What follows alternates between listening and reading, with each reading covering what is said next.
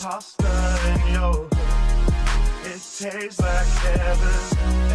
We eating pasta and it. Alright, let's start it there. Yeah. We've had the careers before. They call us a lethal weapon. You brandish an unsheathed sword. Play hero, Roroni, Kenshin. We kick it aside of your door. Use the one who will get to 7. Where was that bravado you had a hot minute ago? Hey, we got ups, but I wouldn't say we beef. How the saying goes, it's a two-way street. Dig me on the pipe and you know they had a tweak. I'm just trying to lay my name, you get what I'm speaking. We entertain the masses in anywhere the weekend. There's some asshole think that he can press a lead and put the whole squad down, get out within the weekend. But we stars, boys, so continue going see. We've had the careers before. They call us a lethal weapon. You brandish an unsheathed sword. Play hero, Roroni, Kenshin. We kick it aside of your door. Use the one who will get to 7. Where was that bravado you had a hot minute ago?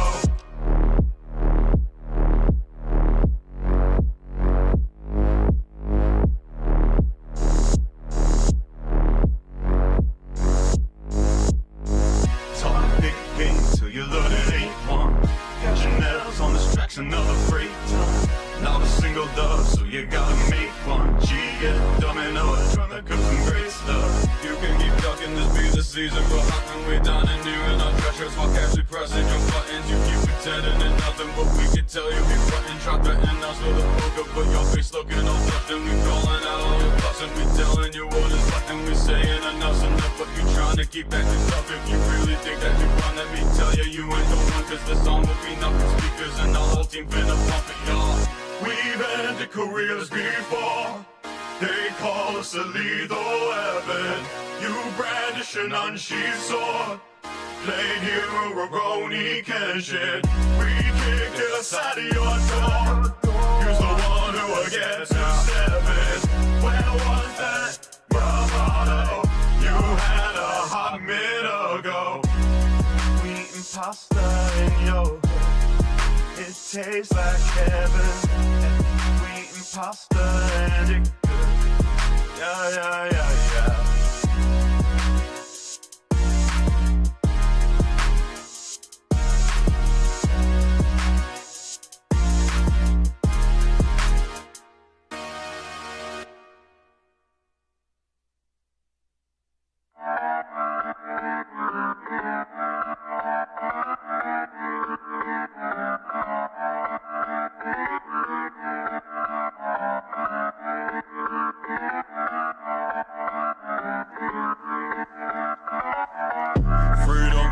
What we found it on, but within concrete canyons, it falls. Warlords, tyrants, dictators, czars, throne rooms sculpted out of gore. Bodies piled up as innocents are slain. But if the free to kill, the beast is free to prey upon the animals of the supposed food chain. From the sea he came, about to make his claim. It's your own fault, so don't you cry when the monster come. Need you alive, you fear the dark, don't do the crime. 'Cause you won't get a chance to walk into the light. Your bloody hands are your demise. Your sins are grace, so say your goodbyes. Won't be joining the body's life. You won't get a chance to walk into the light. A regular at a beach, where regulations at its least. Wrecking its knee, recreation at its finest. When the finest just right out of reach. He's wrecking the scene, and under his toe he feels something crawling up under his feet. He's pulled underneath, waiting to cry it out, but somehow he's able to breathe. The beast, the metamorphosis. That's what the call begins. At the dead of night, with no single strike, but he know he won't protest. Cause when gangs spray all the hostages and they break the floor red. If they cross hands, say the crucifix of a god with another head. Now they dead. It's your own fault, so don't you cry when the monster come eat you alive. You feel the dark, don't do the crime, 'cause you won't get a chance to walk into the light. Your bloody hands are your demise. Your sins are great, so say your goodbyes. Won't be joining the body's light. You won't get a chance to walk into the light.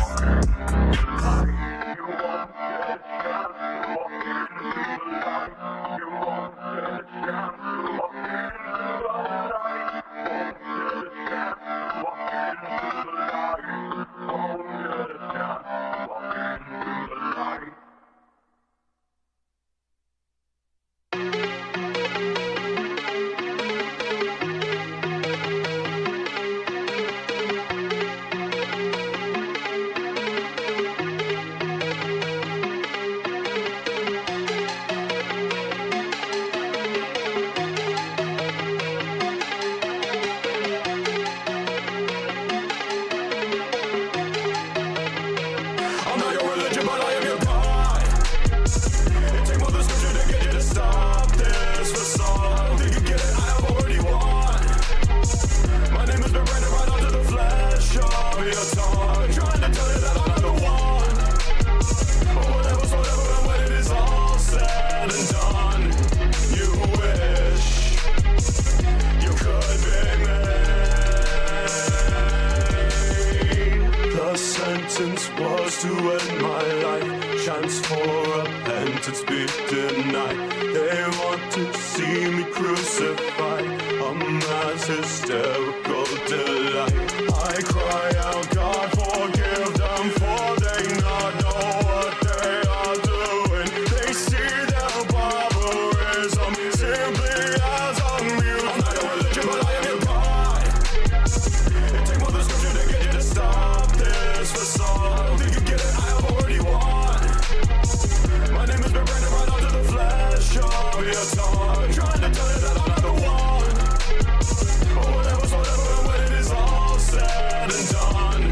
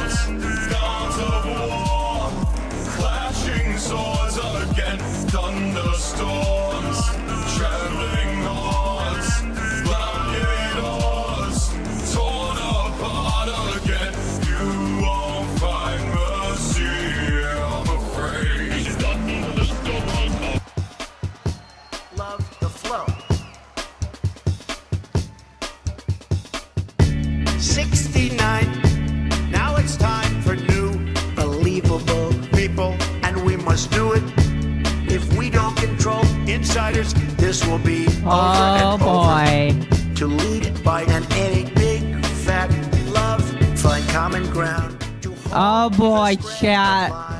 and we must do it big fat love. I think it's time for a poll. I want a poll. America first. America first. Non-fatal. We want to build a much better, believable people, and we must do it non-fatal. Communication very much higher. America first. To lead by an any. Let me make a poll, chat. Fighting for insiders. Time to stop. Insiders fighting for insiders. More of insiders fighting for insiders. Time to stop. Insiders fighting for insiders. America first. Love the flow. There we go. 60 Vote, chat. Now it's time for It is your democratic, and we must do democratic duty to vote on that poll. control insiders. This My will be apologies. If you were on over and Twitch, you might not see this poll. lead by an any big fat love. My Find apologies. common ground. It is a YouTube poll. I guess I can make it on Twitch as well. We must do it big, fat, love, find common ground to halt the spread of lies and any America first. America first. Oh my goodness. I have a special guest. Hello. I haven't like switched over yet, but hello. We must do it non-fatal. Communication Why, hello there. much higher. I kind of am required to switch now, but that's okay. Oh fuck, I forgot to open my camera. I am so professional. Ah, there we go. Chat, we have a special friend. Let me actually pull up the computer here. There we go. How are you doing tonight? Oh, what the fuck? Give me 1 second. Why is it not loading? My stream computer does not want to load.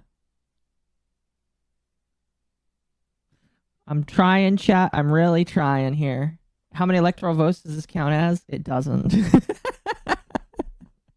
It doesn't. It doesn't. It doesn't. Here, let me... There we go. There we go. There we go. There we go. Thank you for the 5. I'll read that here in just a moment. The elf has litigated her way in. I gotta get her on the screen. For some reason, Discord doesn't want to work for me. Failed to start camera. Oh. Can you restart your camera? I think that is on the person that it has it for.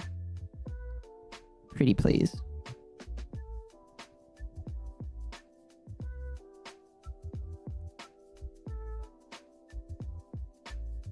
Uh-oh. We might have lost her, chat. We might have... Oh, no. That's not cool. Oh, no. She's... I said hi and then she died. No. No. Fuck. That's not good. Okay, well, I made a poll on both internets, chat. You guys can vote. Tell me what you think. Yep, she poofed. That sucks. R.I.P. R.I.P. Anyway, hello, everybody. Hello. Happy Friday. Hope you guys are doing good today. I'm doing all right today. Today has been a pretty fun... You know what? I'm going to be honest with you, chat. This weekend has been pretty nice so far. I've been very happy, been very positive with everything that's happened this week. Weekend has been doing pretty good. Things have been doing really good. And, oh my gosh, I have something special coming down the way. Why did I kill her? I promise it wasn't on purpose. It was not on purpose, all right? I plead the yip, so you cannot prosecute me. Akko says she didn't believe in elves and she died. No! Come back! It's okay. I'm sure that she'll be back soon. My tism is peaking and I am glowing! That is probably what you should be doing tonight. But anyway, chat, welcome back. More fun today. I'm so excited. I have some topics. Chat. I'm trying to skull for a little bit to see if she'll come back before we go forward. But let's get into some pre-stream memes, as it were. I have a special thing coming, chat. As you guys know, I hit 10,000 subs like 6 months ago. And I haven't made a lot of videos, which is why my growth has been kind of slow. And what's funny is, you know, I had a friend ask me, because like they paid attention to me for a while. They're like, your growth kind of slowed down. I was watching you. You grew and then you stopped. And I was like, yeah. And that's because I stopped making videos. Because streaming on YouTube is a pretty good thing, but the growth is not as good because YouTube prioritizes videos because videos are the best way to make revenue for YouTube over streams. So I need to make more videos if I want to be seen in the discoverability. I kind of am resetting myself in the algorithm because I have decided to not make videos. And so I'm working on videos. The one video I'm working on right now is my, well, I'm going to be working on more than just one. This one is kind of like a long time goal. But I am working on my 10,000 subscriber special for you guys, chat. It's a little overdue. I apologize. It will be done hopefully by the end of the year. Hopefully. Hopefully. But I'm working on it. Oh, you are back. Praise. So I think what happened is the universe tried to take me out. Because I was going to have a nuanced opinion about Trump. Probably tonight. Well, it'll be really interesting tonight. I invited Amal on as well. I told her she could come on. She is currently streaming herself, so we'll see if she decides to come as well. If she does, that's cool. But yeah, tonight, chat, very fun. We're gonna be reacting. So chat.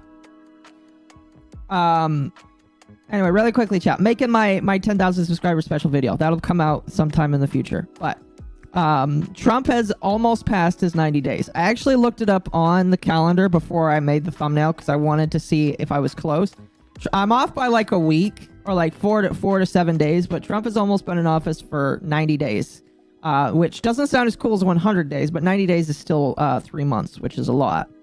And so because of that, I decided it was good to take this tweet thread that I found on the internet. Most companies are a probationary period of employment. So, this is true. I mean, if anything, we are doing Trump's employee review, basically. This is very true. So I felt like today was a good time to do this. Really no better time like the present. There is a tweet thread that I've actually seen a couple people share. Kind of weird. I kind of feel like it's bot farming.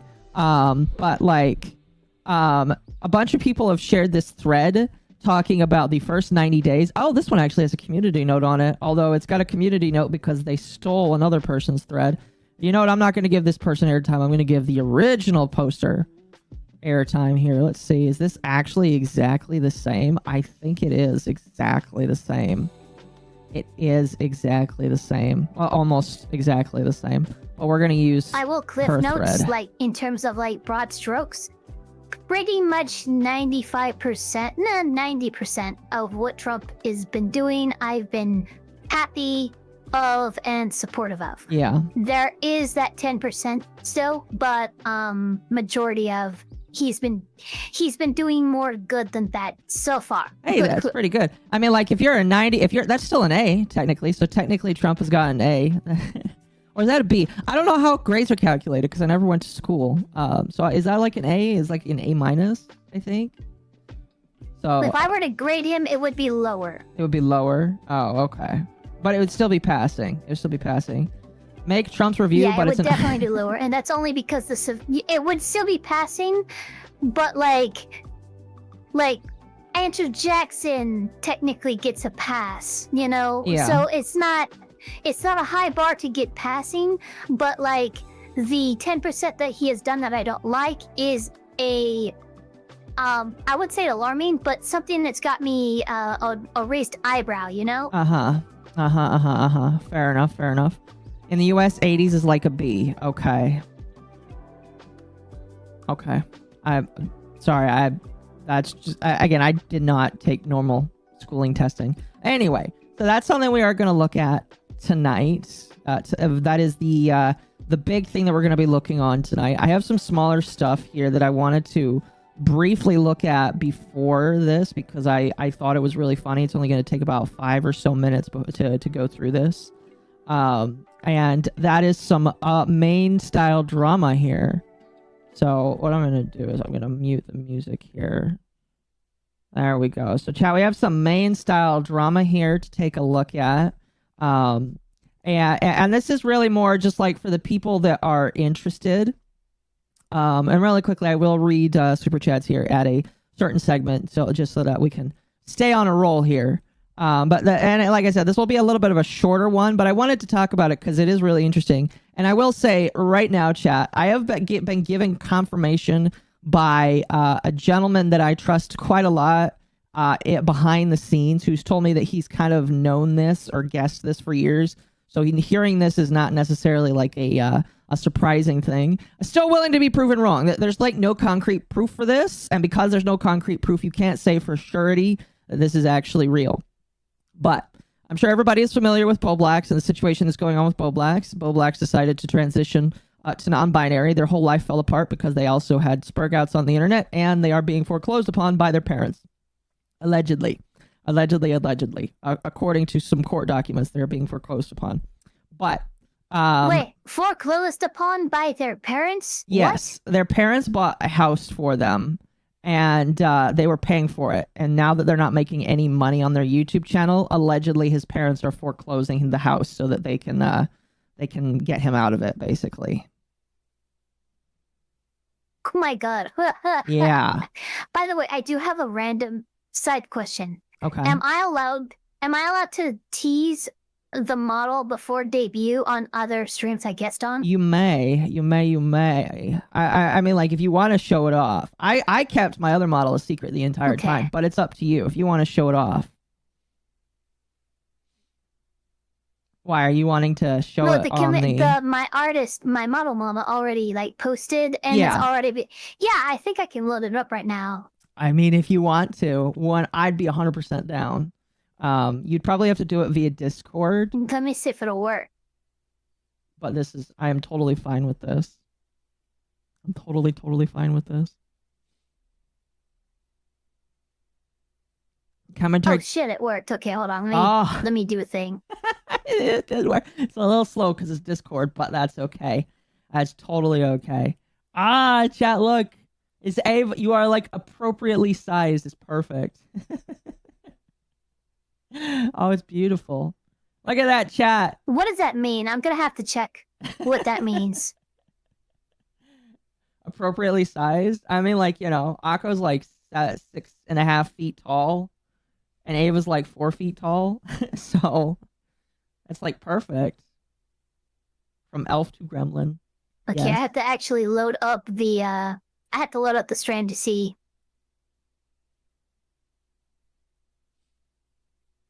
Look at that, chat. Thank you, Dama, for the raid. I very much appreciate it. She can move. That's about okay. It's not as bad. It's not as extreme as I thought. So okay, that's fine. I can make it a little bit bigger here. We'll there we go. That's a lot bit better. And you got the ear flaps as well. By the way, I don't have any tracking, so I have set everything up to follow my mouse.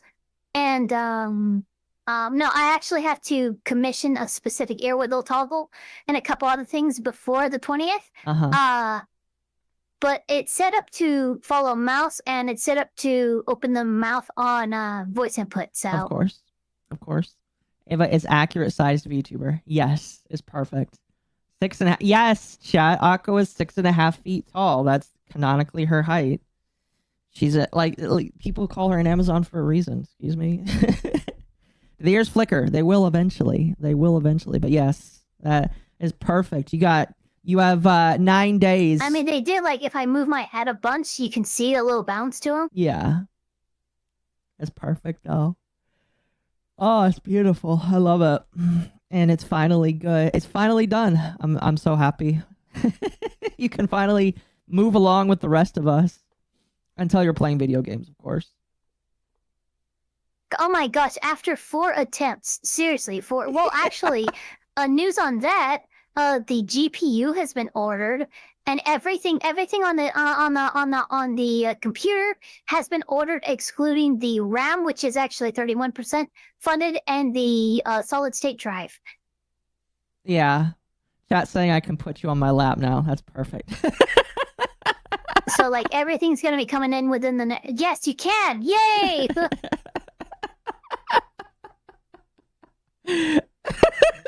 Doesn't Aqua wear heels? Yes, and that gives it another like 2 or 3 inches. The physics. Yes, the ears are perfect. It's beautiful. Oh, I love it. It's like whenever you decide to lawyer up, I have to let you off the lap so that you can, Well, and I can do this too. can get super duper close.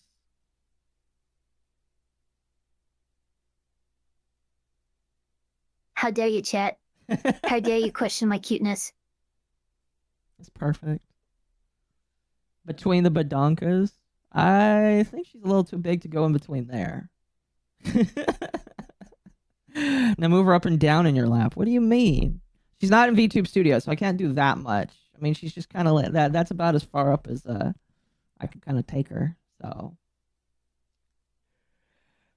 I think I did buy the multiplayer add-on for VTube Studio though, so that is all set for that. okay, I think you need to friend my alternate Steam account because that's the one that I use for VTube Studio because I have 2 computers. But otherwise, yeah, that should be good to go. Is Ava's cute, but is she funny? I think so. I have been told that I am cute and I am also somewhat funny. Not super funny, but like you might want to abbreviate those 2 words to a shorter, more based word, and that's probably how funny I am. Oh, fair enough, fair enough, fair enough. Fair enough, fair enough. That's perfect though. The badonkers are the thinking cap. Oh, does she need a high chat? That's mean, chat. Come on, that's not nice. That's not nice whatsoever. Anyway. I'm gonna put you off of the lap here. Let me. I'm just gonna set you right there. Shrink you down just a little bit. Perfect. All right. You're funny because you're a We're dork. not talking about me. We're talking about Trump and how he has done for the last 90 days. Yes. Well, first we're going to talk about Nicholas DiOrio because this is a very interesting little situation here. Again, this is something that I will say. Sparky is the one who sent me this earlier. I did see it. It was sprawled on by Michael Alberto. I don't know if anybody knows who that is. He's a gentleman that's kind of been into the sector. Aquabrother needs to work. No, chat, no. Anyway, so this was brought to my attention by Sparky and Michael Alberto. This is an alleged thing. We don't know if this is actually real. There is no concrete proof that the Comment Cop account actually belongs to Nicholas DiOrio because unlike Boblax, who reveals all of his alt accounts on his computer all at once, if this is actually an alt account of Nicholas DiOrio, he's doing a pretty good job at hiding it. So the alleged thing here by Joshi Boblax here is, according to him, the Comment Cop account, which is also this, he is claiming that the Comment Cop account is also Nicholas DiOrio as well. And this is something that I have asked a couple people what they think about it, and a couple people have told me that this is something that they have kind of agreed with and known for a while. Again, with no proof, but they are like 99% sure that this is actually the case, that it is actually Nicholas DiOrio. And what's funny is the Comment Cop guy comes in here and just tries to start clowning on him and talking to him. Which is very funny. I will say I have read a lot of the Comment Cop tweets, and some of them don't sound like Nicholas DiOrio. So if it is him, he's doing a good job at kind of hiding who he is and all that kind of shit. But anyway, a lot of people decided to start jumping on this because, you know, whenever Boblax says something, people like to pay attention to it. And so Technicals was one of the first people to talk about it, saying, confirming, or basically saying that he thinks that Boblax confirms that that Nicholas DiOrio has been LARPing with himself, and then they show tweets where not this one, not that one either. There are tweets, I think actually that this one here. So Michael Alberto actually shows tweets where Comment Cop is actually talking to Nick, and Nick is talking to Comment Cop. And a lot of people, again, if you believe this narrative that these are both the same person, it is kind of schizo to use an alt account to talk to yourself and just go back and forth. I have really only ever seen that with one person, Sylvie. And so if this is actually the case, and again, I'm not going to say it is or it isn't, because there is no 100% smoking gun. And I think that Nicholas DiOrio is probably smart enough that he probably won't accidentally show that it is him, at least not in today's day and age. But if it is actually him, this is fucking schizophrenic shit right here. The fact that he just like talks to himself all the time. And so people are on the offensive. Nicholas DiOrio is calling out people for... You know what actually be low-key hilarious? Like, there is easily, like there... If he responds to like one or two of his own posts, like that's schizo enough. But like, what if there was like clearly hour-long discussions in Twitter? Like the quote retweets are just like you could just scroll for pages. Like, what the absolute hell? Yeah. Well, I do know that like Comment Cop and Nicholas DiOrio talk back and forth sometimes. I don't think it's like all the time, but they talk back and forth sometimes, and it's to the point where some people are like, if this is real, that's pretty weird, pretty fucking weird, all that kind of shit. But like Nicholas DiOrio is clapping back saying that everybody, the Legion of Down, that's very mean. I would never say that about, see, I call people retards on the internet, but I would never say Down syndrome, because like that's actually like way more of a specific thing to, that's a way more specific thing to call somebody. And I would never call somebody like Down syndrome. Like, see, that's if anybody far. says Down syndrome, I just think of Down Syndrome Girl, the song from Family Guy. So Yeah. it just becomes difficult for me not to laugh. Yeah. Oh man, that's funny. Ava making me feel called out. Anyway. So, Michael Alberto, again, like there's kind of a bit of a back and forth here where Nicholas DiOrio is saying that all of these people are the Down syndrome. And then like Michael Alberto's clapping back by saying the fat guy is saying this when I am. What's crazy about Michael Alberto is he's actually kind of underweight, in my personal opinion. He kind of needs to bulk up actually. But like right now, it really just seems like a lot of mudslinging between both sides. But it is an interesting thing. Does he even lift, bro? Who? Nick or I just noticed they're both wearing the same fucking hat.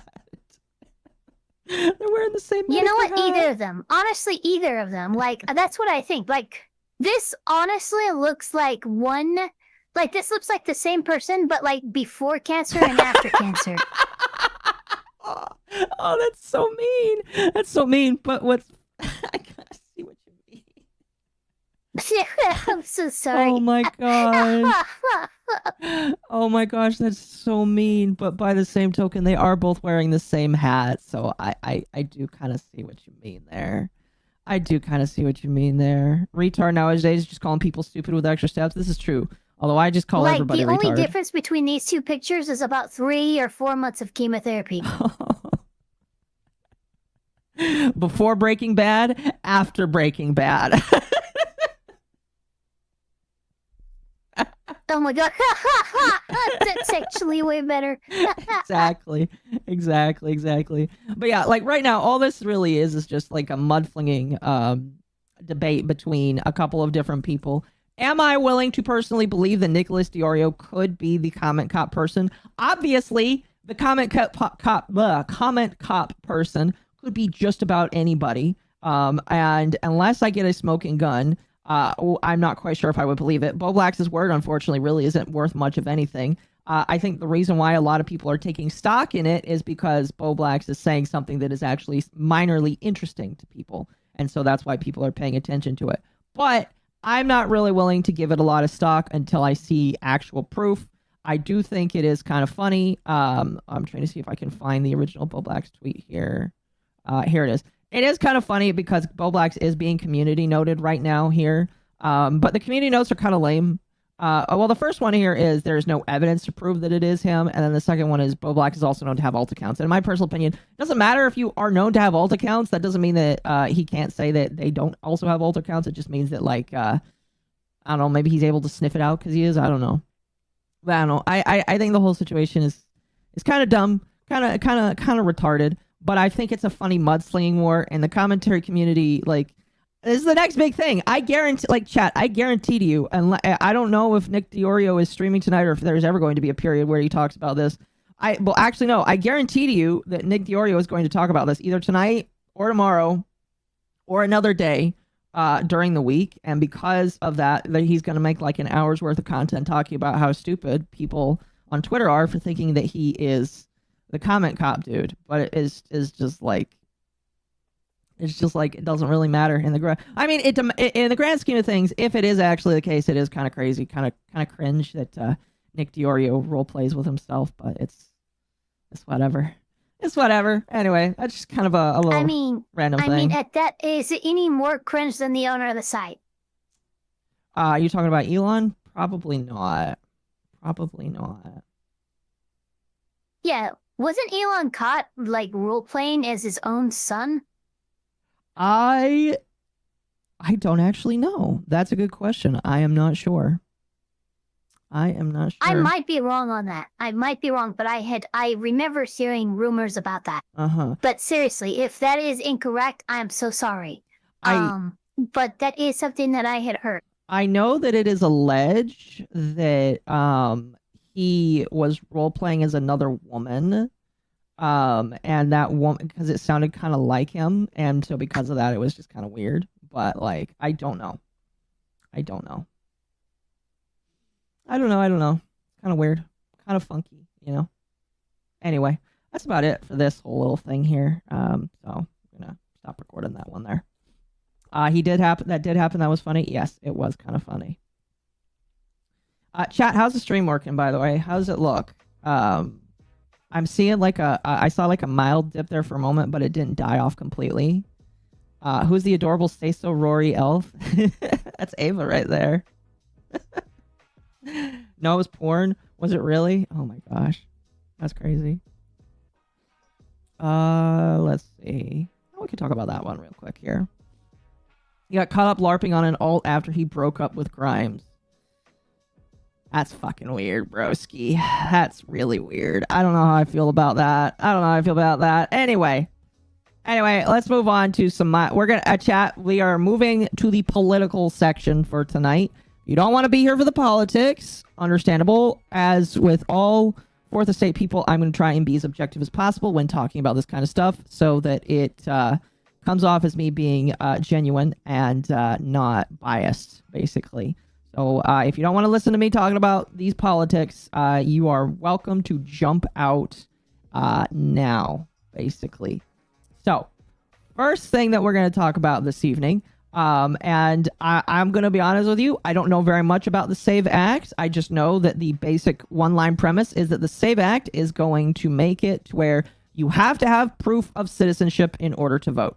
So Temp, unfortunately, I'm really sorry, but because your license is expired, you might not be allowed to vote. I have no idea. I would have to read this in order to confirm, but if this actually passes... Actually, here is a problem with this bill. And a reason why it was so widely opposed by Democrats. A driver's license would not be considered valid identification in order to vote, which means you would need a passport, which costs a lot of money, a birth certificate, or something else that is relatively difficult to get your hands on, even as a citizen, than a driver's license. So there's a lot of people trying to call out them. Oh, do you want illegals voting? No, we want it to be easy for a citizen to vote. I have no problem with voter ID, but to exclude a driver's license being valid as a identification seems a little much to me. That's interesting. See, like, again, I'd have to read the specifics of this. And I'm sure that not all Democrats are like, oh, I'm sure that some Democrats are like, oh, yes, we want illegal voting. And they're just not going to say it out loud. Probably. I have no idea. But like, I do find that interesting. If that is actually the case, that's really interesting. Comment politics, but talk about it like it was just regular TV drama. I'll do my best. I promise. I'll treat all these people like the regular VTubers. They're all retards, every single one of them. Would the real ID thing count? I mean, I imagine it might, because you need real ID now for just about anything, and... Well, I would have to read it myself. I do... Yeah, real ID is needed a lot, so I imagine it would, but like a driver's license specifically, I do know is excluded as valid identification in this SAVE Act. Real, so... You can disagree with me, Festiva, if you want to, but here's the thing. I am telling you what is in the bill. That's interesting. Like, this isn't a matter of opinion. This is what is written down in the law that is being proposed. Yeah. Yeah. People don't have birth certificates on hand. I don't. I mean, like, some people don't. I keep mine. Here's what's funny, chat. I have 2, since I had a name change early on in life. So I keep both of mine locked away in my safe. Isn't an ID that is specifically for voting seems like a fine middle ground. Or even like presenting your social security card. Yeah, no, yeah. I mean, like, wouldn't social security card be a form of ID? Passport does take a while to get, and it costs quite a bit. Yes. Yeah, a social security card seems to me to be valid identification. Yeah. But like, I find it just bizarre that they've excluded driver's licenses. But that's my only actual criticism of the bill.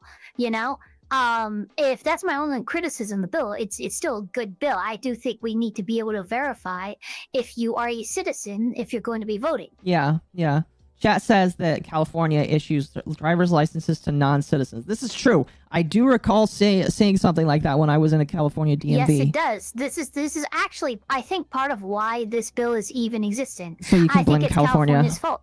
Yeah. And maybe New York or any other state that allows you to get a driver's license when you're not a citizen. Yeah. You know, Yeah. So because that started happening, that required this bill to be made. So this is just simple cause and effect. Yeah, and it's just like, it's kind of sucky because a lot of people are going to be like, well, why do I have to bring extra documents in order to go vote? And that probably will turn off some people from voting. I'm going to be completely honest with you. I think there's a lazy bone in some people's bodies where there's a certain amount of work where it's just like, do I really need to do this? There used to be voting rules and voting ID laws in the states that, like, you had to take a literacy test. Like, you had to prove that you could read and write and shit like that. So, I mean, right now, voting is as accessible as it's always been. Yeah. I think it is perfectly appropriate to apply voter ID laws. You know, I don't think that is an overstep or anything like that. This is a area that I just simply do not tend to agree with the left on.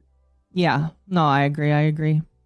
This is just a U.S. problem. It is literally just a U.S. problem, chat. What's funny is a lot of people on the Democrat side of the aisle try and make it sound like the U.S. is super duper racist for all of the voter ID laws and shit that they try to pass. But every fucking country, like at least a good chunk of the EU ones, I'm not going to say third world countries do this, but a good chunk of other first world countries have voter ID laws that must be adhered to, or they just don't let you vote. And I don't think that all of them are perfect. Like, I'm pretty sure I've heard of voter corruption in other countries as well. But we are the only country where a lot of this gets brought up as an issue. It's just like, why is it an issue to demand that you prove that you actually can vote? Like, I don't see an issue with that. It's like being able to. Well, what happens is like, and I will say this, like, there's a lot of pushing, like, oh, this is like these illegal votes keep counted, but like, you could put absolute nonsense on a ballot, right? It's not going to get counted if, like, they go, okay, who's this on the ID, driver's license ID number, right? Bring it up. Oh, look at this. This person is not a citizen. Guess what? That ballot is not counted. That's how our counting system works. It's why we have a counting system, and it's why it takes usually a couple days before the full count comes in, because we have to vet what is a valid vote and what isn't a valid vote. So I'm still fine with voter ID. But I will say that we do have systems in place that prevent non-citizens from voting, and it actually counting towards, towards the vote. Yeah. I want to know how Florida is able to do it in like a couple of hours, because Florida literally just like, once they close the vote, they're like a couple hours later, it's like, we know who won. Like, they just finish up all their counting in like a couple of hours. It's really crazy. Florida was kind of, I'm not sure how that worked.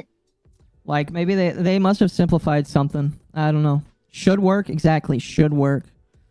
Should work. Getting a replacement birth certificate takes a bit of time, but isn't too expensive. I agree.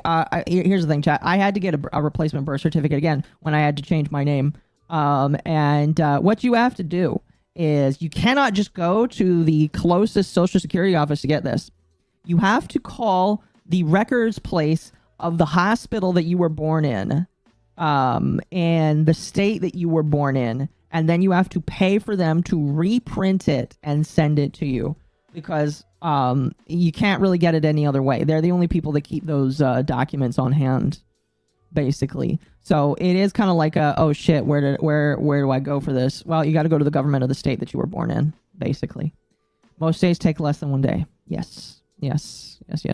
Anyway, I think this is all right. I really don't care about this. I think that if anybody's molding on this kind of thing, that they're kind of weird. Kind of weird.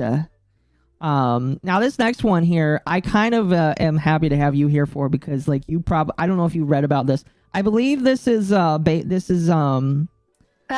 Tim Pool commented on this case where I think this is the case where that black kid stabbed a guy to death, and a whole bunch of people are upset. I saw that the quartering said that there should be riots over this, and it's just like, what the fuck? And Tim Pool basically came out and said that. So wait a minute. The quartering literally called for riots. I don't think he Isn't necessarily. That, like, if riots had happened, would that not be incitement? Like, come on, dude. Let me see if I can get the right term for that, because I don't know if it was exactly saying incitement to violence. His thumbnail was just really crazy. Yeah, if he says something like, "Oh, people should be in the streets rioting over this," no, I don't think problem. he did that. I don't think he did that. If the language was ambiguous enough, then fine. I think it was something like, "There won't be riots over this." Let me see here. Let me see. Let's see. Harass my journalist. Tesla vandal caught. Collapse Hollywood. YouTube abandons woke rules. No, we got to go back further. Did he delete it? There's a possibility that I'm just imagining this here.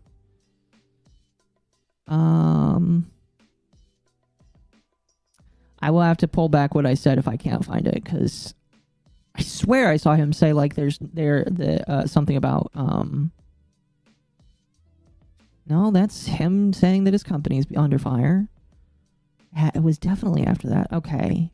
I'm going to take one more brief sweep and then we're just going to move on. Let's see. How many posts did you see of him showing his coffee out? I don't watch this motherfucker on a daily basis, but every single time somebody sends me something or I see a video thumbnail of his, I'm like, okay, I'm going to get mad listening to this. He always brings up his fucking coffee. He's going for that coffee. It's like Legal Eagle. He's like, if you're a treasonous president, you need a good lawyer. But that's like, dude, stop it. Stop trying to shill your law firm while you post your Trump derangement syndrome videos. What are you doing? Let's see. There's one talking about the kid. No, I'm going to have to pull it back because I can't find the thumbnail. I guess there's a chance that he removed the thumbnail, maybe because it was like a bad idea to have it on there, but I can't find it anymore. Tim Pool missed the bar on this one. Yeah, so we're just going to get into this. I was wrong. I have been noticing that. I've been noticing a lot like of commentary YouTubers will they'll post something that is what I consider borderline defamatory in the thumbnail, and then I'll go to check it like an hour later and they've changed it. Yeah, it happens quite a lot. MommaOcco, my Ian's graphene dream. What? Ian's graphene? I don't get it. I don't get it. Tim just stated less than an hour ago that Anthony had a right to be in the tent due to being a friend of someone in the tent. Oh my god. Okay, we're going to read this here. This is the arrest report from the Frisco Police Department. The victim, Austin, and the suspect, who was later identified as Carmelo Anthony. Anthony was from Centennial High School and was sitting under the Memorial High School tent. Austin had told Anthony that he needed to move out from under the tent. Their team's tent, and Anthony grabbed his bag, opened it, reached inside, and proceeded to tell Austin, "Touch me and see what happens." No one really thought Anthony had any weapons in his bag, and Austin proceeded to touch Anthony, and Anthony told Austin to punch him and see what happens. A short time later, Austin grabbed Anthony to tell him to move, and Anthony pulled out what Blank recalled as a black knife and stabbed Austin once in the chest, then ran away. Austin began grabbing his chest and telling everyone to get help. Blank advised he did not know Anthony's name, but stated another memorial tracker. EP was friends with Anthony, and he could identify Anthony. Described Anthony as a black male, skinny with possibly a goatee, short puffy hair, wearing Centennial High School clothing. This concluded my contact with Blank. I then was instructed to start a crime scene log. I retrieved a crime scene log from my patrol vehicle and began stating the crime scene log. Okay, yeah, there's nothing further on there. Okay, so from what it sounds like, Austin, the victim, was stabbed after telling the guy to leave. He probably shouldn't have put his hands on the guy, but the guy pulls out a knife. I can send you the segment. Yes, please send me the segment. I want to listen to this. I want to listen to Tim Pool. But I'm interested to hear what you think. Do you think that... Because here's what people are saying. Tim Pool is claiming that the stab is self-defense and that he was justified. Do you think that that's true? Do you feel like that being pushed is enough to stab somebody back?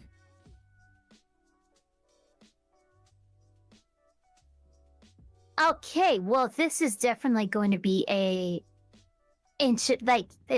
obviously this is going to go to trial. But Yeah. this is the question here. Is this the problem with self-defense? Is it is expected for you to use reasonable force to basically get away from the situation, right? Mhm. For a push, like, was this push extreme enough that you somehow feared for your life, justified you responding in kind with lethal force?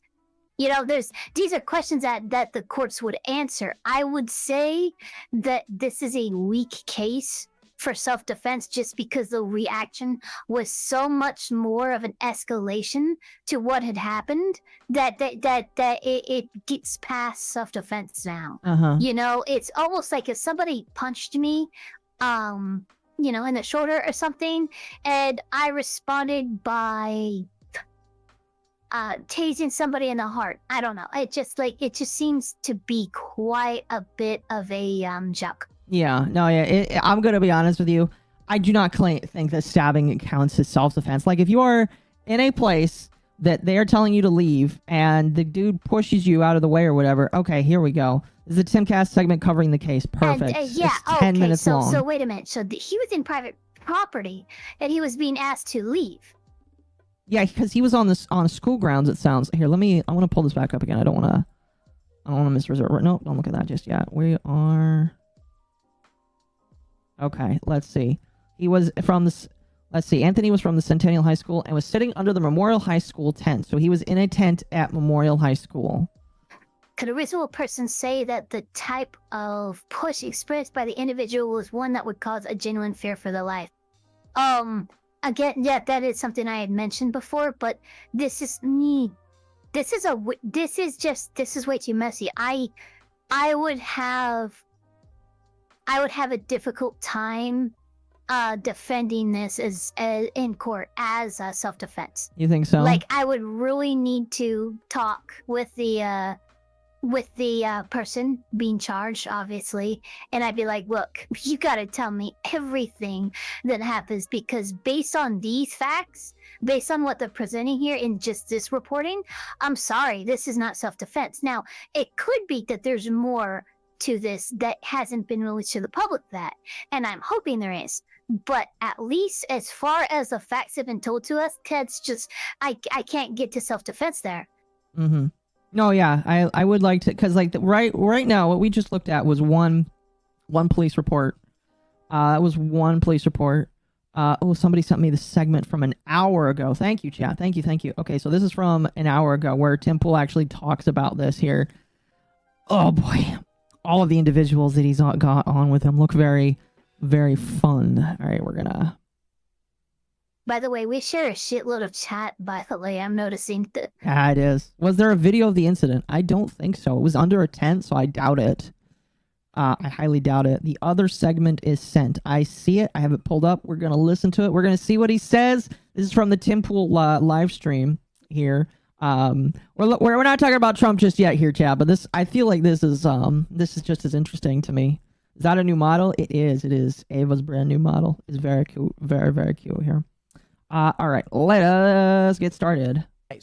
For those that are not familiar, you must live under a rock. But for those that are, for those that aren't, this is the story of the high school student. You guys can't see it, by the way. Here, I'm going to see if I can move myself real quickly here. But it doesn't really matter because the people that I'm covering really don't matter. But some of the people I'm covering look very funky. Like the dude here with the with the Trump hat and the jacket. This man looks amazing.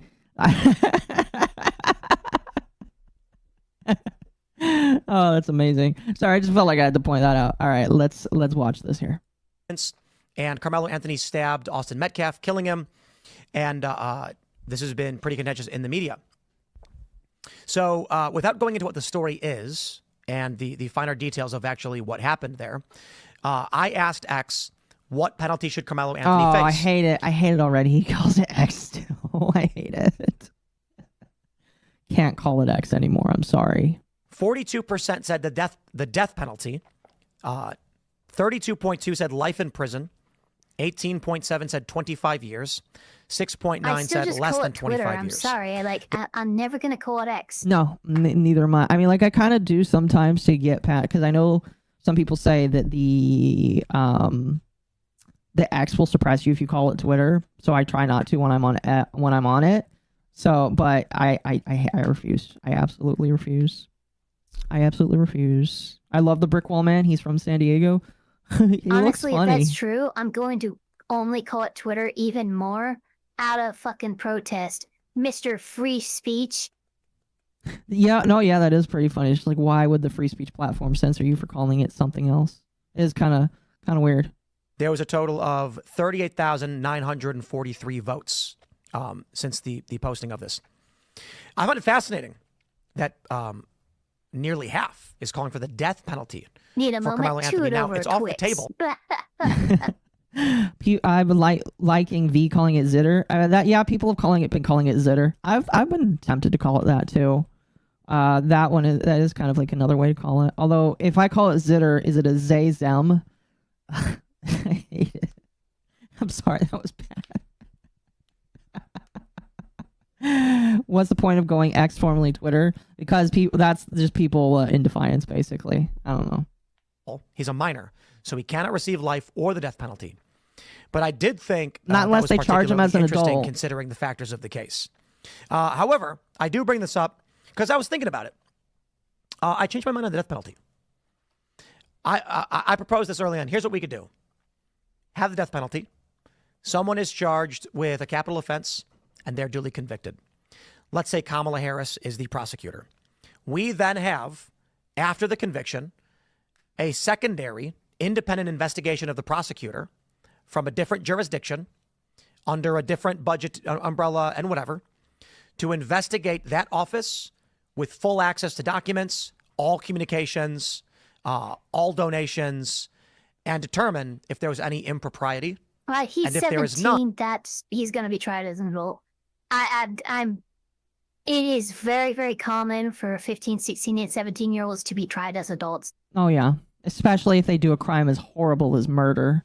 So they're going to, I guarantee you they're probably going to try him as an adult. And when it comes to violent crimes, they're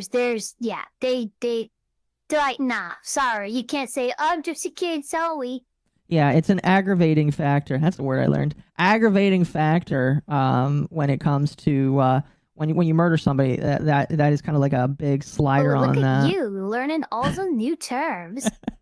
When I listen to the Carl Jobst reading, I kind of learned some new words, and aggravating is one that I like to use a lot now. It's very fun. Tim Tool cucking once again. I see. Well, we haven't gotten to the point where he like gives his opinion. He's like dancing around it. Then the death penalty is. So you're proposing not just a judicial review, well, but he has also to dance review around it now because he's not getting money from Russia. Yeah. You know what's funny? Oh man, I should find I'll tell you what, chat. If we hit the super chat goal on YouTube, very much appreciated for your help, guys. But if we meet the super chat goal, I will find the video where Tim Pool is talking with Milo Yiannopoulos, and Milo Yiannopoulos pisses him off by talking about the Russiagate thing, because that is the funniest. Have you seen that? That is such a fucking good clip where Milo Yiannopoulos just starts talking about it, and then Tim Pool goes off. No, I didn't know that happened. It was so I would actually love good. to hear. In fact, this is how much I would love to see that. It's so good. Let me be a contributor to this golden shower. That's a legal mindset reference, by the way. It's not. It's completely says so. Let's see.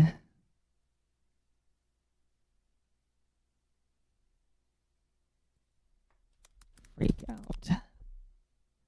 If Is that it? is it gonna work? Oh fuck! I have to watch Sam Cedar potentially. I don't want to. Oh no, there's the Destiny clip too. Oh, we have to decide which one we want to watch. We want to watch. Thank you for the 10, Ava. I appreciate it. There you go. By the way, there's been a lot of activity in the Destiny versus Pixie lawsuit. Oh really? Nothing substantial enough to like make a video yet, but I'm watching very closely. Oh gosh. Where is it? We might unfortunately have to watch the Sam Cedar report, or we could find we could do the Kino Casino one. The Kino Casino one's pretty good as well. Legal Mindset mentioned, yes. Eva's giving the golden shower. Lewd.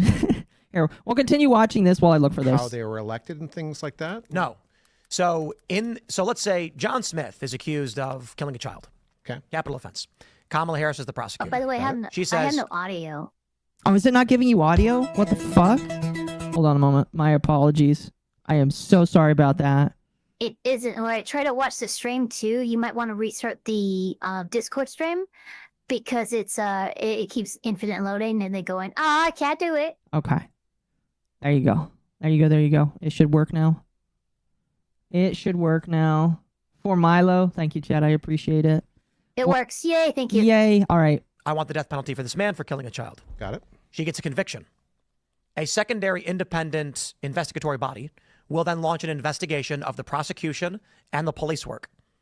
They'll have full right to access all documents. Oh, fuck. It's Okay. the Kino Casino clip is 46 minutes long, but I'm sure that we'll get like the little bits of context we need in the first few minutes. In the event documents are destroyed, obfuscated, or and Chad, to give you context, right now Tim Pool is basically saying if the death penalty exists, we need to not only make sure that we have a fair trial, but we need to investigate the people who did the fair trial to make sure that they were being fair during the fair trial. It's a lot of steps to go through. And I do agree that, like, Okay, so this is, first of all, we already have this in place. It's called our court system and appeal system. Like, everyone look at the Rust case. Remember Eric Baldwin? His case was dismissed over prosecutorial misconduct. Okay, how was that discovered? We already have these things in place. To create an investigation just because of something is completely superfluous. And it just steps in the way of the checks and balances we already have in place. So, like, I understand where he's coming from, but he needs to understand that we already have systems in place to catch this kind of misconduct. Yeah. Yeah. So it's just like, it's not. Are you effing kidding me? What do you mean? What's wrong, chat? Thank you for explaining. Oh, of course. That's what I bring the lawyer here for. That's what I bring the lawyer here for. By the way, chat, if you do send a super chat, once we're done with this segment here, I'll raise some of your supers here. So, but thank you. I appreciate that. Was that Lord Doomcock's intro? No, that was Kino Casino. In the event documents are obfuscated, destroyed, evidence from their case I'm gonna is removed, 1.5 the death times penalty is this. removed from the table. Wasn't that basically In the event that we uncover intentional deception, then those individuals will also be will be charged with a capital offense. So a prosecutor that intentionally seeks the death penalty for an individual, knowing the individual's either Okay, innocent, so if like, oh man, so he's saying that the prosecutor gets the capital offense too. That's funny. Holy shit. We'll kill 2 people. or But is this withhold a joke, though? Like, I think this is him. People are saying this is him cooking for a joke, but this is just somebody who knows nothing of the law talking like this is how things should go. Yeah, I Like, don't first know. of all, if anything is destroyed or messed up or misconduct, even accidentally, the case is dropped. That's how that works. Yeah. Usually dismissed with prejudice, which means you can't bring it up again. Yeah.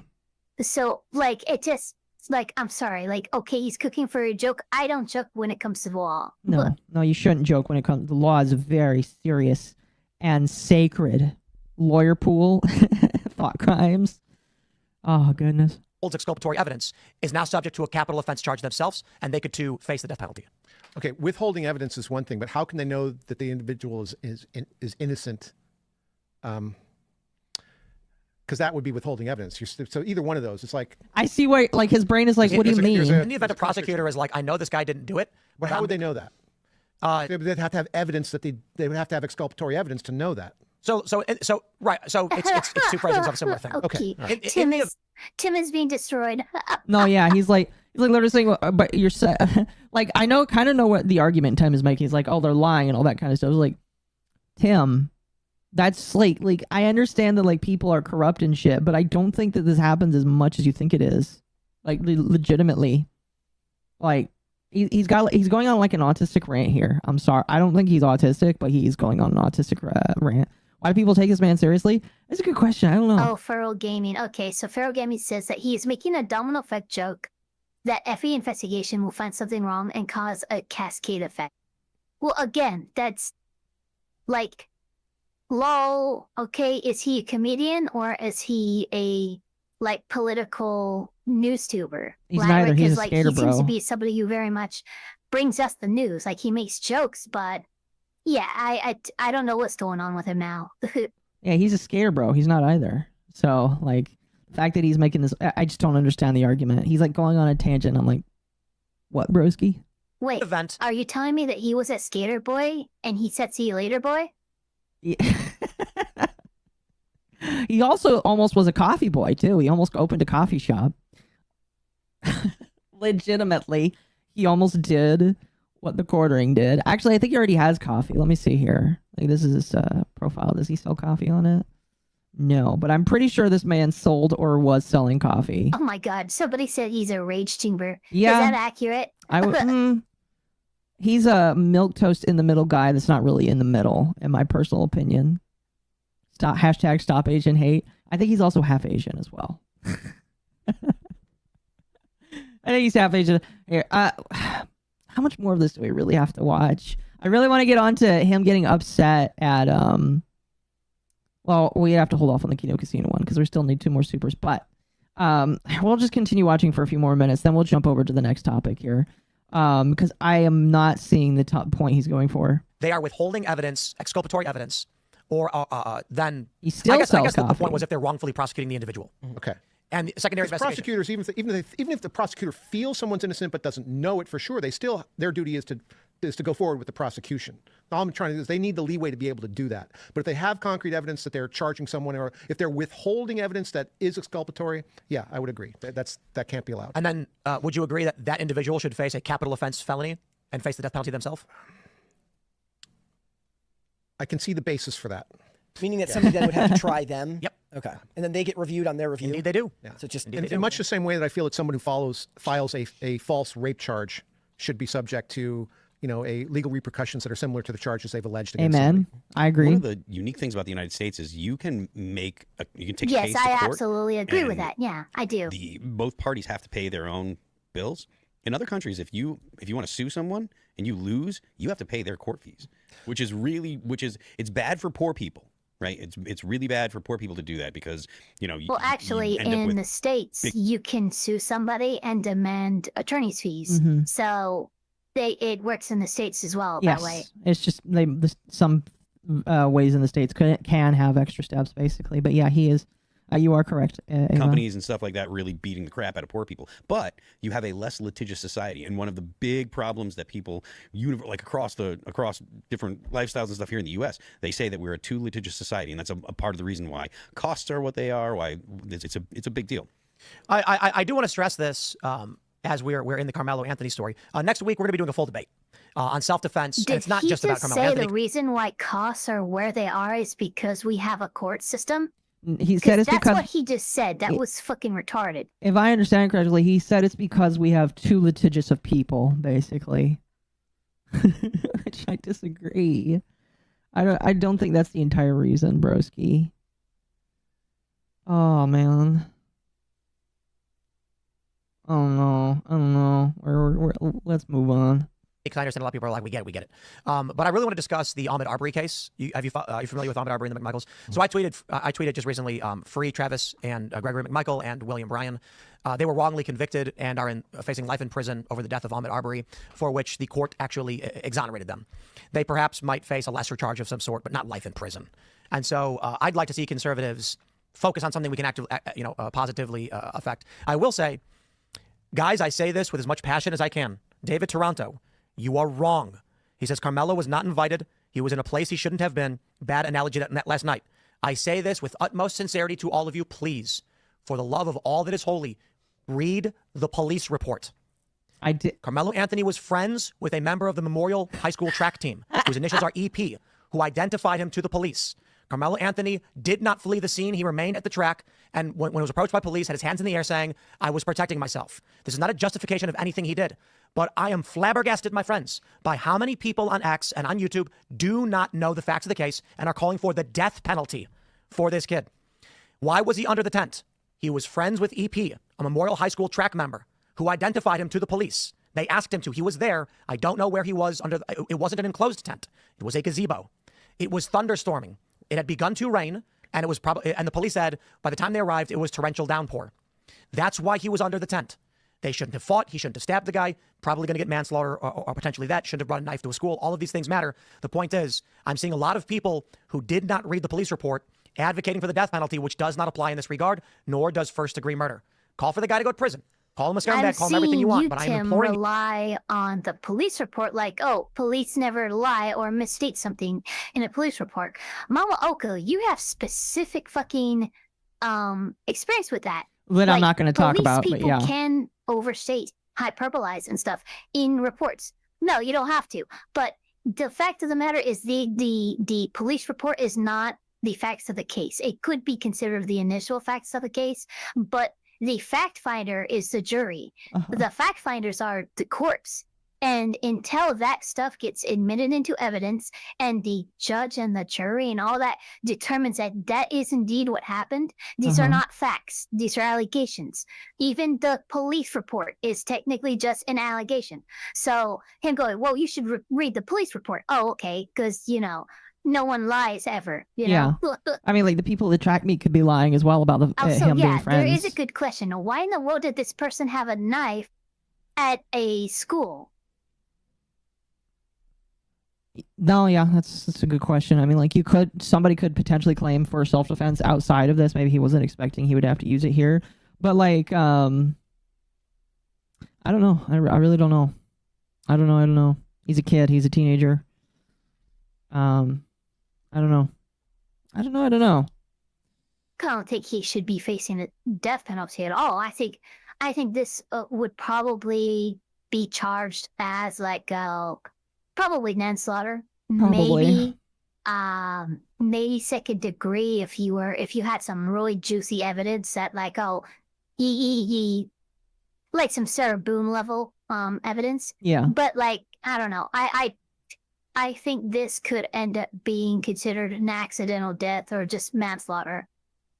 Yeah, no, I think the people wishing for death penalty is kind of harsh. I don't think that's what people are going to get whatsoever. But, hold on, let me adjust real quick there. But I don't think that, I do think that Tim Pool is just like kind of stupid, kind of wrong, my personal opinion. Graham Roberts actually brings up a very good point. Death penalty is rarely applied in non-premeditated crimes, but you could argue bringing a knife constitutes premeditation. You know what's funny is actually, speaking of premeditation, the quartering actually I saw the quartering make say a thing. Oh gosh.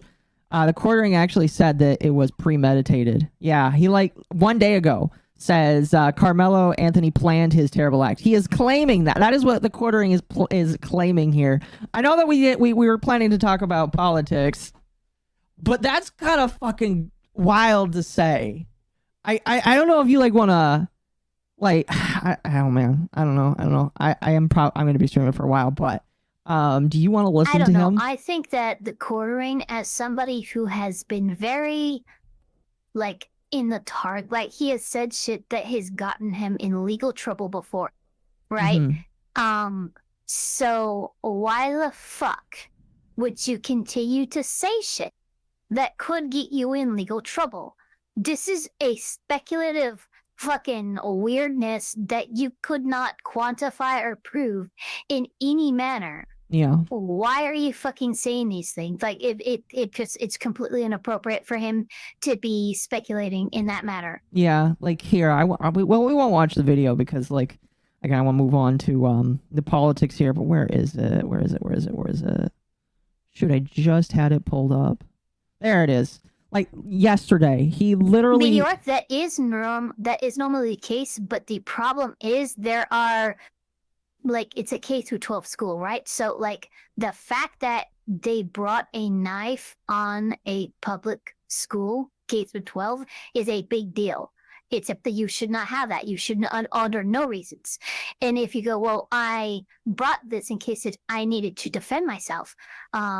Well, that means this was premeditated. You brought this knife to commit this action. Whether or not you framed it in your head as defense or not, this is why you brought this knife. Yeah. Is to attack this person.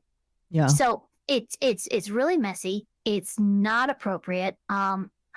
It's not extreme enough that this person should be getting the death penalty or anything, but I don't see you being able to effectively make a self-defense case here. Yeah. No, I can agree. I don't know, chat, like legitimately literally proof that the murder was premeditated. Like, what the fuck, bro?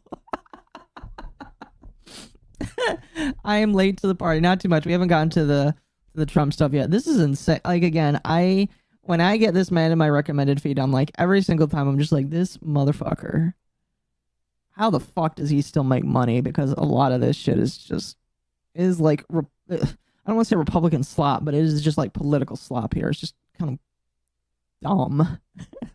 I hate it. I hate it a lot, chat. I hate it a lot. Anyway, here, what we're gonna do is chat. I'm gonna catch up on the supers because I need to before we move on. I want to say really quickly, thank you Ultra for becoming a Prime member. I appreciate that.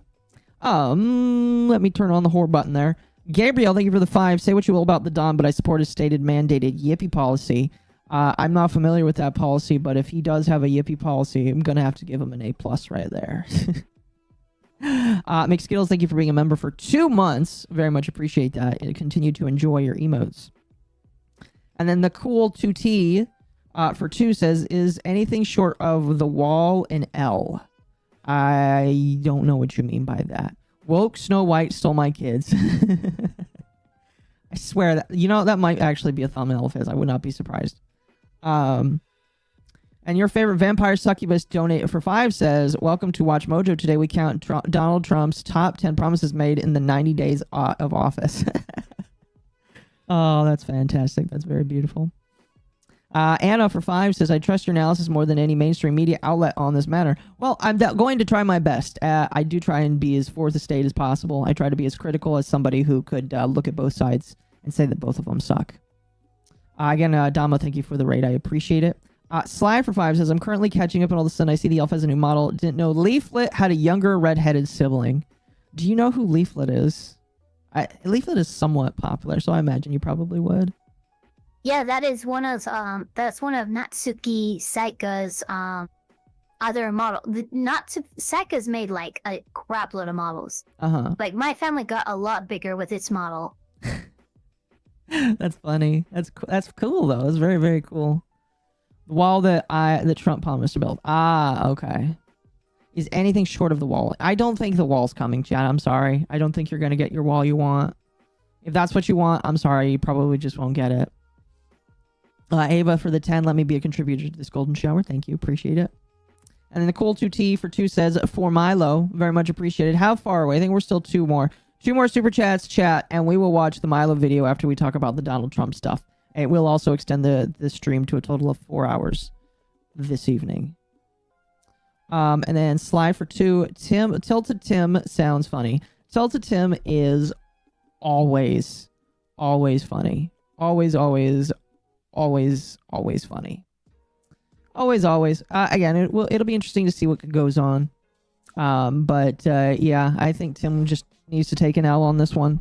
Just needs to take an L, in my personal opinion. So, I don't think he promised a wall in this campaign. No, I don't think he did. I think he just promised to shut down the border, basically. So I don't think that you're going to get a wall. I'm sorry, but it's...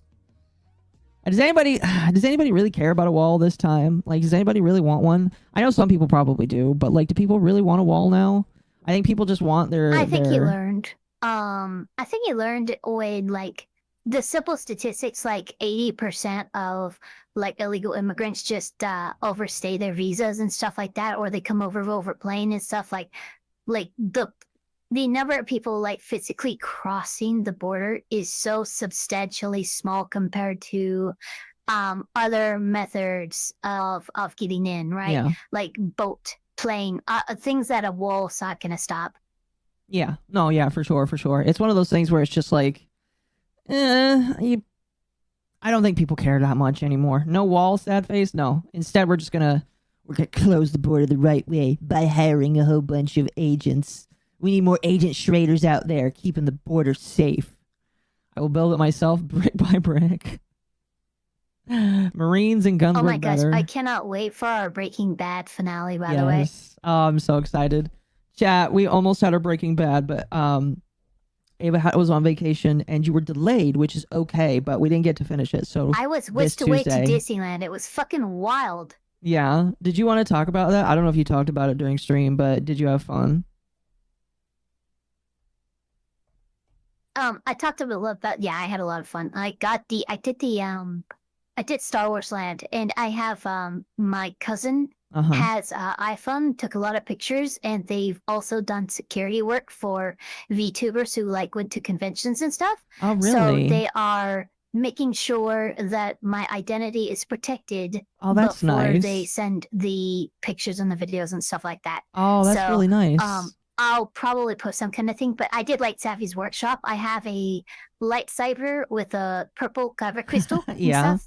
I have I spent the most amount of time by far in the Star Wars area. Like that itched so much autism. Not even funny. Yeah. I mean, it is the newest looking area. Did you go on, they have 2 Star Wars rides there. I'm assuming you went on both Star Wars rides. They had like 3 Star Wars Do they? rides, Oh, if I never remember. mind. We went on Smuggler's Run. We went on the Resistance one. Yeah, the Resistance one was was really great. funny. It was really dramatized. Like the part of the waiting line, like you went into a fucking like a drop ship, right? And then the drop ship goes down, and then the doors open, and you like tractor beamed into an Imperial place. Yep. And like all the line attendants are in like Imperial officer uniforms, and there's a bunch of stormtroopers everywhere, and they usher you into this interrogation chamber. And while you're waiting in the interrogation chamber, Tyler Went animatronic comes in, starts like from above, like is just basically yapping and running his mouth, and then you hear a fucking breach from a lightsaber at the side, and then a sidewall opens up, and then you get into the actual like the cart for the ride, and the ride is like your journey off of the Imperial destroyer into the hands of the rebels. Yep. Right. Yep. So that was super fun. The other one was also a lot of fun. It just, yeah, I'd like give me 100 more rides like that, and I'd be happy forever. She's acting herself. Yeah, that's so mean. I've been on that ride. I went on it like twice. Whatever. It's okay, good. you know. Note to self. I have to get a shocked emote. I need to get a fucking pouting emote and the ear wiggle remote, but like shocked and pouting the most, like, cause Jesus. 100%. Did you meet Darth Vader? If so, what's his opinion on the Republic's politics? Oh, I didn't. Okay, so I didn't meet Darth Vader, but I did run into 2 stormtroopers who stopped me and asked for my identification, and I did a Jedi mind trick, and my Jedi mind trick made one of the stormtroopers actually laugh and break. Really? I said, "You're unsure if you left the stove on, and you need to go check it." That's good. That's pretty good. I wish Disney kept it the original trilogy. I heard rumors that they almost did, but like the new Disney stuff is just like, I don't know. Ava, you need an in-heat emote. I'm sure that could possibly happen in the future too, chat. Don't worry about that. Don't worry about that. Anyway. I'm surprised Ava was tall enough to... Oh, come on, chat. That's so mean. You're taking advantage of a girl who cannot frown. That is so mean. Oh, you're mean. I know. Chat. Look, I have just this permanent fucking smile. Is there any way? Can I set? I might be able to go into the settings here and like make the mouth frown. Can I? I don't know. I really don't know. Ear wiggle emote is mandatory. It is. It is. Anyway. This is going to be the longest part of the stream. I think by far we are going to go through this thread made by this woman named Anna Matson, where they talk about a lot of things that Trump talks about that he has done. This is why I've decided to make the stream. This is the 90-day review where Trump talks about everything that he has done over the past couple of weeks. And my assumption is that some of this is going to direct towards the entirety of his presidency. Who's bigger, Ava and Tinkerbell? I would probably say Ava by a long shot. But we're going to go through some of this. We're going to talk about it. We're going to see whether we agree about whether or not what he has done has been successful in the eyes of the American people. So we will start off here. Major announcement out of the cabinet meeting today. One by one, cabinet members reported directly to the people. Here's a recap by department, and I'm not joking when I say the best ones are towards the end thread. Oh, I'm sure there's a lot of community. No, there's really not a lot of community notes on this. Only the one on the Trump one. Interesting. There's a video attached to each one of these, by the way. So we're going to get a lot of content to react to. Let's see here. So first one, starting with our commander-in-chief, consumer prices have dropped, including energy prices. The country is making approximately $2 billion a day. This is why I made this the thumbnail. I'm assuming he is referring to tariffs. So I don't know exactly. We're going to have to listen to this here. But Trump is claiming that we are making $2 billion a day, which really is not we're making $2 billion a day. What we're really doing is we're putting $2 billion towards the debt. In 50 days, we'll pay off $1 trillion. I don't know. That would be nice. Okay. And I'm also going to say this too. Consumer prices lowering. From what I've seen, that is not the case. Maybe it's because I'm in California. But let's check the community. I'm going to remind everybody why we all got so upset at the Biden-Harris campaign, okay? When we ask questions like, hey, groceries are rapidly increasing in price. Well, what are you going to do about that? They said, no, there's no inflation. Everything's great, right? They basically gaslit us. So keep in mind that anger we felt. Keep in mind what the grocery stores have been. You've been seeing in the grocery stores on gas and all that stuff. If your experience is positive, great. But if Trump is saying this nationwide, consumer prices are dropping, and we're making $2 billion a day. If this is not true, and he's gaslighting us like Biden and Harris did, I'm going to be pissed. Yeah. Let's see what he has to say. Let's see what he has to say here. Let me turn this up. Very good meeting. We're talking about a lot of different things. Consumer prices have actually dropped. There's very little inflation. Everybody. I will say there have been reports coming out saying that inflation did drop by 2.4%. So technically, people, I don't know how true that is, but people are saying that inflation has actually started to drop in the United States. So, hey, maybe that's a good thing. I don't know. You're in Cali. It's true. California is just kind of special, but I don't know. But like, allegedly consumer price or inflation has dropped by 2.4%. So maybe this is true. Everybody predicted a lot of inflation, very little inflation. The energy costs are down. Interest rates are probably down. They scatter, but they're probably down. Prescription drug prices are even to down. We're doing very well. It's been amazing. We had a big day yesterday. There'll always be transition. Yeah, I'm pretty sure prescription drug prices have been going down. That is one I can sign off on. Oh yeah, I imagine, yeah. So I mean, hey, if that's the case, that's good. That's good. Drugs fucking should not cost as much as I see them do. Holy shit.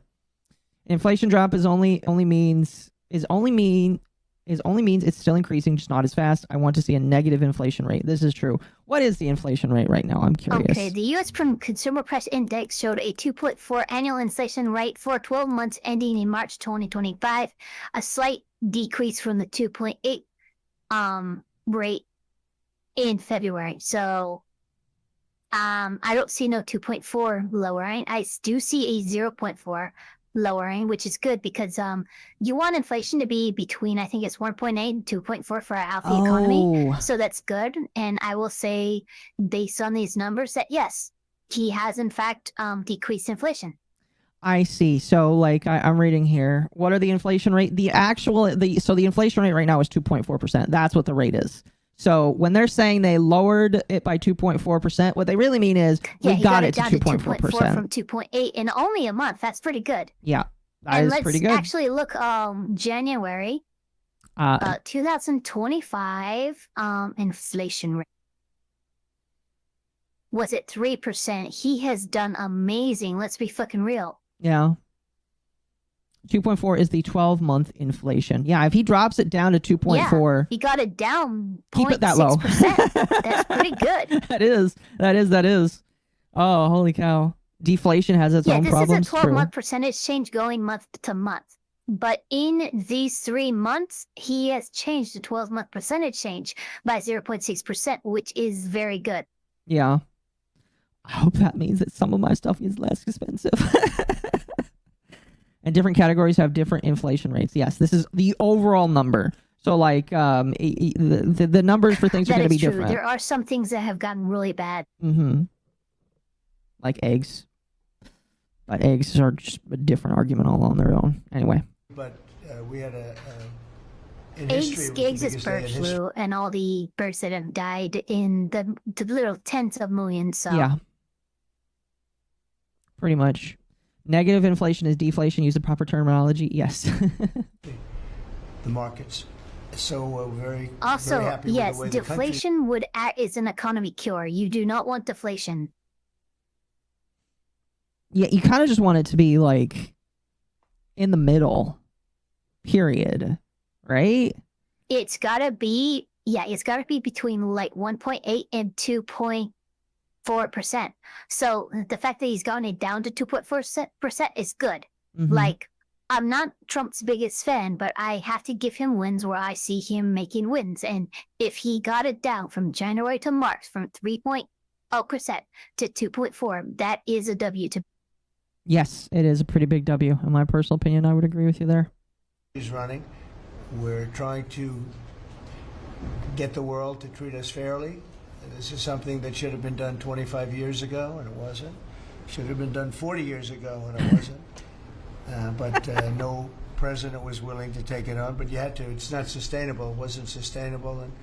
And as you know, without a lot of money being added, which is a lot of money that we could add, the country is making approximately $2 billion a day. And when you think of it, we've never done that before. Never come close to what? it. I don't know. The number is probably $3.5 billion. I'm sorry, you a day. can't just say making $2 billion. I need to see the statistic. He's got them in front of him. He's just not showing them. I guess we're gonna have to like see where that comes from. You need about 2% to remain steady. I'm assuming you're talking about inflation. Massive W. I just hope we don't have another printer go burr scenario. Yeah, something like that. Yeah, I would like to see where this number comes from. I don't know if he's just talking like all money is like $2 billion a day. I have no idea. I can say, Ava, if you get Sleepy Akko model has pillows for you. This is true. And that makes us a very strong country. But we have Scott here and Howard and some of the people that are working on deals, and the biggest problem they have is they don't have enough time in the day. Everybody wants to come and make a deal, and we're working with a lot of different countries, and it's all going to work out very well. I think it's going to work out really very well, but we're in good shape. There's no inflation. There's very little inflation, and I went 4 years without inflation, and I took in hundreds of billions of dollars from China. And now he's trying to talk about his previous admin. But we took in hundreds of billions of dollars a year from China, and we had no inflation, essentially. So we think we're in very good shape. We think we're doing very well. Again, there'll be a transition cost and transition problems, but in the end, it's going to be a beautiful thing. At least he's being honest about it. What we should have done many years ago, we let it get out of control, and we allowed some countries to get very big and very rich at our expense, and can't let that happen. Oh, the elf poof. It's not a sustainable formula. Oh no. So I wanted to just thank everybody at the table, and maybe I'll go around and ask. And there you go. I don't know what happened to the elf. If she comes back, obviously we'll get her back on. I'm assuming her internet probably died. There you naked. China. Yeah. So that was the first one. Everyone wants to make a deal. Lol, what a liar. He caved on tariffs after he saw the bond market. I don't think that was, I don't know. A lot of people are thinking that he like caved on it.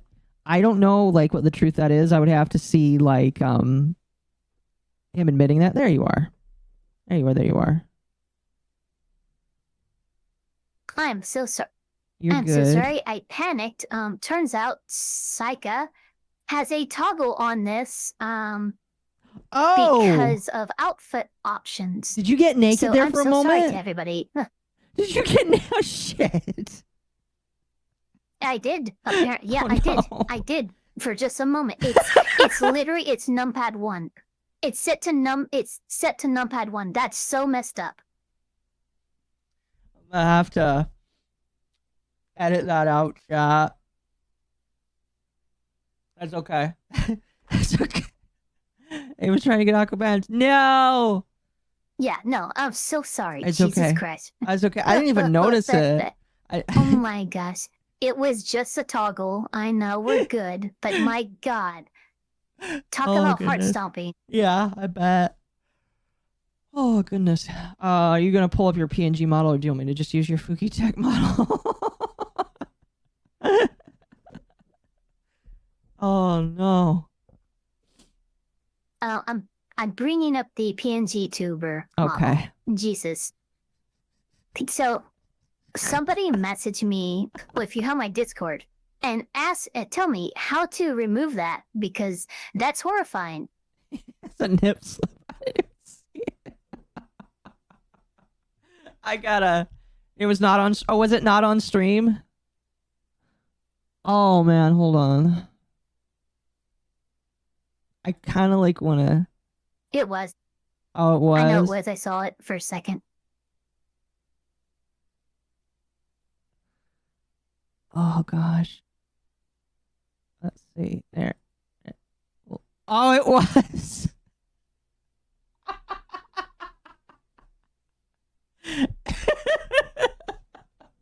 Again, I'll edit it out, chat. I'll edit it out. Okay. It's a new model. I am not familiar with the toggles. Yeah. I'm gonna bring up your Fugi thing here.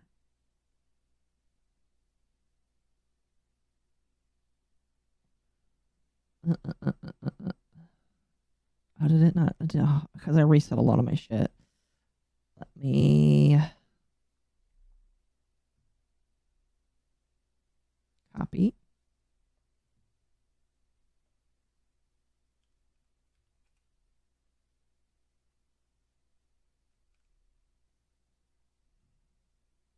There we go. That works. That works. No flashing for you. No flashing for you. Anyway, did you catch the end of that at least? I want to make sure you got it before we move on.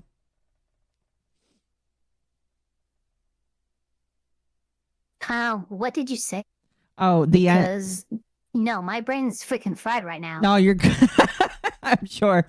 But the end of that, Trump was basically like saying that we shouldn't have to do this, but we're doing it, and there's going to be a transitionary period of fixing things, but we're going to fix things, and don't worry, we're going to fix everything, basically. Real Aqua fans. Oh, goodness. Let's move on, Chad. Stop talking about it, Chad. Stop talking about it. All right, we're going to move on. All right? We're going to move on to the second one. The Secretary of Defense, Pete Hegseth, just got back from Panama, signed deals to secure the Panama Canal to allow U.S. vessels to travel freely. All right, let's listen to this. Go ahead, Pete. Yes, Mr. President, we just got back from Panama last night. We were at the Panama Canal with their Southcom commander ships, F-18s, troops, and signed a couple of historic deals. One which is with the Panama Canal Authority, a framework for U.S. vessels, first and free through the Panama Canal. Right. Yeah, that's nice. And then also a memorandum of understanding with their security minister for the presence of U.S. troops Fort Sherman is an old U.S. base there, as well as their naval station and air station, jointly with Panama to secure the Panama Canal from Chinese influence. That's something you said, we're taking back the canal. China's had too much influence. Obama and others let them creep in. We, along with Panama, are pushing them out, sir.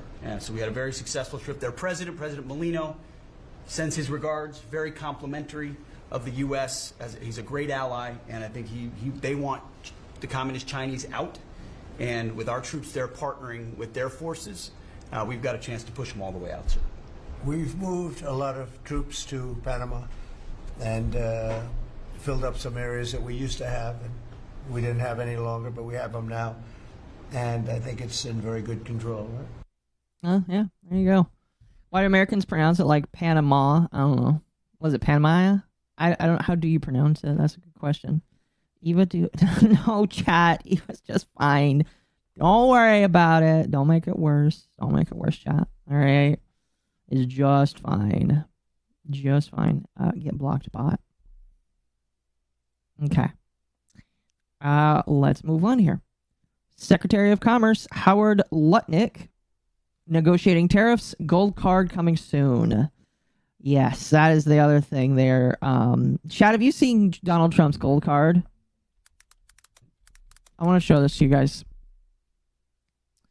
Let me see if I can. Yeah, there it is. There it is. There it is. There it is. Okay, let me open this up here. This is Donald Trump's gold card, chat. The way that this works is if you pay $5 million, this is how you'll get into the country, basically. I expect a lot of immigrants are going to... I don't know how many people actually will have $5 million to do that, personally. I don't know. But the idea is allegedly this card is going to be used to help pay down the debt by telling people if you have $5 million. This is the citizenship card, basically. The 2 million... No, this is 5 million. Wait, is this like... It's essentially, if you have $5 million... I don't understand. It's just like, I have $5 million card? It's if you have $5 million, you pay the U.S. government and they give you citizenship. This is basically your citizenship card for $5 million. Oh. Mm-hmm. Huh.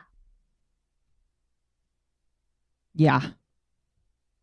Let me see if I can read the article. Actually, no, I'm assuming that they're just going to talk about it here. I'm not sure how so basically pay us more money and we will look the other way for you to enter the country, because there's a whole vetting procedure when it comes to citizenship. Well, I imagine I imagine they still have to go through the vetting procedure before you accept their money, but I imagine this is like a way to fast track some people. I don't know.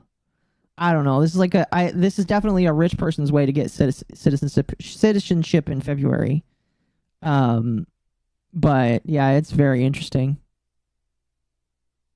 Yeah, so as it says here on the Economic Times, he unveiled a new... The USA is... Oh my God, guys. It's just this... It's the United States' battle pass. Uh-huh. Oh my God. No. Oh my gosh, that's funny. Let's see here. Trump unveiled the first gold card residency permit sold for $5 million each aboard an Air Force One on Thursday. Holding a prototype card that bore his face and an inscription, "The Trump card," the Republican president told reporters that the special visa would probably be available in less than 2 weeks. I am the first buyer. So yeah, it's like a... Well, we're going to let the next guy talk about it, basically. It was originally called an EB-5, and it was made, I think, in the 1990s. You had to invent a certain amount in the economy, and you'll get citizenship. Yeah. Yep. Pretty much. Very good. Howard? So, so we've have so many countries to talk to. It is, it's incredible. I think Scott that man and I, did not prepare. I'm not sure we could ever have enough time in the day to talk to all these countries because they want to talk and they want to talk now, and they have come with offers that they never, ever would have come with, but for we'll see how true that is soon. The moves that the president has made. Demanding that people treat the United States with respect. We're getting the respect we deserve now, and I think you're going to see historic deals one after the other. And then I'm very excited that within a week and a half, we're going to start with the gold card. and the Trump card is coming out, and we're very excited about that. Gotta And call it the that's, Trump card. coming soon. So very excited. Very good.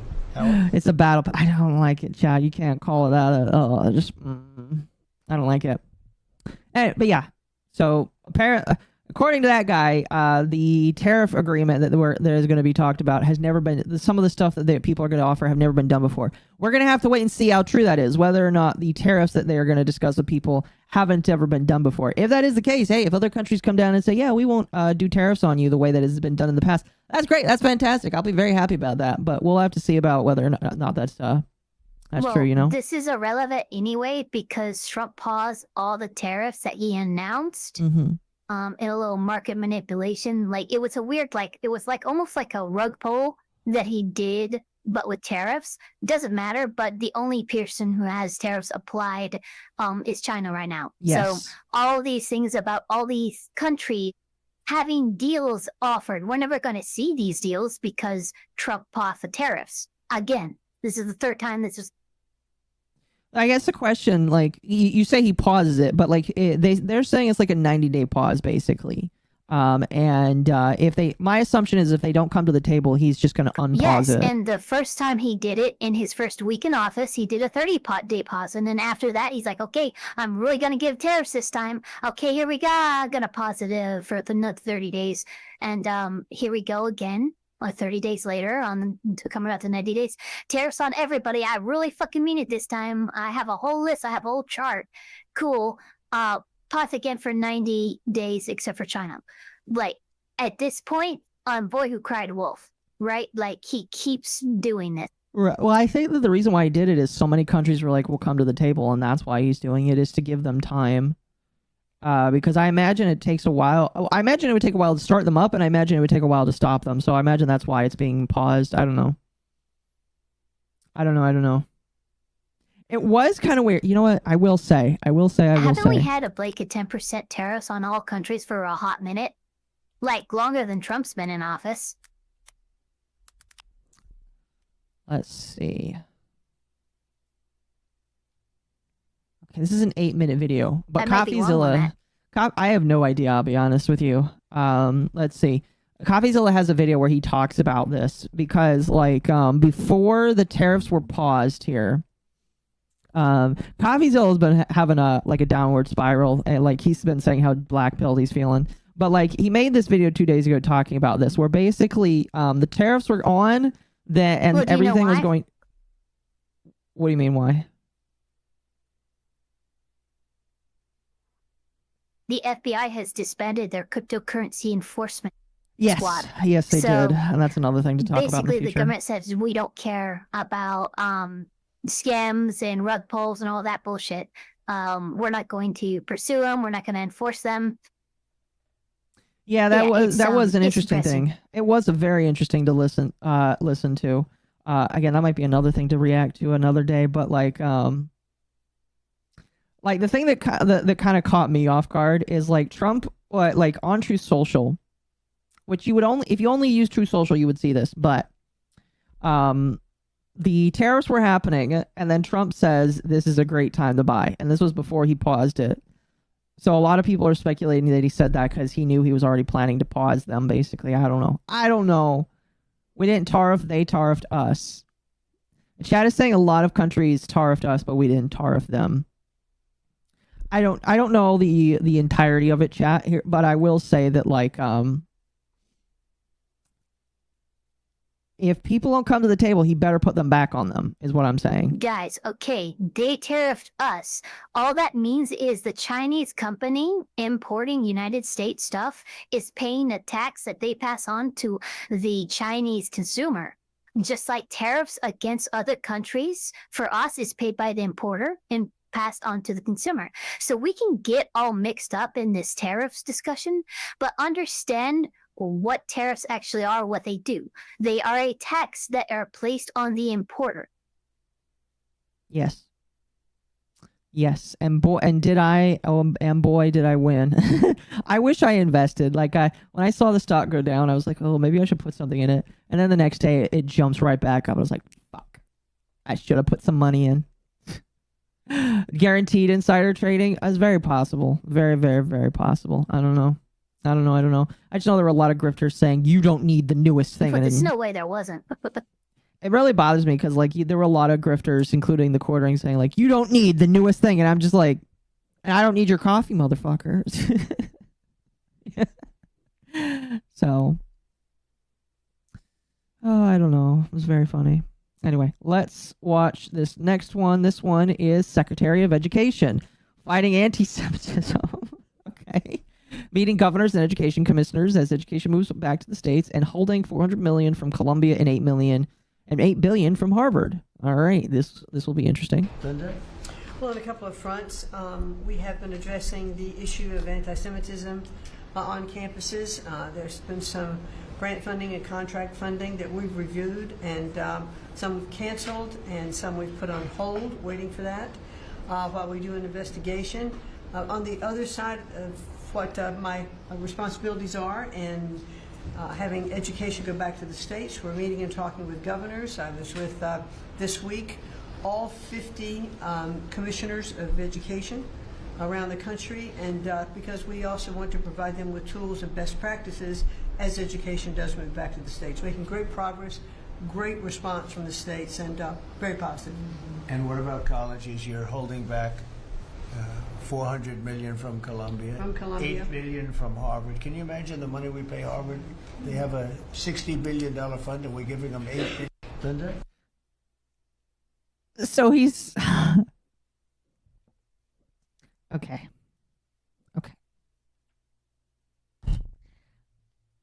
That's not free speech then. Broski, you cannot say you're free speech and then say you're going to withhold money from campuses because they're saying things that you don't like. I'm assuming that they're talking about the anti-Semitism again and how they're holding back money because of anti-Semitism. That's not free speech. Motherfucker, that's not free speech. I don't know if I'm understanding it wrong, but that's not free speech. Oh my gosh. There's many things I could say. I'm not going to say them, but obviously I don't want anybody to be anti-Semitic or anybody to be anti-whatever, but like, it's not against free speech. They're still allowed to speak, but they're withholding money. And it's just like, I don't know. Maybe I could understand it completely wrong here. I have absolutely no idea. I'm just like, well, it's attempt to censor via coercion. If you don't keep talking about this, I'm going to withhold it.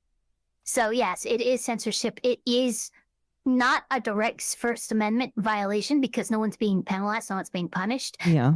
But like no one's being punished by like criminally, right? But it is very much in violation of the spirit of the First Amendment. Mm-hmm. There's no problem with that. I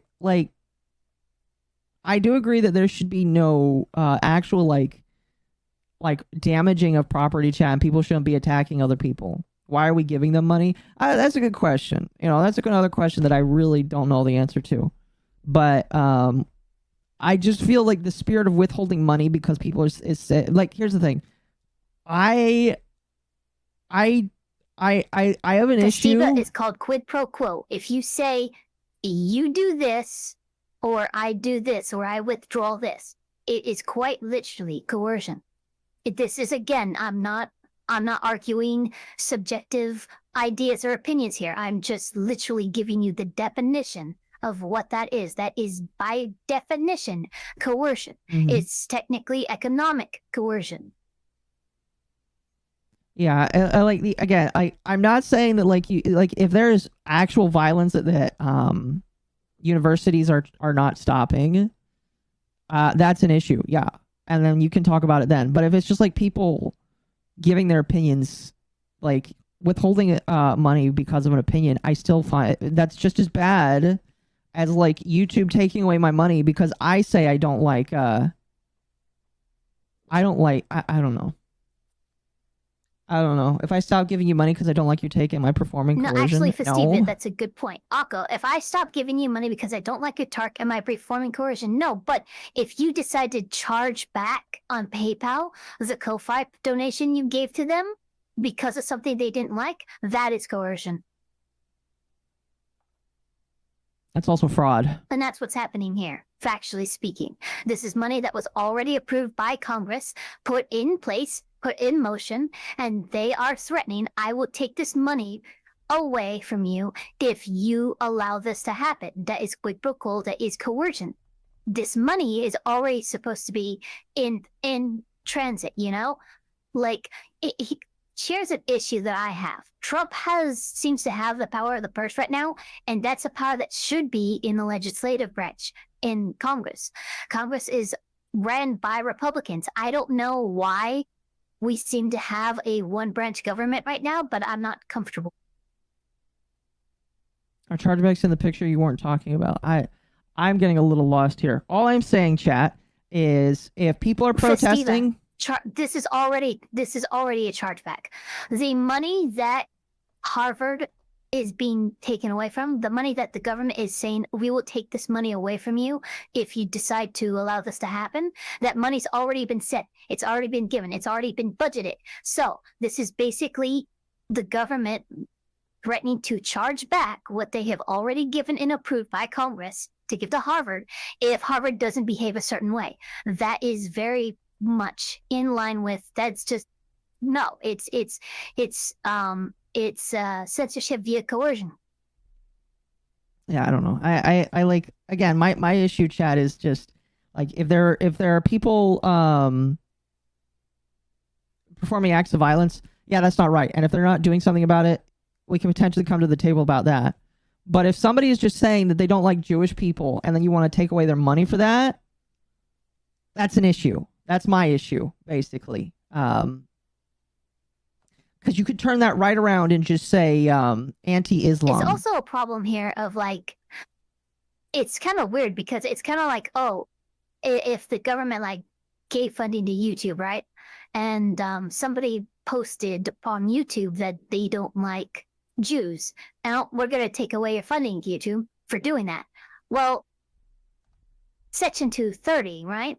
And it's still like, it's just weird because how are you going to take money away from Harvard because of what a student decides to do? Unless they endorse it. Again, like my whole, like chat, I will be in agreement and say that the universities shouldn't get their money. But if they've already promised to give it to them, they probably should. Unless they're like breaking the law or something. I don't know. But like literally, I think a more appropriate threat for Harvard, if you were to threaten them, which I don't think you should, just over platforming free speech, but if you were to and you wanted to do it in a way that wasn't so yucky, you would say, okay, well, we will keep this in mind when we review the budget for next year. And you might not give any money in next year's budget. That's completely within the realms of, okay, you're not taking money that's already been given, right? Mm-hmm. So I wouldn't want somebody to do that. I still think it's censorship, but at least then you're not making me feel like this is quid pro quo, you know? Yeah. Anyway, can we agree that tariffs are going to suck with the new video games coming out? Chat, I'm going to talk about this more on Sunday. I'm not buying the Switch 2. I'm pretty sure I'm not going to, unless they lower the prices of those games. Definitely not going to do it. And I'll talk about what my plan is for the replacement of that on Sunday. But we're not going to do that. Anyway, we're going to move on from that because I feel like we could talk about that for way too long. I feel like, again, the stance is, yes, I agree that colleges probably shouldn't get money from the government in the first place. It's kind of dumb. But the fact that they've already allocated that money and they've already passed that they're going to give that money, they really shouldn't take that away. Yeah, Harvard's higher learner. They're a private institution. You have to pay to get in. I don't understand why they're getting money from the government. No, that makes no sense. And we'll be in agreement. They probably shouldn't get money. If they need money, big issue. It's a bit of an issue. But, like, it's just... Yeah. Anyway, let us watch this one. This one is National Security Advisor Mike Waltz, increase ship manufacturing and streamline military acquisitions. Mr. President, last year, the Chinese received 1,700 orders for new ships. American shipyards received 5.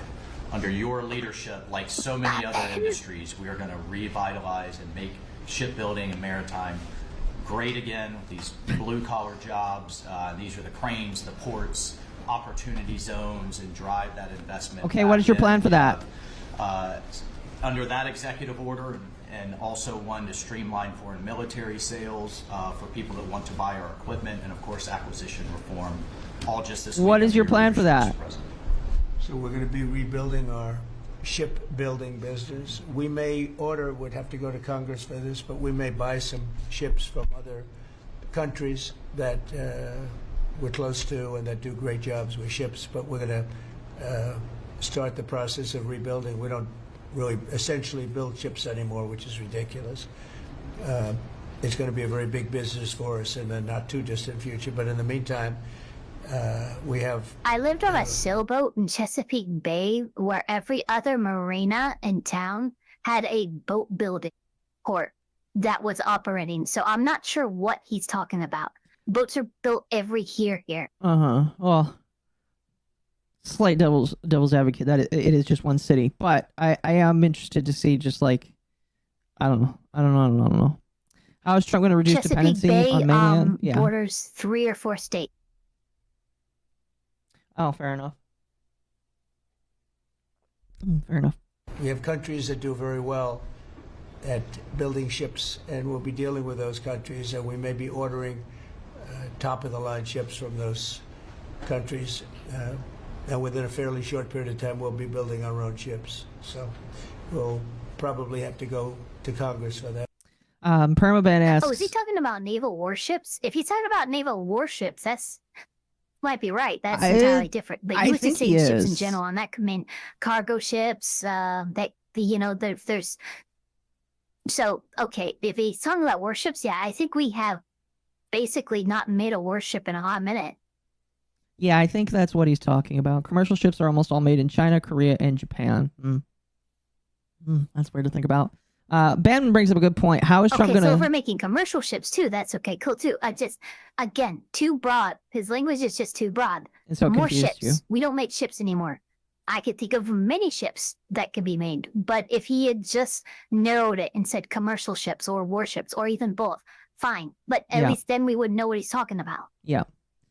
Bandman asked, how is Trump going to reduce dependency on mainland imports and move manufacturing back? Well, my thought was that he was going to tariff the fuck out of other countries to convince companies to come back into the States. But if he's pausing them, I really don't know how he's going to convince all of these companies to come back into the States. I don't get it. I mean, I know that China is still the big guy that everybody's tariffing. I think tariffs are a good initial incentive, like a little push to move manufacturing back to the United States. Yeah. But if you really want to move manufacturing back to the United States, you need to give them incentives in the form of like tax breaks and stuff for setting up a new factory, and close the tax loopholes that create tax havens offshore that make it very profitable for a company to maintain their factories overseas. If you close those tax loopholes, they're going to come back because they will have no choice. And you don't need to apply tariffs for that. I agree. I'll be right back. You talk for a moment. Hey, chat. How we doing? I'm very scared. Why am I scared? Jesus, hold on. My audio's all over the place. Why is it all over the place?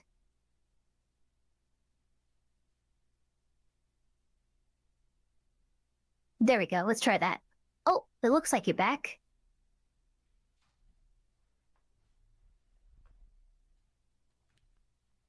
Okay. Why is chat saying lube up? Whoa. Okay, wait a minute. What the heck? Chat, that was when you left, I think. What's going on here? Okay. Anyway. Like the stream, chat. Make sure you like the stream. Especially now. I don't think I'm going to private the stream initially. I am gonna make sure that I edit out that bit though, because I'm gonna need to. But that's okay. Like the stream chat. We love you all here. Let's move on here. Next is the EPA. Canceled $22 billion in grants, deregulating and approving power plants. Okay, that sounds interesting here. Power plants would be nice. Please tell me you're talking about nuclear power plants. Lee, go ahead. Mr. President, the Biden EPA was strangulating the economy. The Trump EPA understands it's not a binary choice. We can protect the environment and grow the economy. Working with Doge and Elon Musk, we've now canceled $22 billion worth of grants. And we have launched what is the largest deregulatory action in the history of the country, just in one agency. That's how much of a mess the Biden EPA left us. It is going to end up reducing the cost of living. I understand it's really, really easy to blame the last guy that came in and did stuff, but could we please just say this is what we're going to do without blaming the other guy?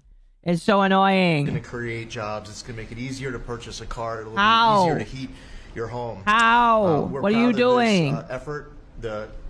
Say in one sentence what your plan is. Fulfilling the mandate that you earned from the American Because public. we're deregulating the EPA, somehow it's going to make everything cheaper. That's what he's saying. He's not giving specific.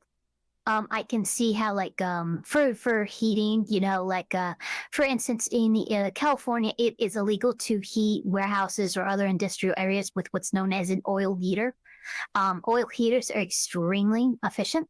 They produce a lot of heat, but they are not the best on the environment. I don't think they're enough to be banned, but that is one way a deregulated EPA would allow the ban on oil heaters in California to lift, which would allow us to use them again. So that would actually decrease the cost of heating.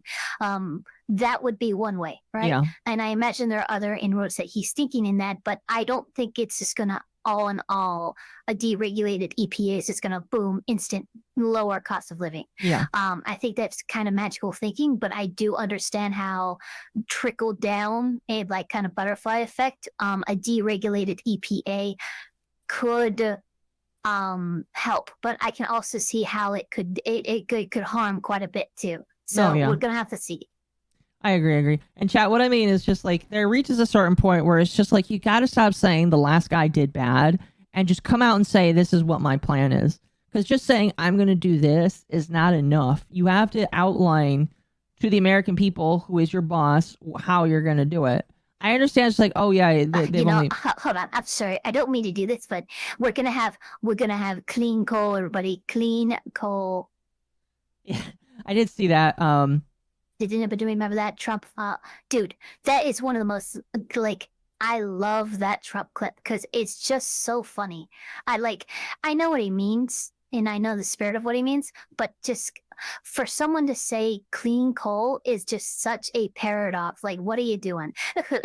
Yeah. And it's like, I know it's only been 3 months, like legitimately, but how long before it's just like not acceptable to say, oh, the last guy ruined it?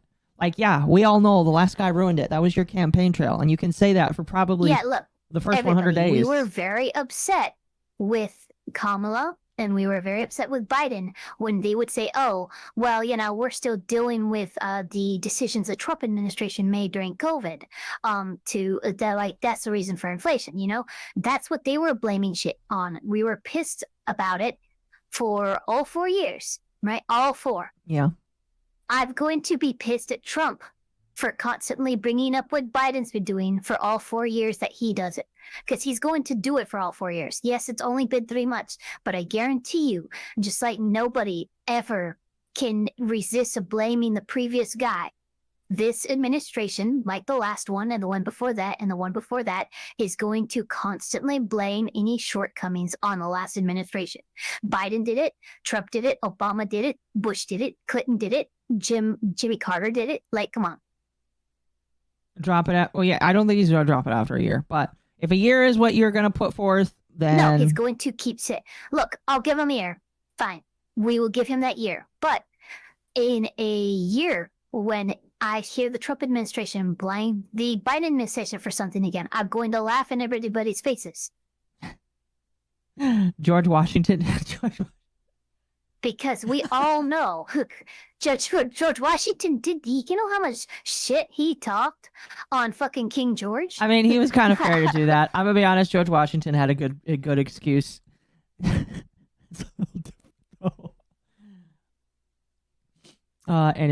Anyway, let's continue here. Clean air, land, and water for all Americans, unleashing energy dominance, permitting reform, advancing cooperative federalism, making America the AI capital of the world, and bringing back American auto jobs.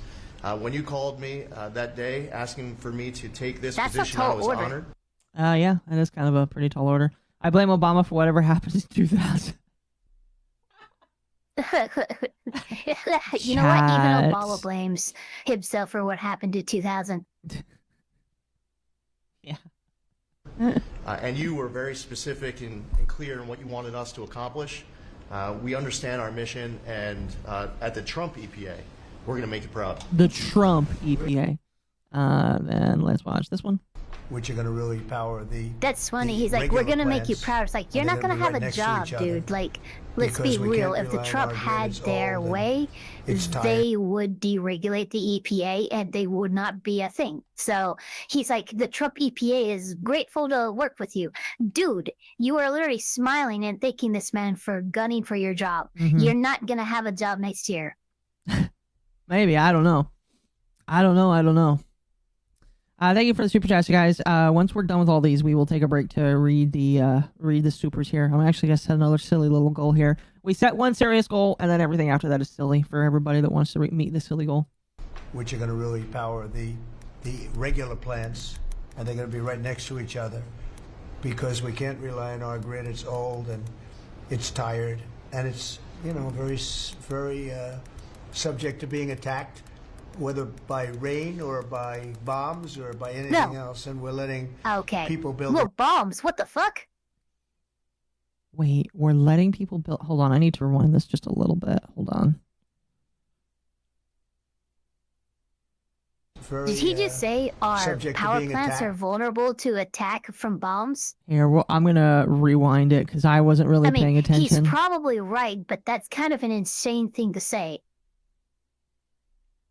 Power the regular plants, and they're going to be right next to each other, because we can't rely on our grid. It's old and it's tired. And Is he talking about the power grid in general? I mean, like every state has a different, like Texas's power grid is insane. No, that's fine. The power grid is old, and Texas's is kind of wild. Needs to be weatherproofed, but it is pretty good. Yeah. And it's very subject to being attacked, whether by rain or by bombs or by anything else, and we're letting people build their own power plants. Yep, he did. Okay, he did rain and bombs. A lot of them being our built with power AI is under beyond constant the attack by rain and bombs. Don't kid it.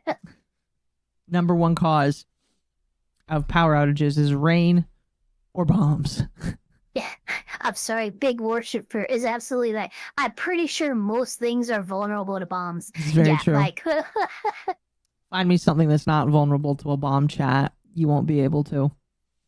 AI chips, and we're letting them build their own power, and never been done before. We're going to get it done quickly and approved quickly as part of a plant. They'll have a sort of be their own power company. And it's very exciting. They couldn't believe it when I told them that. I said, we're going to get you the approvals very fast as part of your regular plant. You're going to build electric producing plants, and it's very exciting. And they're able to do it very quickly and very well. And you made it possible. Thank you. You have Raining bombs? No, that's terrifying. Applications for rain some of the bombs, biggest plants those are the most potent that have ever been built in the world. These are serious plants, aren't they? Huh? Approved. We are open for business.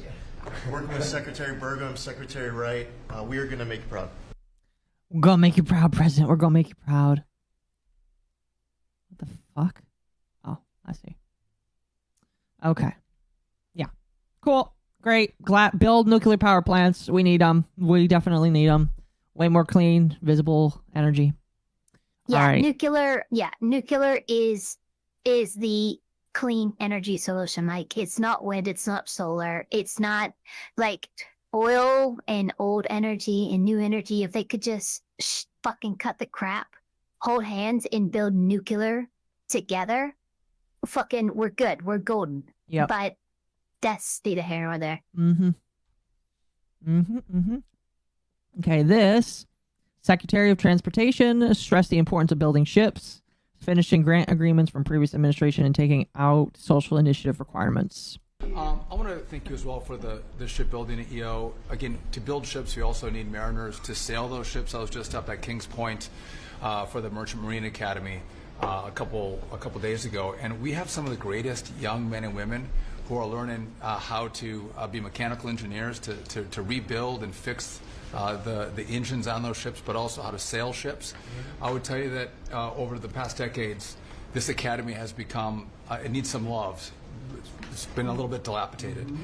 We have to invest in sailors, and I appreciate you taking the initiative. Well, chat, peak time to become a sailor right now. Yeah, I'd probably agree with that as a sailor, as somebody who could say that, I've sailed well over 5,000 nautical miles. So, yeah, I would say our Merchant Marine Academy is probably pretty lacking. No one's looking to become a longshoreman or a merchant marine. No. So even though a longshoreman is amongst the highest paid jobs in the country, it doesn't get the attention that other jobs do. So I would say that, yeah, it's probably, this is something that could use some bolstering. Yeah. Yep. Power, we have to build ships and have sailors to sail those ships. These are the very people that help Pete should we come into points of crisis to support the military. So thank you for that. Number two. Yeah, we need a lot more seamen chat. Eva the Sailor Lollipop. Liar Lollipop Elf. Yes.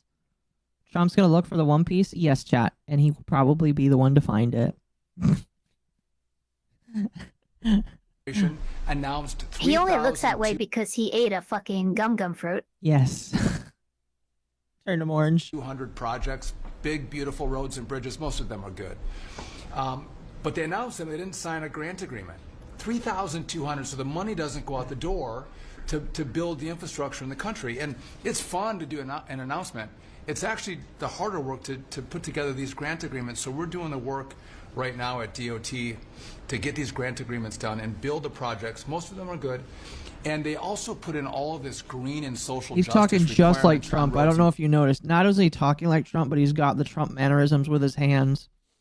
Where he's like, most of them, if you just like imagine, most of them are good. Well, I think that most of them are good. I'm going to wave my hands around here. We just got to sign all the paperwork. Like, literally, he is just like doing a whole bunch of Trumpisms right now. Oh, that's funny. So what right now what they're trying to do, they're trying to go, okay, so the infrastructure bill that Biden passed is one of the few things I actually will congratulate the Biden administration on, was greenlighting a lot of money in the form of grants for states and counties to rebuild their failing infrastructure.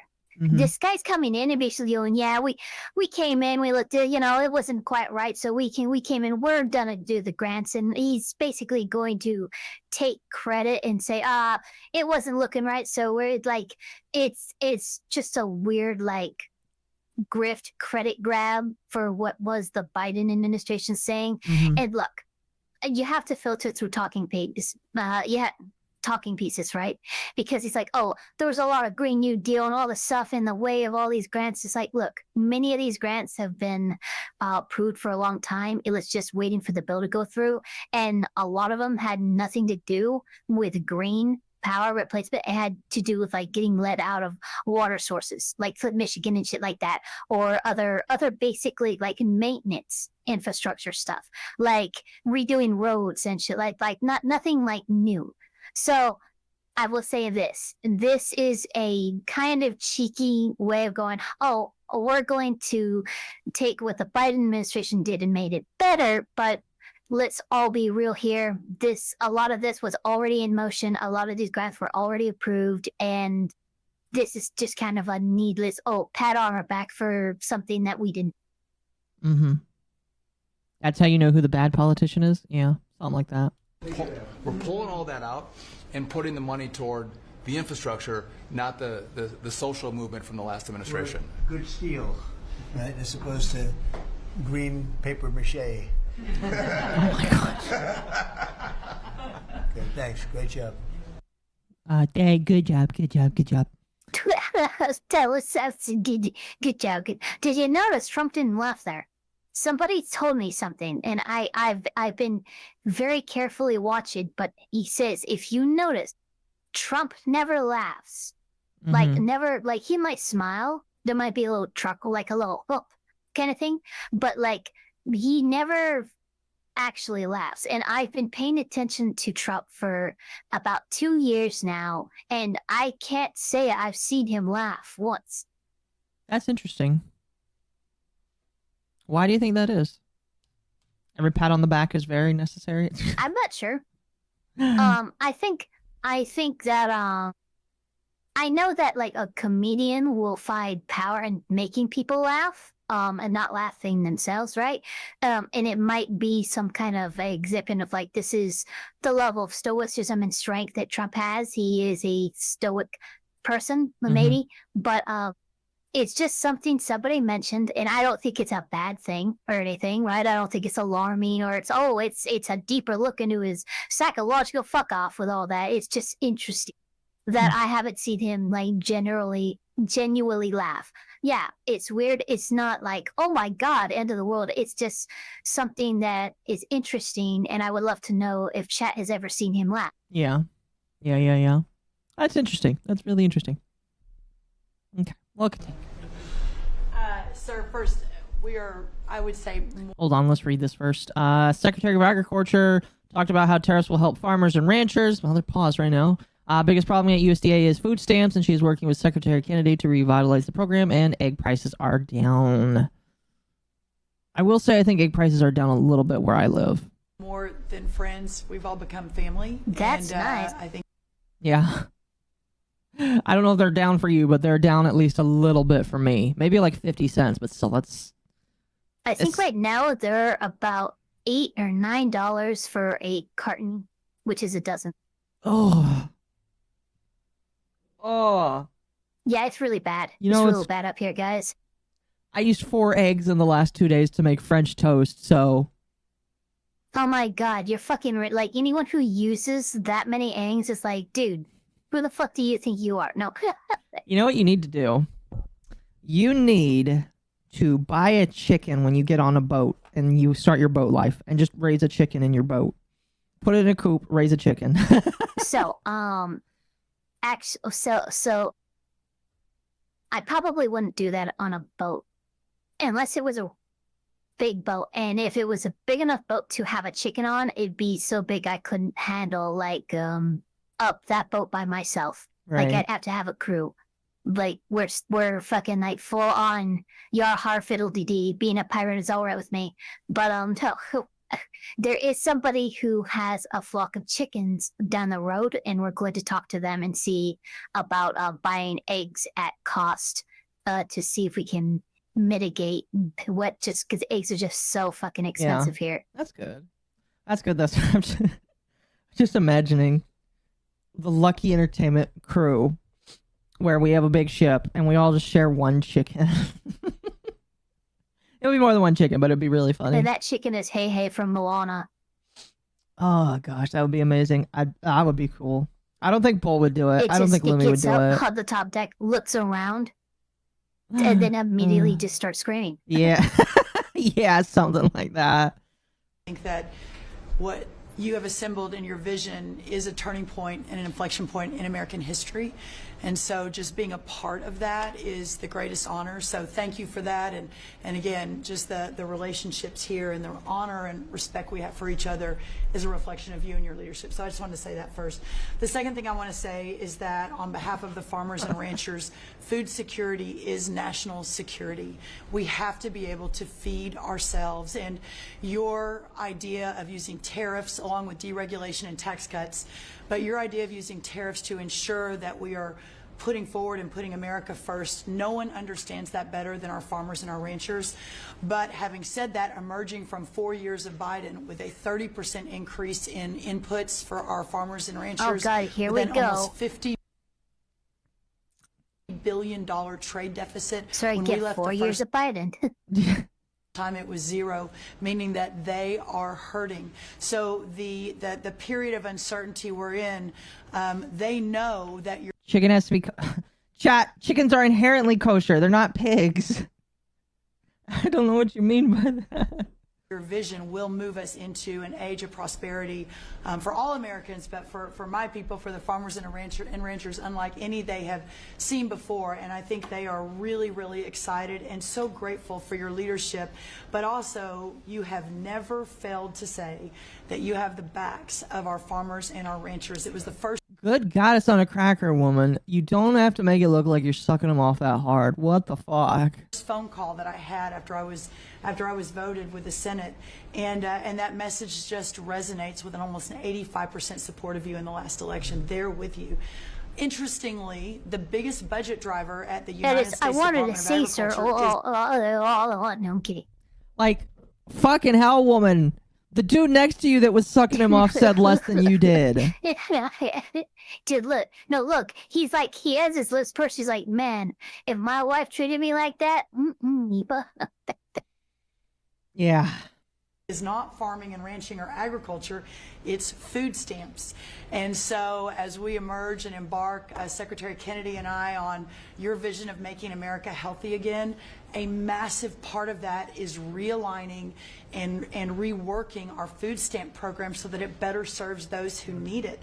And yeah, to the point of getting the transgender, DEI, Green New Deal out of the USDA and realigning is really important. So It's out of the thank military, you. right? Yes, sir. Is it 100% out, would you say? 99.9, sir. I'm going to get that last point Get one the out. rest of it. What the fuck? what the? Oh my God! Like, I don't get it. So, like, literally this was okay. This was boring Trump so much that, like, this girl just threw in DEI trans shit to food set. There's no trans DEI infiltration into fucking food stamps. It's goddamn food stamps. Unless you get it once a fucking month, you fucking go, you swipe your card, you get your food. Like, come on. I'm sorry, but like, even if even if your caseworker was trans, no one gives a fuck. Like that. I'm sorry. This is actually retarded. Like, okay, cool. RFK is wanting to rework the food stamps program. Do it. For instance, that would be awesome. Here in California, for some reason, there are areas that you can buy hot food, like fast food, like Pizza Hut in fucking Carl's Jr. and shit. It's fucking ridiculous. I'm not joking. You actually can do that. So I understand the need to overhaul the food stamps program, but there's no need to throw in buzzwords like trans and DEI when you're talking about food stamps just to fucking keep Trump's attention. That was cringe as shit. Yeah. I think what they're talking about is like behind the scenes kind of shit, but even still, it's just like broski. You don't need to do this. No, they were, because he said trans in the military. We got them all right? Like, his mind's not easy to fucking on food stamps, right? And that's why I'm blasting this chick, because as she was talking about food stamps, she saw that she was losing Trump, and she went, oh, DEI and fucking trans shit. And then Trump took that trans out of the military. We got him out, right? Yeah. 99.9%. We'll get that 1%. So, like, it was clear that she was losing Trump talking about food stamps. She just fucking hot dropped some talking terms. Yeah. Trans and DEI. She just threw it in there. She had no idea what she was talking about. Yeah, I don't know why. Half of her speech is literally just sucking his dick, and the other half is just like 25% of it sounds like it's actually interesting. Food stamps should not be available to be used for fast food. I agree. Food stamps should only be for you to buy real fucking food. And you know what? They are eating the dogs. They are eating the cats. They are eating the people who live here. Backtracking DI people to get food stamps faster than normal people. That's a possibility. If that's the case, yeah, that's very fucked up and that's dumb. No. The fastest to eat, you don't want to know how you can get food stamps same fucking day, regardless of identity or anything. In California, walk in, you're homeless. Boom. They will print out a card for you. a better part of $300 is loaded every month. But no, doesn't matter what gender, what age, what fucking no. There's no faster way to get it. Okay, and this is California. Okay, if you can get that fast here, there is no DEI trans status that's going to get you food stamps faster. No. As far as I know. Anyway. Terry, I will tell you, thanks very much. Good job. And eggs are down. Eggs are big, down. right? Yes. Big. Yes, sir. Wholesale prices. Retail will come. Easter is the Super Bowl for eggs. So, there may be a little fluctuation, but no, we feel really good about it. Thank you. Yes. Easter. Okay, cool. All right, next, Secretary of Treasury Scott Bessent, working on tariff negotiations, praised the bill to increase the debt ceiling. No, we don't need to raise the debt ceiling. No. Why are you asking for the debt ceiling again? Had a meeting with small bankers. Now, this is something that's interesting because the first budget that the first budget fight in Congress that they had was actually the budget was shot down by Elon Musk and Donald Trump in favor of adding an elimination of the debt ceiling and stuff and some other things. And 38 Republicans said, no, we're going with the original fucking budget deal here. And so it's interesting that they're going, okay, praise raising the debt ceiling, because I know quite a few Republicans have said, no, this is not the way to go. So this will be interesting to see. Mm-hmm. Good. I'd echo what Howard said on the trade queue, that we've got over 75 countries that want to come in. So it'll be Treasury, Commerce, Jameson at USTR, and we're putting a process in place. And as you said, you're going to be part of the negotiations too, because I've had these countries call me up and Secretary Bessent, we're happy you're going to be negotiating. Well, President Trump's going to be involved too. So bring your best deal on the budget. It's moving quickly in the House and the Senate, thanks to your leadership. We're also going to have debt ceiling in there, so we're going to get an increase in the debt ceiling. And that will be the done and dusted for part of the bill that we just got to vote on today. Part of the bill. It'll be done and dusted for 2 years. We won't have to worry about that. And then I gave a speech yesterday to 1,400 small and community bankers, and they were so happy to hear from your administration.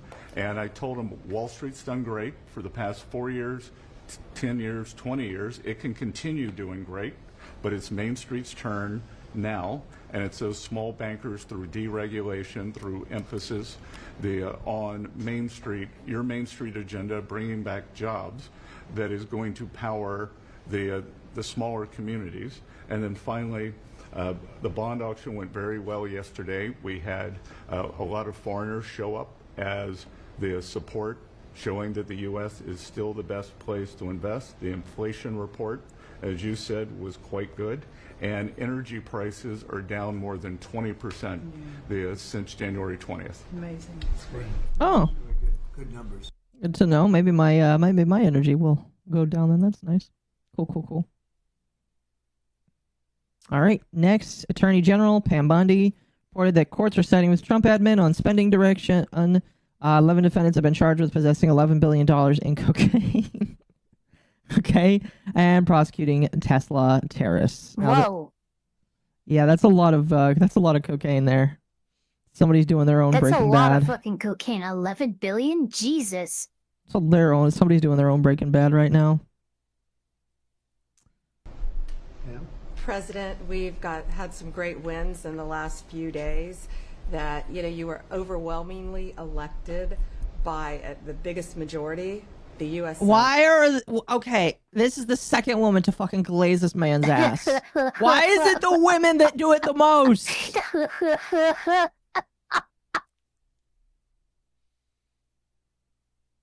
You're not getting in his pants, woman. Fucking hell.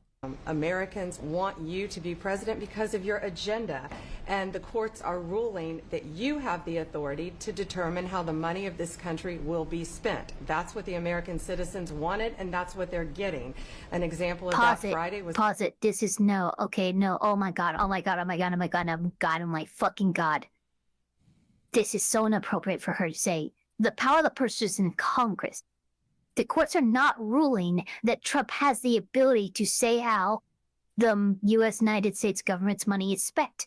That lies in Congress. This is fucking she's not allowed to say this kind of shit.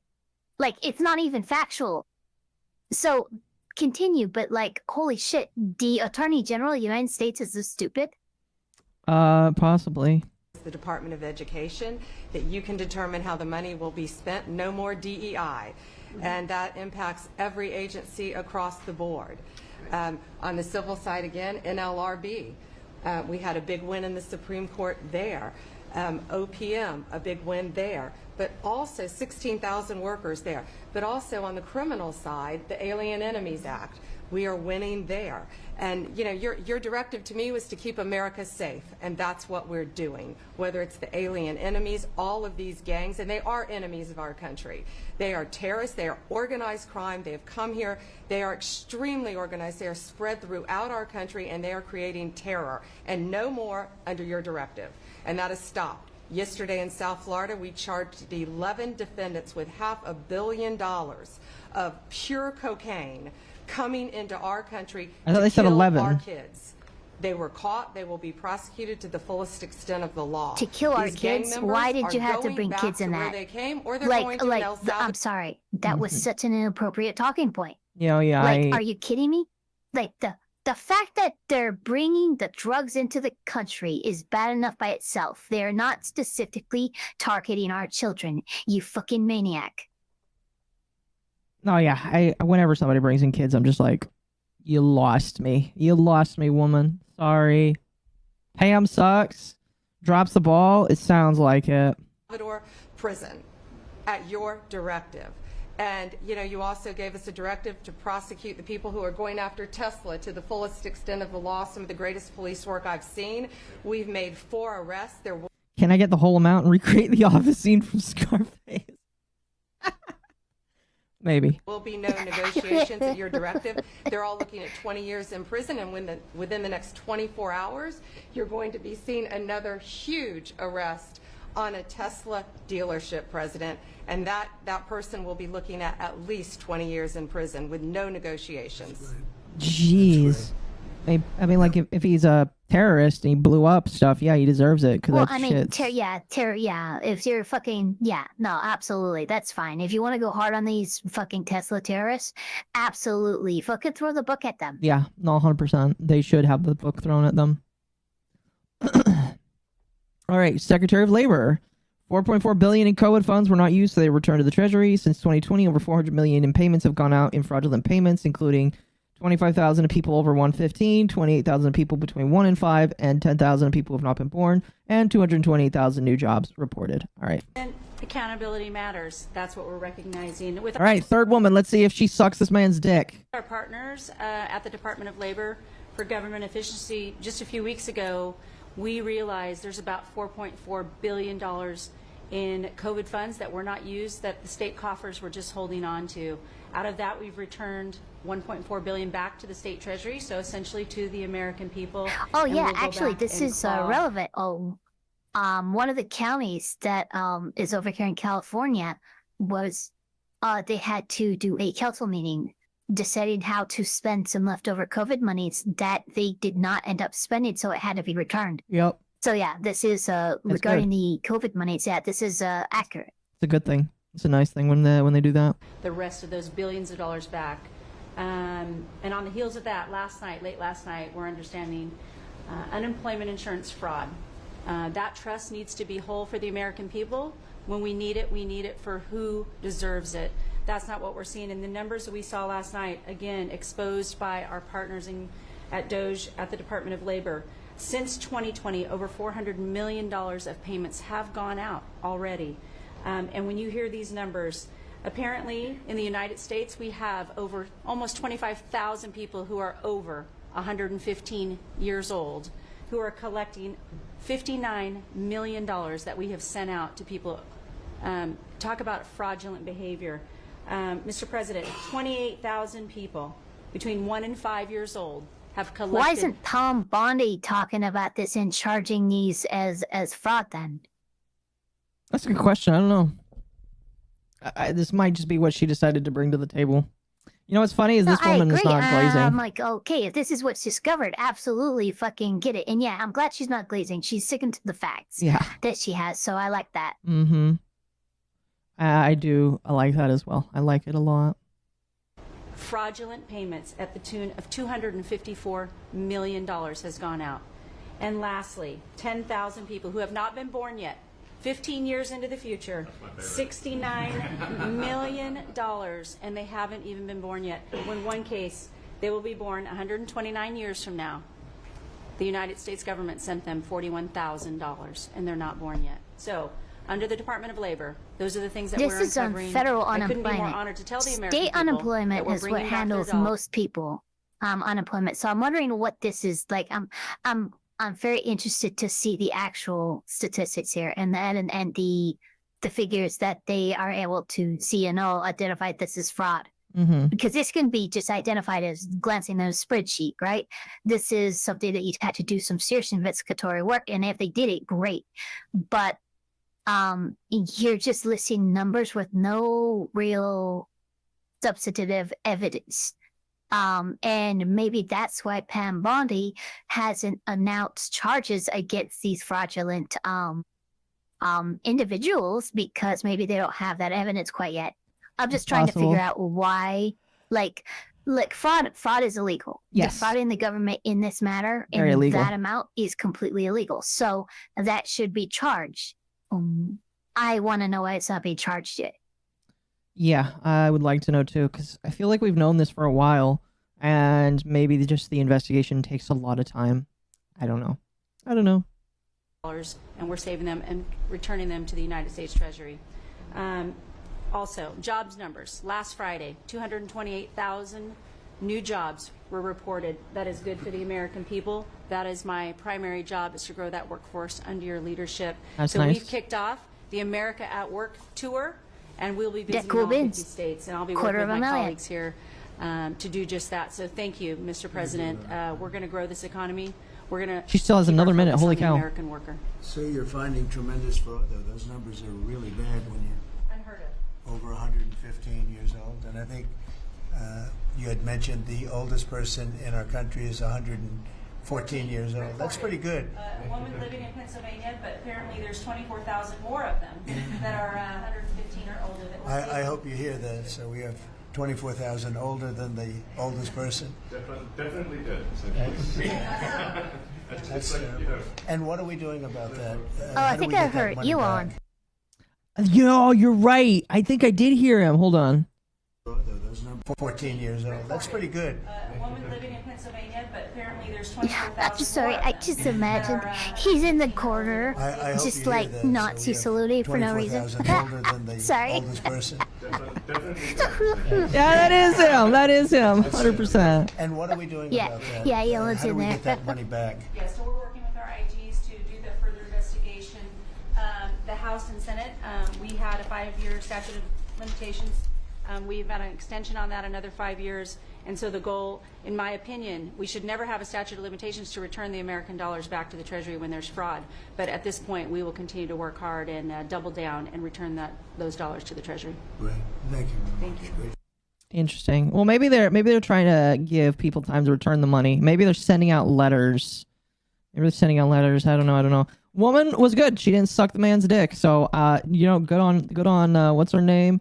Lori Chavez. Good on you, woman. You did a good job. All right. Now we have another woman, I think. Another woman. Oh, and Elon Musk is right at the bottom. Hell yeah. Elon is in the corner. Yes! Playing Path of Exile too. He's got to get some runs in before it's his turn. All right. This one's 4 minutes long. Holy cow. How many more of these do we have? I'm kind of curious. 1, 2, 3, 4, 5, 6. 6 more after this one. Okay. Let's let us do this one here. Remember, chat, we still have to. We're still gonna watch fucking the Milo Yiannopoulos thing as much as we can for the 4-hour thing. Well, Mr. President, thank you for your leadership at the border. For the second month in a row, you have broken the record in the history of the nation for the lowest number of encounters at the border, which is absolutely remarkable. You have said that America's laws matter and that they'll be enforced, and we're That hard might at be work true. now to get people Yeah, to it very might be. go Well, it back might be. home that are here illegally. So the Alien Registration Act has been in place long enough now that those individuals that are here illegally, if they haven't registered, then they can be charged criminally, and they can face fines up to $1,000 a day. And face deportation if they don't go home, and they'll never get the chance to come back to America. So we're Okay, let's encouraging just people to use deport them. Let's be real. You're never gonna get $1,000 a day from illegal immigrants hiding from deportation. No. Just get them out of here. No, Like, come on. I know what it's about. They're trying to like find a way to take money from them to put back into the country. I know what that's about, but like, you're not gonna get that money. You're not gonna get that money. the CBP And the Home glazing app continues. to Yes. register, and we're working on the resources and funding to buy them a plane ticket to send them home. I went to El Salvador, Colombia, and Mexico, and those countries and others are thinking about setting up programs to support these individuals when they get back to their countries. So Oh, that's when they get nice. there, they'll have housing and food assistance, and so making sure that these folks have the opportunity to go home so This that is they can good. get No, the chance to come no, back I'm to sorry. El Salvador, Venezuela, El Salvador specifically, no. Oh, the deportees are being sent to an El Salvadoran prison. Okay, so I'm sorry, but this is just glazing. This is just gaslighting for the American people. Oh, what did we treat you very nice? The countries were sending them back to you. They got programs that no. The reason why they left those countries is because those programs don't exist. I still believe that deportations of illegal immigrants is important because they're here illegally. But let's not pretend that this is something it's not. Yeah. Oh yeah, for sure. America is important. And So it's a very big self-deport operation that we're starting. thousands of people have already Yeah. self-deported. Well, we're just going to, when you have 21 million people that need to go home because they're here breaking our laws, then we need to facilitate that. And I've been working with the governors a lot lately on several different issues. No. One of them has been No, on food Quaffles. I'm sure not all deportees are being sent to the super prison. You're absolutely right. Not all of them. But to say that El Salvador has financial housing assistance and shit like that, or Venezuela, who didn't even have money like to get bread and shit like that. Like, these countries do not have these programs in place. There's not housing in place for these people. The fact of the matters are these people are staying in our country illegally, and if they are staying here illegally, they are to be deported to their country of origin, and then it doesn't matter. Like, again, her glazing and saying that these countries are going to make these programs, I just don't believe it because it's never been made. Mm-hmm. They're not talking about criminal deportees. Funny, his deportation numbers are less than Biden's. That's interesting. I did hear something about that. FEMA for Right now, but he's on only 3 months in right now. Yeah, wait a little bit. how to do exactly what you've directed us to do. And then also I sent a letter and communicated with them that they need to be setting up a SCIF.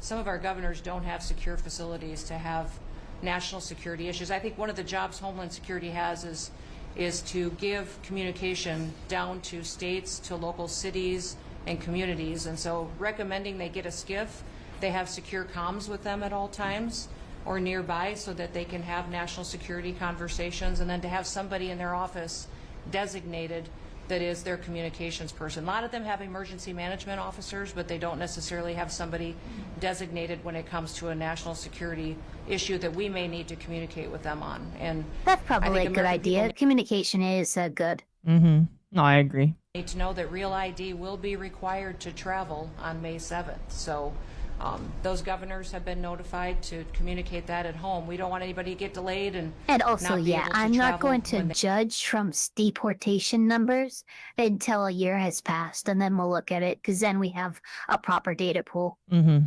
Oh yeah, I agree. That's one of those things where I'm willing to wait just a little bit of time. I get to an airport, and this will also help us bring integrity back to all of our IDs and how they're used for issuing driver's licenses, and governors know how I feel about making sure their driver's licensing system has integrity, because a lot of people use their driver's license to vote. And the backbone of our country and the foundation is election integrity. So we're giving all those directions to our governors and communicating that so they can lead on it as well. And we're going to work with people so that if they go out in a nice way and go back to their country, we're going to work with them right from the beginning on trying to get them back in legally. Is that right? Oh, that's nice. Real incentive. Otherwise, they never come back. They'll never be Yeah, allowed if that's once a certain proper, period of then time cool. goes by, which is probably going to be 60 days. We're also going to work with farmers that if they have strong recommendations for their farms for certain people, we're going to let them stay in for a while and work with the farmers and then come back and go through a process, a legal process. But we Wow. have to take care of our farmers and hotels and various places where where they need the people. And Is we're he going to be is he working talking about the migrant workers that farmers hire? Because those are already legal. They're I think here on he's a talking special about visa. illegal They're ones. bussed in federally. I think he's talking about illegal ones. Amal, thank you for the raid. Welcome. I can't think of any time I've seen an illegal migrant workforce like working at a farm. Like up here with the farms here, like they're very well regulated. Like the buses that bring the migrants are run by the state. Where they stay is state housing and stuff like that. Like, so what he's talking about, if this is like a support system on a federal level, cool. Mhm. Because I do know at least California supports their migrant workers that are here legally in exactly the way that's being described. So it's just interesting. Yeah. Do you mind if I let Amal come in here too? I told her she might be allowed to. Yeah, All right. you're more than welcome to. Amal, I know you're... have about 20 minutes before I'm gonna have to leave anyway. Okay. Amal, you're welcome to come in. I don't know if JD Vance is in this, so you might not be super duper happy, but you're allowed to jump in here if you'd like. I'll give you opportunity and space. So Does a mall gush for JD Vance? yes, she does. It's kind of funny. All right. We're almost done with this one. With you very carefully on that. So a farmer will come in with a letter concerning certain people saying they're great, they're working hard. We're going to slow it down a little bit for them, and then we're going to ultimately bring them back. They'll go out, they're going to come back as legal workers. Okay? Yes, sir. Thank you. Which I She think watched will be- already? I Okay. think it's very important. She can watch it again. Tell me what she thinks. Okay, thank you very much. I don't know. Wait, we still got content to watch after this as well, so she can react with me. I got some stuff I know that she definitely hasn't seen. But there we go. I mean, that's Get nice. your butt up here. That was really nice of Trump to say that he's going to help out people. I would consider that to be like a border reform change that I don't think any president has. I don't know. Maybe I'm wrong, but like you'll never finish. We've had like the Dreamers program and stuff like that, but I like the idea of like, okay, hey, go back home, get in touch with us, and let us know what happened, and then we will help you retry. Let's do this one more time, right? I like that idea, and I can't think of anybody who's ever done something like that. I mean, I do know that there was a president that granted mass amnesty in the 80s and stuff, but this, in terms of border reform, might not be a bad idea, and at least incentivizes people staying here legally to, hey, look, cool, you're here, go back, try it again legally, and we won't say anything, right? But if you decide to stay here, even with us offering this olive branch, then you will not be allowed to re-enter the country at all. Yeah, and I think that's when fair. we inevitably find you. I think that's pretty fair. That's very fair. That's very fair. Okay, let's get to the one that I'm sure is going to be very interesting. The Elon Musk one. Reduction in waste and gold card hopefully operational in a week. Fun. Well, thanks to your fantastic leadership. No, he's being gay already. No, stop, Elon. No, just say what you're doing. So say you gotta have the clip that goes gay. Yeah, let me see. I'm pretty sure I have that in here. Hold on. That was real gay. No, not that one, not that one. Nigga. Cut that out. That one. That's the wrong one. Oh fuck! Why is that one in? What server is that? Oh, that's from Lumi server. We're gonna continue. Cabinet and the very talented Doge team. I'm excited to announce that we anticipate savings in FY26 from reduction of waste and fraud by $150 billion. And I mean, and some of it is just absurd. Like people getting unemployment insurance who haven't been born yet. I mean, I think anyone can appreciate whether. I mean, come on, that's just crazy. So, you know, some of these things, people ask me like, well, how are you going to find waste and fraud in the government? I'm like, well, actually, just go in any direction. That's how you find it. It's very common. it's as the military would say, target-rich environment. So I think we're doing a lot of good in excellent collaboration with the cabinet to achieve these savings, and it will actually result in better services for the American people, and that we're going to be spending their tax dollars in a way that is sensible and fair and good. And your people are fantastic. In fact, hopefully they'll stay around for the long haul. We'd like to keep as many as we can. They're great, smart, sharp, right? Finding things that nobody would have thought of. Very computer savvy. Yes. We're working with hard to get the Trump Gold Card operational, hopefully in the next week or so. That'll be very exciting. It's really exciting. That's a pathway to citizenship into the United States. It's a big deal. Yep. I am actually really interested to see how many people actually purchase the gold card. Like if we get, it's $5 million. If we get a couple people to purchase that and it goes straight to the deficit, that'd be interesting. I mean, really interesting. I don't know. I just think that's really very, very interesting. It's a big deal. Thank you very much. Great job you did. Very, very, very interesting. Well, thank you, Elon Musk. Next is Tulsi Gabbard. Increase information sharing to go after cartels, work with local state agencies to share information, found evidence on how electronic voting machines can be vulnerable to hacks. Ooh, that's interesting. Over 100 people scanning documents to release RFK and MLK in the next few days. Hunters going out to see if any documents are hidden in offices. Thank you, sir. All right, this is Tulsi Gabbard. Thank you, sir. Thanks to your leadership and setting the mandate of transparency and accountability across the U.S. government, I'm bringing that transparency and accountability to the intelligence community, first and foremost, to make sure that you and your cabinet have that real-time, relevant, apolitical, objective intelligence to best inform whether it's negotiations for peace, negotiations around tariffs, the great work that you are leading around the cabinet today. Secondly, working with Department of Homeland Security and the FBI to increase our information sharing to achieve your goal of countering the narcotic trafficking and our ability to go after cartels now designated as foreign terrorists. I met with the National Sheriff's Association this week, being able to work to make sure that the information that they are getting on the ground. I want Epstein's book. I highly doubt you'll ever get it. I'm sorry. That local law enforcement is getting on the ground is being fed back up through to our National Counterterrorism Center, and that we have all of the federal agencies, state and local law enforcement, all on the same page as we are working to make our country safe again. And lastly, sir, as you know, declassification and rooting out weaponization, politicization of the intelligence community is a huge priority. You know more than anyone else the very dangerous and negative consequences of that. I've got a long list of things that we're investigating. We have the best of the best going after this. Election integrity being one of them.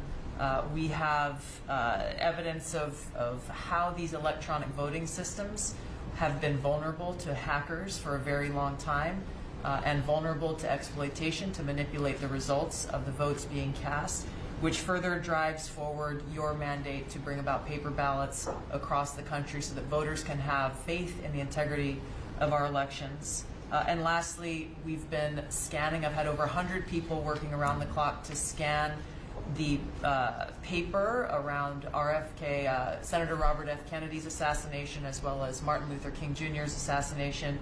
These have been sitting in boxes in storage for decades. They have never been scanned or seen before. We'll have those ready to release here within the next few days. That's great. Okay. And then next one. That's great. Bobby, how do you feel about that? That's hitting, I'm very gratified to close, hear. That's hitting close to home, isn't it? Yeah, no When you think, I'm thinking about Bobby when that statement's made. Because that's RFK. And you'll let Bobby see some of this because, you know, it's very personal stuff. But it's time. I've asked him, and his response is, put it out. The world needs to know the truth. And his uncle that's been out, and anything that hasn't been out, they can go to your offices and see, right? Everything that we have within our possession, it's either online or it's physically at the National Archives and Records Thank you very much, Agency. Darwin, for the 5. We all- I'm glad that you and your little lap elf are subjective when it comes to Trump. I can't send those that worship him Or completely against him. against him. Yeah, I So tried to have apply a lot of hunters- nuance for Trump. Yeah, me too. Because my position has always been no government is perfect, and you need to be ready to defend your rights, especially when they say they will defend your rights. I don't believe them. So yeah, I try to be as much in the middle as my opinion and objective as possible. I'll praise when it's good and get upset when it gets dumb. So yeah, I appreciate that. By the way, Chow, we will read the rest of the super chats here after we're done with all these videos. Going out, Mr. President, and looking in the storage lockers at FBI and CIA and other agencies, specifically to find if there is anything else that has not been reported. We're actively going out and trying to search out the truth. Yeah, we want to get it all out. Yes. 100%. And you Thank know very the much. truth is out there. Indeed. Okay, that was X-File that one. theme starts playing. We have 4 more. Holy shit. Let's see. SBA administrator modified applications to need citizenship and date of birth. Installed fees that were waived. Okay. This is 1 minute 26. Mr. President, on behalf of America's manufacturers, I want to thank you for standing up to the Chinese Communist Party and fighting for our main streets, for our workers, and for those that make things in America. I'm out on a Made in America manufacturing tour, and as I go across the country, people are grateful to have a president who's not just fighting on the tariffs fronts, but to get inflation down, to create jobs. After Biden destroyed 110,000 manufacturing jobs in just his last year, you've already brought back thousands and thousands of manufacturing jobs. So the American worker is grateful. Main Street is grateful for you. And at the agency level, we're making sure that manufacturers have access to the capital they need, but we can't do that if we're not fighting fraud. So we've modified our loan applications to have citizenship verification, to make sure we have birth dates, common sense principles around lending that the Biden administration had waived. They waived $450 million of fees in 1 year. We're restoring that for the American taxpayer. And the American taxpayer, as tax day approaches, April 15th, they need to know that this cabinet, this administration, and thank you Elon Musk and Doge for fighting for the American I'm sorry, wait, you just reinstated the fees that we have to play? That they have a return on investment for this country. And Also, what the hell was that? Sorry, I had Just another scared the video in the absolute shit out background. of I me. right-clicked by accident. My apologies. I'm so sorry, Like, chat. oh, Like I was on okay, Twitter just Jesus, randomly. Like my fucking. I'm so sorry. My undead heart started beating again. That's how scary that was. So thank you, Mr. President. Thank you very much. Oh my gosh. All right. Now this is RFK Jr. working with the EPA to reassess fluoride use. Good. Working with USDA and governors to get soda off SNAP. Good. Or Operation Stork Speed to get chemicals out of baby formula. Good. Wow, he's got a lot. Yeah, I'm oh alright gosh. with getting soda off of Snap. Yeah, did a drive-by just happen? We are working at HHS to advance your agenda. Look, America I'm so healthy sorry. again. I've solved I'm working Robert with Lee Tarian. Damn, I thought to someone reassess started the popping fluoride off and we rules. kept reading. Like, we're fucking I'm so done. sorry, chat. I'm so sorry. That was an accident. On the August release by the National Toxicity Program Oh, of new science that shows a direct inverse correlation between exposure to fluoride and IQ loss, particularly in children. Lee and I were in Utah this week, to announce that Utah became the first state in the country to ban supplemental fluoride. I'm working with Brooke Well, that's good. and governors now in 24 states who are advancing MAHA legislation to get soda pops off of the food stamp program, off the SNAP program. Always good. We've launched Yeah, soda pop. Yeah, I agree with that. Yeah, no, 100%. Stork Speed to get the I'm on food stamps. We don't need soda. No. If you're on food stamps, make real food. That's what the real food is for. Soda is expensive. It is a commodity. It is not something that you need. bad chemicals out of baby formula. Yeah, it's definitely not. Next time you did, like, turn up the speed dial. I'm so sorry, chat. That was an accident. Listen, I'll show you what I had pulled up. What I had pulled up is like this video from Community Notes Violations where ATFH, this silly account says gun owners want one thing and it's disgusting, and this dude shooting a whole bunch of melons. So that's it. That's it. I got my apologies. Okay, good. Well, so it wasn't good. Because, like, literally, I thought someone, like, busted his chambers or what a fucking at it. Yeah, We're working with governors across the country to get good food into the school lunch programs and to get rid of food chemical dyes and other bad chemicals in our Amen. food. Get rid of all the chemicals. We've shown now that this directly affects academic performance, violence in the schools, and mental health, as well as physical health. We are working with governors across the country to get cell-to-cell or bell-to-bell legislation to restrict the use of cell phones in schools, which again dramatically impacts academic performance. Okay, Today we most announced schools in the nation already have rules and regulation and strict enforcement regarding cell phone use. So, like, okay, cool. The federal government's gonna actually. You know what? I'm gonna ask you right now. How are you going to enforce that when you plan on getting rid of the Department of Education? I don't think I'm educated enough to make that response. You don't have an agency. Yeah, I'm sorry. RFK is RFK sometimes pisses me off with some of the ways he goes. Like, sort of pop off food stamps, great, love it. But like, some of the other things he said, like he's literally said no vaccine is ever safe and weird shit like that. And look, people will say, oh, hey, well, he's walked that back or whatever. But look, the fact that he's ever even said it is alarming to me. Because he walked it back because an overwhelming public went, hey, that's fucking batshit. The polio vaccine saved quite a bit of people, you know? So I would have to know what exactly he said, because I don't know if, like, he's saying that it's not ever been useful, but I think he was saying that it was, like, harmful. And I see, again, I would have to hear what he said. I watched the clip. I watched him get asked the question, and he firmly believed that. And that's why I said believed, because I think he has changed his stance, which thank God. But he at one point believed that no vaccine was safe. And I'm sorry, I cannot get behind that. That's fair. That's fair. I think if I had to opine on maybe what he was thinking, it's potential that he was talking about the side effects that everybody keeps talking about. Because I know that's like, I know a lot of people around me. Fine then, but here's the problem. He's a lawyer. He's an environmental lawyer. Yeah. As a lawyer, words are very important. He should know to articulate himself better. I would say in response to that he is old, but then by the same token, if he is so old that he's going to say things out of turn, why is he here? You know what I mean? He's got brainworms. Yeah. So, yeah. a dramatic reduction in animal testing at NIH and FDA. We're going to switch over to AI, which we've now found is much more precise in identifying the impacts of toxics in various products.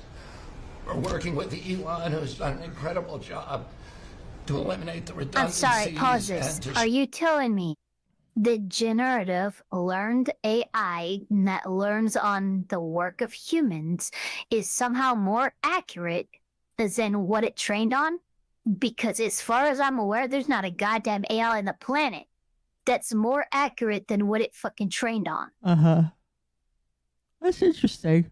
I guess we'll have to see how useful it is. That relying on AI in any major capacity like this is not smart.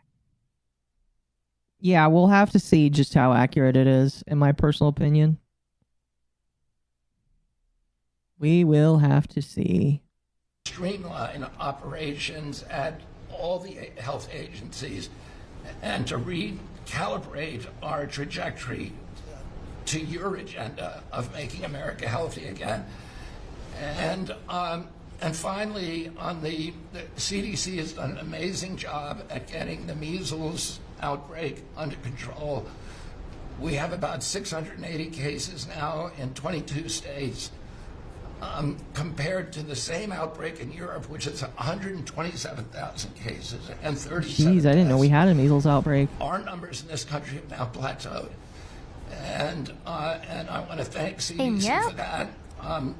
Yeah, I guess we have a small one here. And excuse me. By the way, I don't want to keep you. I know it's 1 a.m. now for you. 350 measles cases were reported in Europe region for 2024. That's interesting. Like the stream so that Yippee can learn law. Wait a minute. Yes. Wait a minute.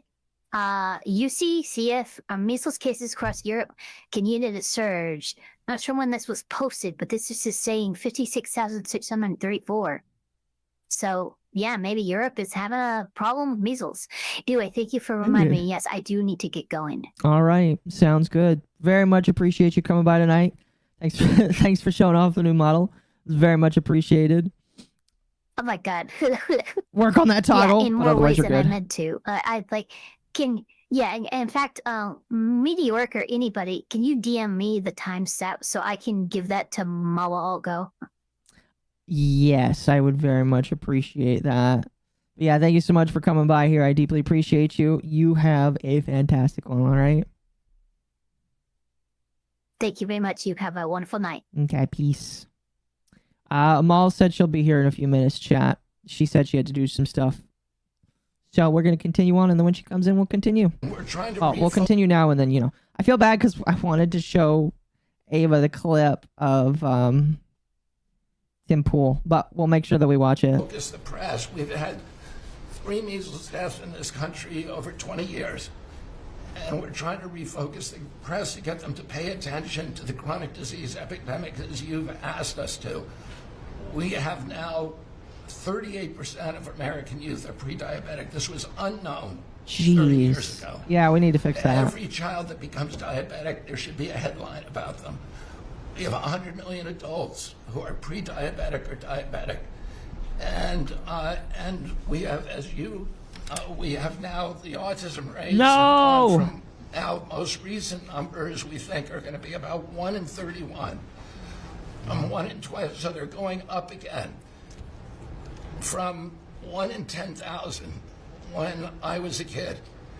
And we are going at your direction. We are going to know by September. We've launched a massive testing and research effort that's going to involve hundreds of scientists from around the world. By September, we will know what has caused the autism epidemic, and we'll be able to eliminate those exposures. So big. Think of that. So it was 1 in 10,000 children had autism, and now it's 1 in 31.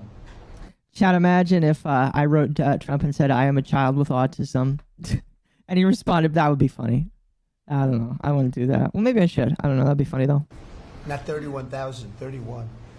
That's a horrible statistic, isn't it? And there's got to be something artificial out there that's doing this. So you think you're going to have a pretty good idea, huh? We will know by September. Wow. There will be no bigger news. Okay, chat.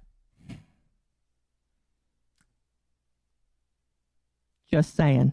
Just saying. If they come out and say that it is some vaccine, how many people are going to believe them?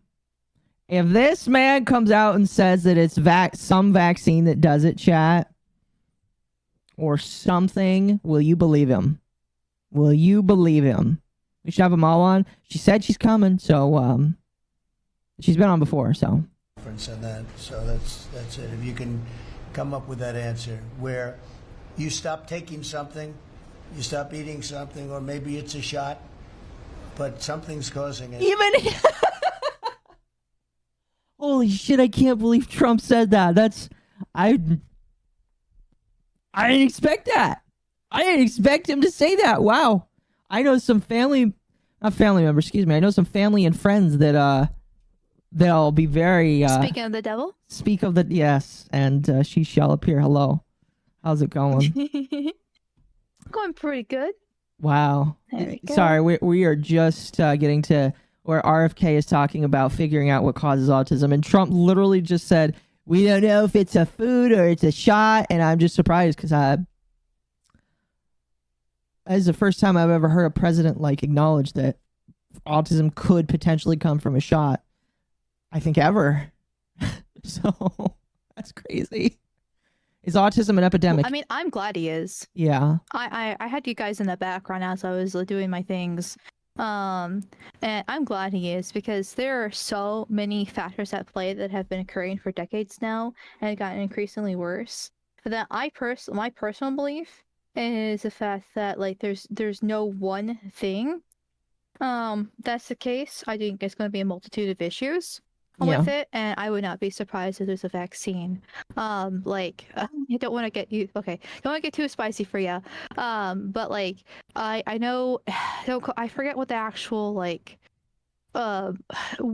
the true statistic is. I think it's like 72 vaccines when the baby is born, or within the first few weeks. It's something along those lines. Within a very short time period, babies are required to take about 72 vaccines on average. Mm-hmm. And that is a lot of injections for a very fragile being. And there's really no true testing on how they actually mix and match together. Mm-hmm. Yeah. No, yeah, for sure. I will say, chat, I have had 2 vaccines in my life. Only 2. Okay? Because after the second one, my mom noticed that I had some giant changes and she did not make me get any more. I have not had any flu shots ever. I have never had any shots after my birth. The only time a needle has gone into my body is to draw blood. So my mom believes that something happened to me. I am not really going to say anything for or against her experiences because I was too young to remember it. All I know is that she told me that after I got my 2 shots, I went completely mute for like 2 years, and I was a much different person than I was before. So that's all I'm going to say. I'm not going to say if it does or doesn't because I don't know for the truth. But 72 is quite a lot. That is a lot. Yeah. I'm not saying it's all vaccines' fault too. Like I said, I think it's a multitude of issues. A mix of probably overdiagnosed. I'm not saying it doesn't exist, but it's like ADHD in that aspect where it's overdiagnosed or in the wrong environment, especially for boys, and how overdiagnosed they get in school. And then you have to add the chemicals in both our food, our soaps, our clothes. There's so many things at play. I said this on my stream when I covered this, though honestly when we got to this point I was kind of running out of time. But basically, like I don't know if September's gonna be enough time for him to actually get this timeline. I think he's just saying it just to have one. I know it's the government, so they have the money, they have the power, the research capabilities. But with this many factors in play, I'm worried they're actually going to be able to get a comprehensive idea of this because it's such a big issue with so many things at play. I agree. And here's what I will say, chat, as well. When a lot of people hear of autism, they only really think of how the brain is dumb. The brain is not the only factor when somebody has autism. I have talked to enough autistic people to learn that the gut is a major factor when it comes to autism as well. Because every autistic person I've talked to has major gut problems that impact their daily life. And maybe not even a lot of them know this, but like a lot of autistic behaviors are regulated with a clean gut. So one thing I'm trying to do, failing very miserably, is to cut back on wheat and dairy. And I know that if I cut back on both of those, I'm actually a lot clear. As you can tell, I'm not right now. I'm a lot clearer in how I can speak. I'm a lot more better. My health, well, not only am I healthier, but my brain is more cleaned up. And when I have a lot of stuff that I'm allergic to that dams up my gut, my brain has a hard time. And this is something my mom and I have been like studying for a while, and we're both pretty sure that the autism effects can be affected by the gut and your gut health. So if you have autism or you've been diagnosed with autism, you might want to figure out if you're allergic to anything. It's most commonly wheat, dairy, and red dyes. So why is it? That's also very true. Yeah. Why is it so spicy to question the efficiency of science of vaccines like things? Like such things are perfect or without side effects, like gosh damn, there's plenty of chemicals at play. Because if you do, you're going against Big Pharma, and Big Pharma has all the money. That's the problem. And a lot of people have been trained to not question things like that. This is the first time hearing about that. Yeah, if you have autism and you have issues with your gut, consider like figuring out if you're allergic to anything. And before Occo is sponsored by probiotics, I did take probiotics for a while. It's hard for me to take probiotics because my job requires me to walk and not be in the bathroom a lot. But if I could take like a cleanse for like a week, I would take probiotics and clean out my entire system. Go meat only. You know what I mean? So, but yeah. Your not just only autism too. Like for example, I have IBS and I do it to myself. But if I actually ate like pure and didn't actually make it inflame all the time, and took more probiotics, kombucha, a whole bunch of other stuff, that makes it so much better. And there's a bunch of other mental and just physical things you can do if you actually eat properly and more cleanly. My sister, she almost died about 10 years ago, and she's chronically ill at this point, and her body is so sensitive. She has to eat a more extreme version of what's called the AIP diet, which stands for the Autoimmune Protocol diet, because it's a very restrictive diet because her body is just so sensitive, and it's supposed to just basically try to retrain her to handle a bunch of stuff. She's too sick for it to really work, but normally the AIP diet is used for autoimmune diseases because of how your body functions with that stuff. Yeah, pretty much. I have no recollection of the event, like being attacked by like, oh, I'm sorry to hear that.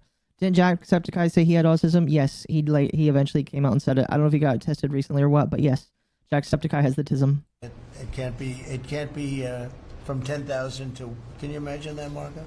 That's a big number.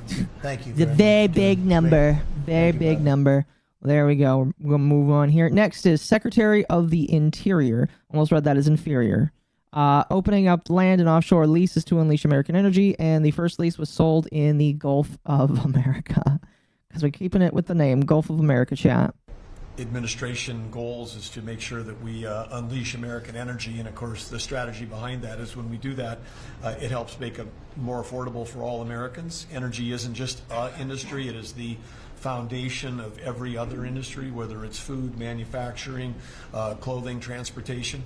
And then also when we've got the ability to generate and not just be energy independent but energy dominant, then we have the opportunity to sell energy to our friends and allies versus them buy it from our adversaries. And our adversaries were funding terrorism and conflicts against our allies by their oil and gas sales that were going through a Swiss cheese set of sanctions. So with your creation of the National Energy Dominance Council, over half the people at this table serve on that. Everyone has been engaged, whether it's interactions with negotiations with other countries, with putting sanctions in Gulf place of that America. actually work, with cutting deregulation, working on biofuels, building infrastructure for transportation. There's a whole range of things that are being tackled. But when the outcome of all that is that the Biden administration was restricting supply, you're increasing supply. When you increase supply, then prices start to come down. And we have a huge opportunity to do this. Just in Interior alone, there's 500 million acres of surface, 700 million acres of subsurface, and 2.5 billion acres of offshore. And the Biden administration was trying to restrict this so that you couldn't get a timber lease, you couldn't cut a tree, you couldn't graze a cow. You couldn't develop oil and gas minerals, and you couldn't develop the critical minerals we need. I wonder if that would help with my ADHD. Yeah, go on a cleaner diet and see what it does for your body. Like, I'm trying to eliminate as much gunk as I can. That's why I'm trying to eat. I just bring protein to work every single day, cheese and meat. That's it. And as long as I don't go to Dairy Queen along my route, I typically do good. Even dairy, with how badly it's processed here. I know it's cheese, but like still, it has so many issues with it. So, you do have to be careful about that a lot of times. Yes.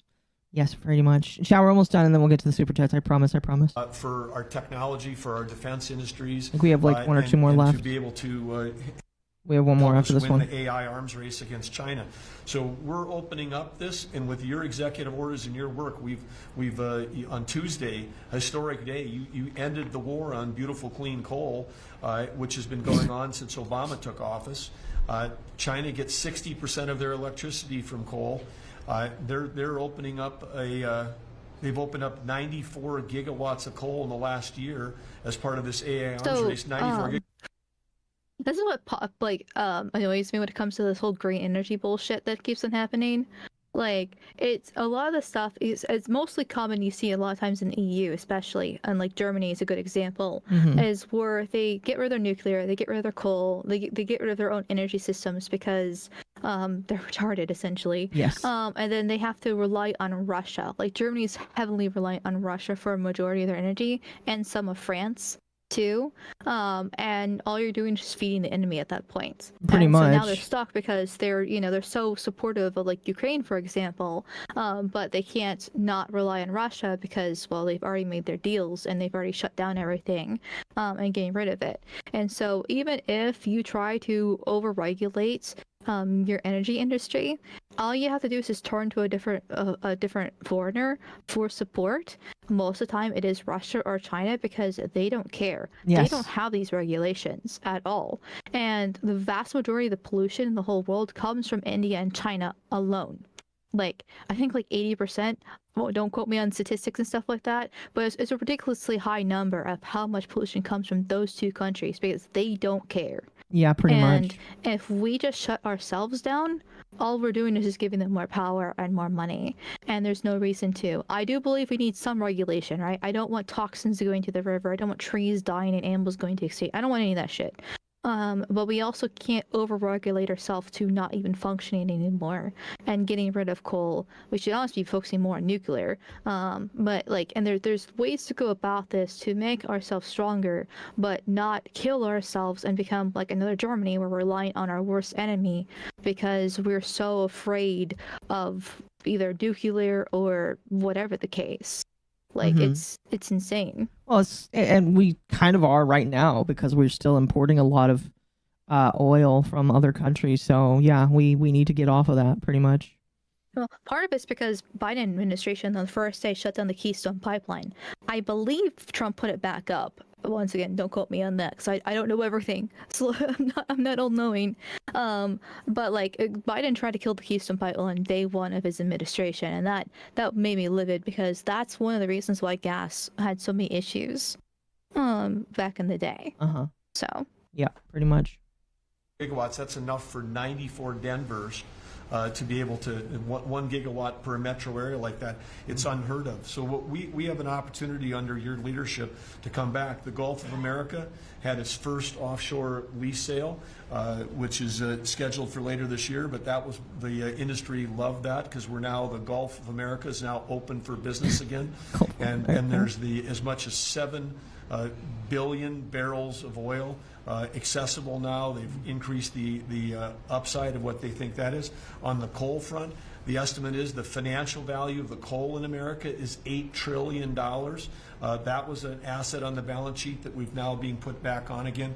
And of course in Alaska with your separate executive orders to unleash Alaska energy between ANWR, the North Slope, the Strategic Petroleum Reserve Alaska, all of those we've reversed Biden decision. Those are all open for business again. And all of this is leading to the investment coming to America. The smart money is coming to the U.S. That's why we've got trillions of dollars of investment that are showing up at the door because they know if they're going to do manufacturing here, there's going to be energy to power their plants. And so again, thank you for your leadership and thank you for everything you're doing. Cool. Energy's coming back. Great. And then the last one, Secretary of State Marco Rubio. Report meeting Saturday to have peace talks with Iran, and no one has the right to student visas, and says the press covers them like they are birthright citizenship. Okay. We'll listen to this. And then that is the last one from this here chat. And then we can decide what we think. Marco. Well, Mr. President, one of the most important things I believe you'll achieve in your presidency is reordering the world in a proper way. For 31 years, more than 31 years now, multiple administrations have allowed the Chinese to deindustrialize this country, to take away jobs and factories and pillars of our national strength. And what you're doing now, I think, is a great service to our country, but ultimately to the world. And I want to congratulate you and your team that's working on that, because I'm half expecting him to reach over to give the man a handshake. As you see from all these other countries that are now coming God, here the amount wanting of to ducks, join the something dick sucking that actually happened in crazy this to allow these, is I mean, insane. basically, It we live is. in a world where Especially those women Chinese earlier. companies can do whatever they want Yeah. in America. But our Marco, companies cannot do anything Marco, over there unless they what allow is the your internet, they steal our report? stuff and reverse The engineering. glazing So is this reordering not- and all of that has dramatic implications. It's on not the, a on the peace and report. security of the world. So we thank you. An important meeting, thanks to you, is going to happen on Saturday for the first time in a long time. There'll be direct talks between Ambassador Woodcock and a top-level leader in Iran. We hope that'll lead to peace. You've been very clear what Iran is never going to have is a nuclear weapon, and I think that's what led to this meeting, and we'll wait for him to come back from it, and we're hopeful about that. I would also say that we are receiving, and I think the Department of Homeland Security can confirm this, historic cooperation from countries all over the world. Number one, in taking back their citizens. Every country in the world has to take back people that are illegally in another country. And we have countries that refuse to do it or will kind of ignore our calls. All of them are doing it. The ones that are not are paying a price. And we've also found cooperation in other countries that are willing to take some of these people, some very dangerous criminals. I know the President of El Salvador will be here next week, has really been a good friend of the United States in that regard. These are some of the worst people you'll ever encounter. And Pam knows this, and Christy knows this from the work they're doing. You know, and one last point I want to make, Mr. President, and again, it's under your leadership, it's actually under your executive order. If you come to this country as a student, we expect you to go to class and study and get a degree. If you come here to like vandalize a library, take over a campus, and do all kinds of crazy things, you know, we're going to get rid of these people, and we're going to continue to do it. So when we identify lunatics like these, we take away their student visa. No one's entitled to a student visa. The press covers student visas like there's some sort of birthright. No, a student visa is like me inviting you into my home. If you come into my home and put all kinds of crap on my couch, I'm going to kick you out of my house. And so, you know, that's what we're doing with our country, thanks to the President. And last but not least, very important development this week, but both Pam and I were very excited. The finest higher education institution in the United States, University of Florida, is also now the national champions in basketball, and we hope... Oh my gosh. Yeah. I feel like I was just cheated out of 10 seconds of my life right there. Holy fucking shit. Pretty much. It's absolutely stupid. The only good point he really made was about the student visas thing. I mean, the Iran thing is relatively good for the peace talks. I'd rather not go to war in the Middle East for the 50,000th time. Yeah. But the student visas one is definitely a good one, and I hope we can kind of trim that a lot, because there's a lot of abuse with the whole visa system in general, and I feel like it's pretty well known at this point how many like Chinese spies get through the student visa wise. Yeah. And so actually cracking down on that and would be great if we can crack down on all visas. I would prefer that more. That's where my bias is kind of laying at, because I'm tired of how bad our immigration system is when it comes to how many people get allowed in. Me too. Excuse me. Yes, I agree. Well, chat, what do you think? Overall, I think some of the stuff they're saying is nice. Some of it is just like, okay, thank you for saying that you want to do this. What's the plan? What's the plan for actually getting it done? Because until you actually give me a plan, it sounds like a nice idea. You know what I mean? Is Rubio jerking it on stream? Is Rubio jerking it on stream against US? Well, the worst part is with Marco Rubio is that he's actually doing stuff, as far as I'm aware. Like he's actually got a decent amount of chunk done when it comes to foreign relations. But like, and that was granted as a little bit ago, like a month or so. But like, it's supposed to be a report across the board because it's been close enough to 90 days. And the fact that he brought up like the basketball and just basically was on his knees the whole entire time. Yeah. Like, it's just like, Marco, you've done stuff. Why don't you actually say what you've actually done? Like, what is this case? No, yeah, it's like risky. share with the world what you've done, please. I'm sure that it's fantastic. Anyway, here, I'm gonna catch up on Super Chat's chat, and then we are gonna watch, at least we'll start the clips where we watch Tim Pool getting felted by Milo Yiannopoulos, which will be very fun. I'm assuming that you're very familiar with Milo Yiannopoulos since you observed Gamergate. Oh, yeah. So that'll be very He fun. was really popular back in the day. Oh, yeah. Very. Until the right actually is the one that canceled him, which was hilarious. I mean, sad, but hilarious. Talking about baby fucking is definitely something that would get you canceled. So, that's... Yeah. Then he went straight. He's not straight. Quote you unquote cannot pay straight. me enough. He's convinced me that he's a straight. very fruity guy. He's a very, very fruity guy. An hour of the meeting would be cut if they didn't glaze harder than the double glazed fritters from the regular show. Okay. Let's see here. I think I've read that one already. All right. Sly for 5. One more because why not? Also, meeting goals make dopamine go burr. Yes, that's why I like setting goals, because when you guys help me meet them, the dopamine goes burr. And then Patchouli for 2. I need Milo felting Tim. Peak hilarity. Have you seen this clip where Milo Yiannopoulos and Tim Pool are having this meeting? This was like over a month ago. I'm going to assume maybe not, but basically. Yeah. So with his, sorry. Go ahead. Oh no, go ahead. Oh, I was gonna say that. Well, there's an issue with Tim Pool. There's 2 issues going on with Tim Pool at the same time. One, he had a meeting with Netanyahu, the president of Israel, and he did tweet about it. And being like he had a meeting, he's gonna cover it in the Timcast the next day.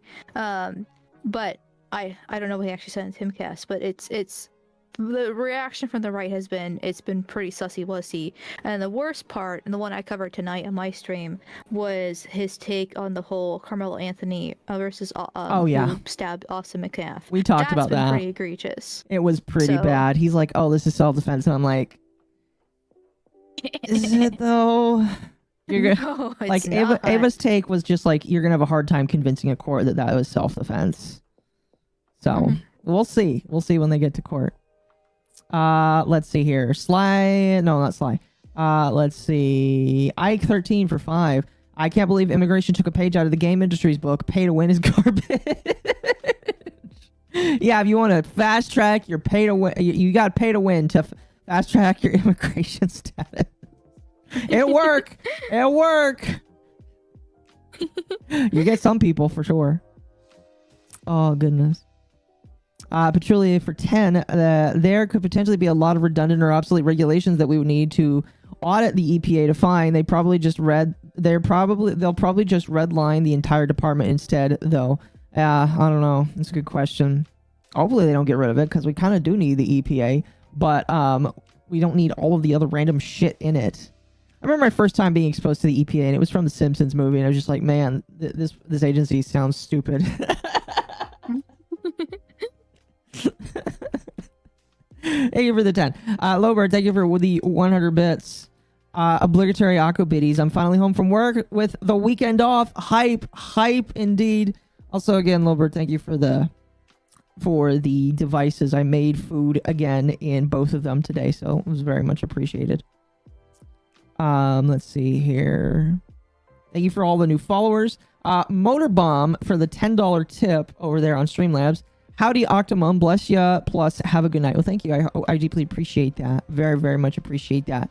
By the way, chat, I appreciate all of you when you super chat. If you are curious, YouTube takes 30% whenever you super chat. So if you want to give 100% and just have to pay the PayPal fee, you can go to Streamlabs, and Streamlabs just takes the transaction fee, basically. You don't have to, but if you wanted to give the full amount and not give YouTube 30%, that's how you do it. I don't typically bother people for it because that is like 2 or 3 extra steps removed. I'm pretty sure I have the link for it in the description of my live stream here. And I know it's at the very least. Yeah, it's in the description of my live stream, and it's on Twitch as well as a clickable button. But I don't bother people for it. It's just an extra thing that you can do if you want to make sure the whole donation goes through. And it is my understanding that you get more characters on Streamlabs too. So if you want to send a longer message, that might be the way to do it. I don't know. Starwind, thank you for the 5. I'm glad that you and your little lap elf are subjective when it comes to Trump. I can't stand those that worship him or are completely against him. Well, I definitely try. Like I said, I've said multiple times, chat, I did not actually get the chance to vote because I was in the middle of moving when that happened. So that didn't happen. But I feel like that helps me to be subjective at the same time. I don't know. Let's see here.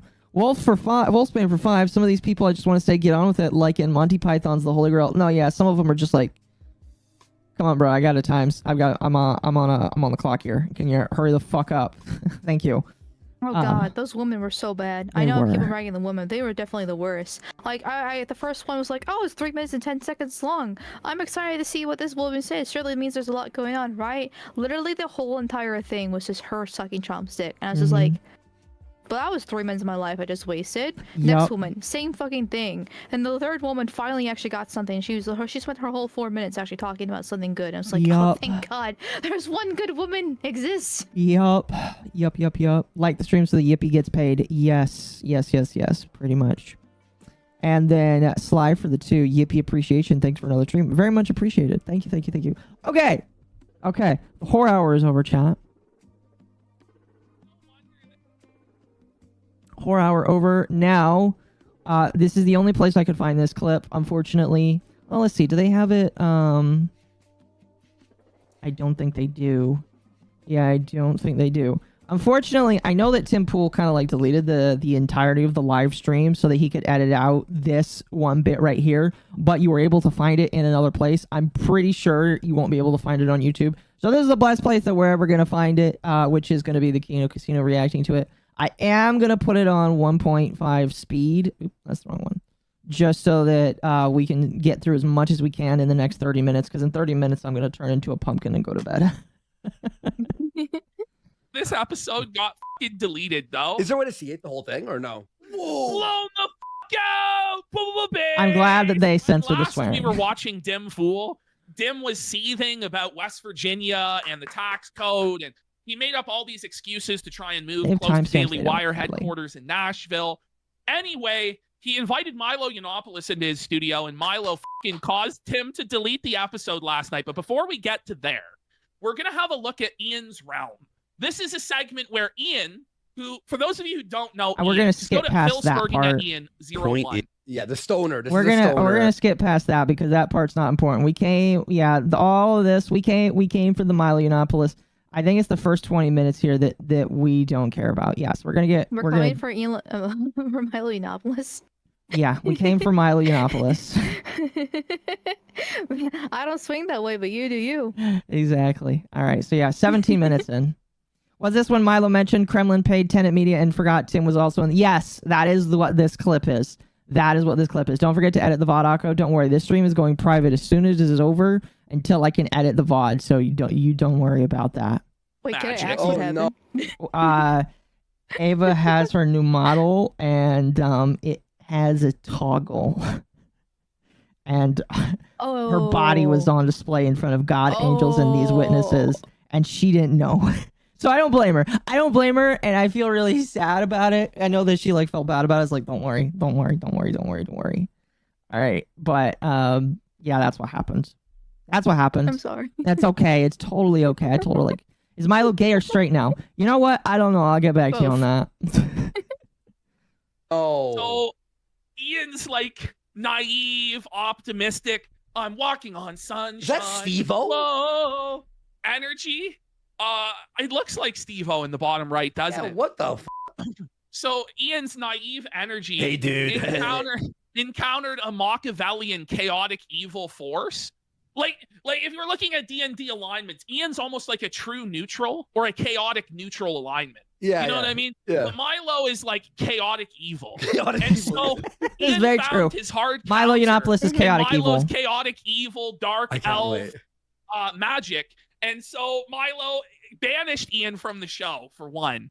But he battled him. He battled him in the back. Have a look. Ian's just texted me. It must be surprising for Taylor Swift to get booed by an entire stadium. It's surprising only to her. There was no one else in the stadium that was surprised. That's true. Ian's just now, when I showed up. So you see right there, Milo's got 2 bottles of wine just flying. Okay, I'm going to tell you right now, if anybody tells me this man is straight, they are fucking lying. That is not a straight fucking man right there. A straight man does not sit with 2 bottles of wine, dressed up with an MGM Grand jacket on, with a whole bunch of bracelets and a watch on. That like, if I did not hear a man's voice coming out of that, I would have said that is a Karen right there. That is a Karen.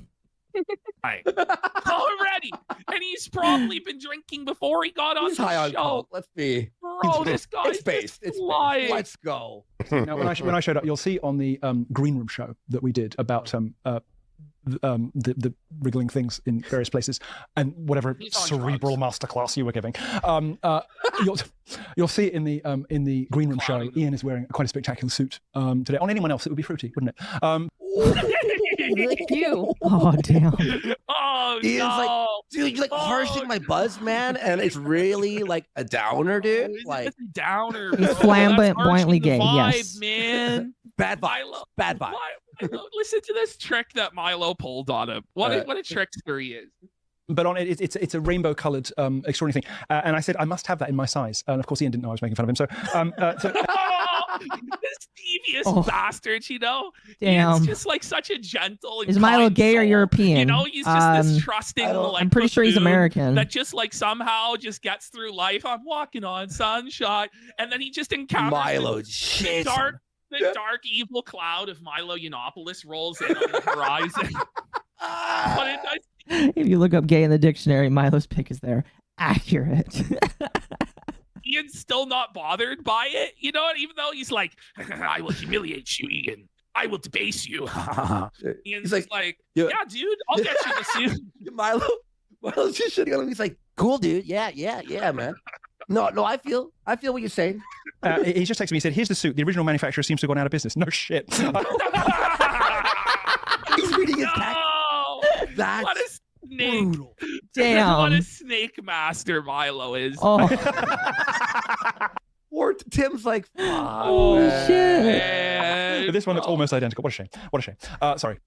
So they all Oh, just man, revel in Ian being felt it, bro. Okay, so now this is where Milo just felt Tim. Okay, beautiful. Now we're all gonna have to wonder: did Milo do this on purpose, or was he so drunk he didn't realize it? Okay, we're going to give some context here before we move forward, chat. So, for those that don't know, there was a period of time where Tim Pool and a bunch of other conservatives were paid by a group called Tenet Media that was secretly being funded by Russian propaganda. And Tim Pool, he claims he didn't know this. A lot of other people claim they didn't know this. We're going to have to believe them on the outset because there really isn't any proof that they did know. And so because of that, you know, it is a sour subject for him. It's very understandable when you're being bought out by another country and you don't know it. I imagine that would really suck for you. But Milo either doesn't remember this or is intentionally choosing to not remember it so that he can make some comments and it will piss off Tim Pool. I just want to get to the part where Milo talks. Yes, we're getting there. No, come on. Oh, you're like, everybody's chat's like, yes, He you know. knows. Like, this interaction, I'm pretty sure it was this interaction that led to the episode being deleted from YouTube. Yes. All right, let's do it. This point I'm making is that. Do you think he knew? Yes, he knew. There's no way. He tries to play it off like an accident so well that I almost believed him.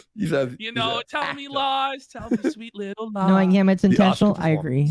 Who is funding these shows and how are they being propped up? One, obviously, YouTube is propping them up, despite the fact they're Wait, so I'm assuming talking about like USAID and fucking Vosh. And all. Okay, cool. Yeah. clearly not popular, as we just saw the results of the election. Speaking of being paid. Yeah, no, seriously, this is what happened.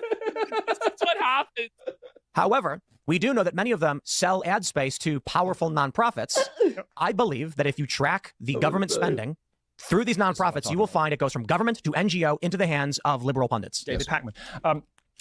Now, he might not even know, and that's the important thing. Oh, yeah, well... Tim starts setting up the preemptive cope for himself because Tim started to realize, and I think I heard somebody like mumbling, like, stop talking when Tim was fucking saying this shit.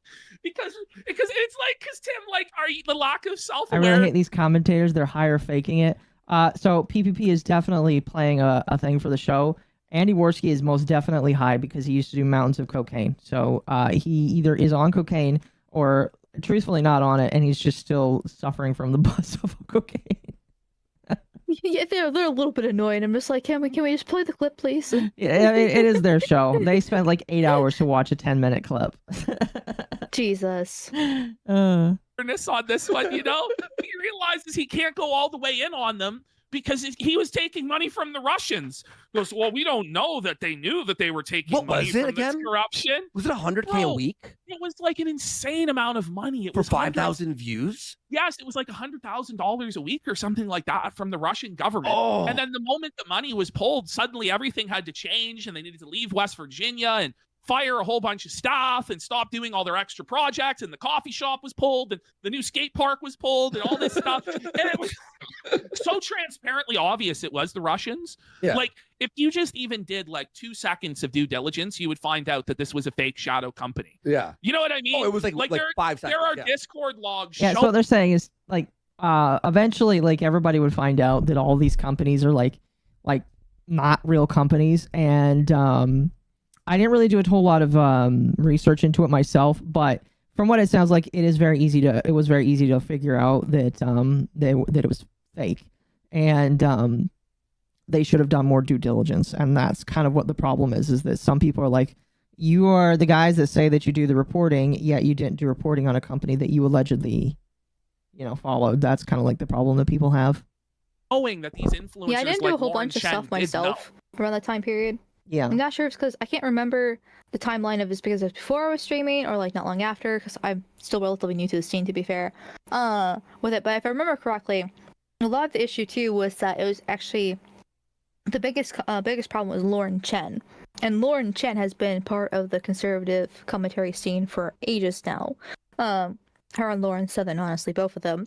And from how I kind of saw it from my own memory, was that basically Lauren Chen was a friend, and so they essentially trusted a friend, but in reality she was the one kind of helping convince them to kind of go along with it. Yeah. And they more or less trusted her. I'm not sure all of them. I'm sure maybe some of them really didn't care because that's a shit ton of money. Obviously you're going to accept it. Not trying to defend Temple. I'm relatively neutral on Temple at the end of the day. I actually never really got into a lot of these people myself personally. They just never really clicked it for me. Mm-hmm. But it definitely looks very bad. And I sort of feel bad for some of them, but it's not the best look. No, definitely not the best look. 110%. I agree. Yeah. You know, and Tim's gonna. She's felt it. She's beyond. She was like searching what time is it in Russia, like during the payments. But to be able to, yeah. So bad. This is important. You can accuse him of knowing. You can accuse him of intentionally taking money. My point is this. I would never accuse David Pakman of knowing anything. Sure. There very well may be. Sassy bitch. Fucking home run. Such a sassy gay bitch, you know? He's so catty. There very well may be individuals who their ad person comes to them and says, this NGO wants to spend $100,000 in ads on your show, and they say, you're doing that conservative thing of giving too much credit? No, I'm saying in general, big Obviously. picture. No, they knew exactly where the money's coming from. Dave Rubin knew where the money was coming from when it was coming from Russia. There it is. He used it to buy his children. Milo just screwed them.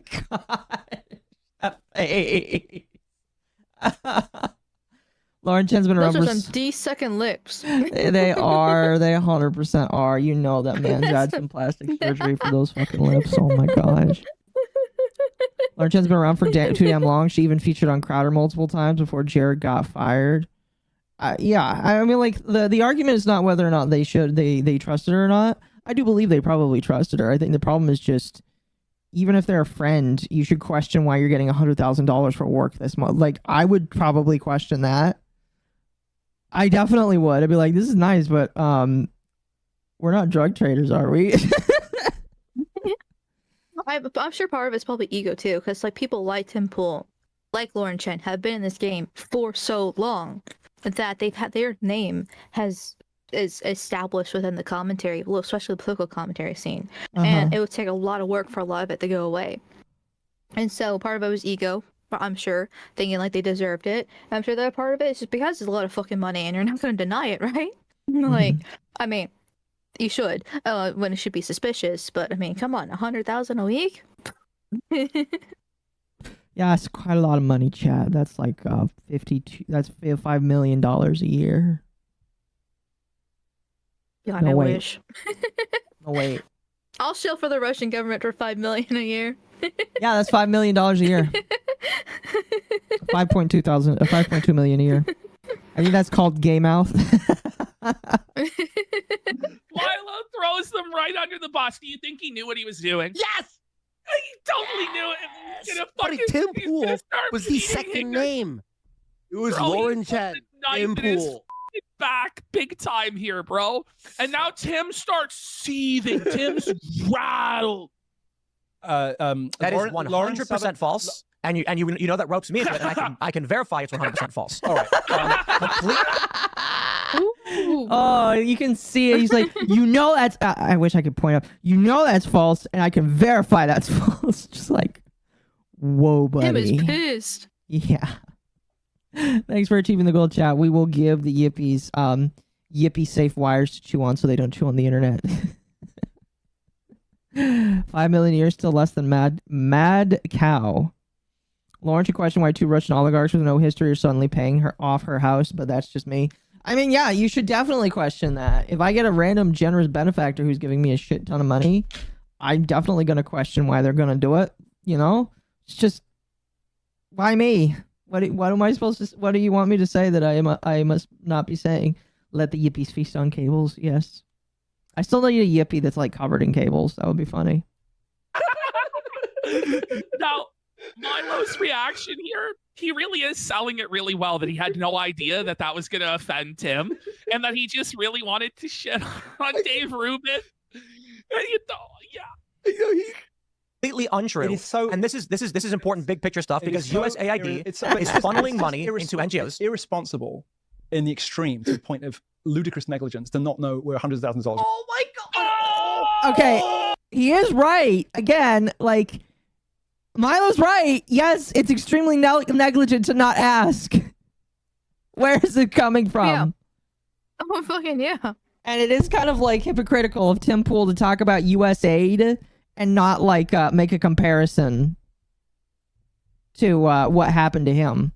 Like, Tim, you are the Maybe victim. he's still getting funded by the Russians. That's just a thought. That's not an allegation or anything, but you know, you never know. No, I'm joking. Sorts. Yeah.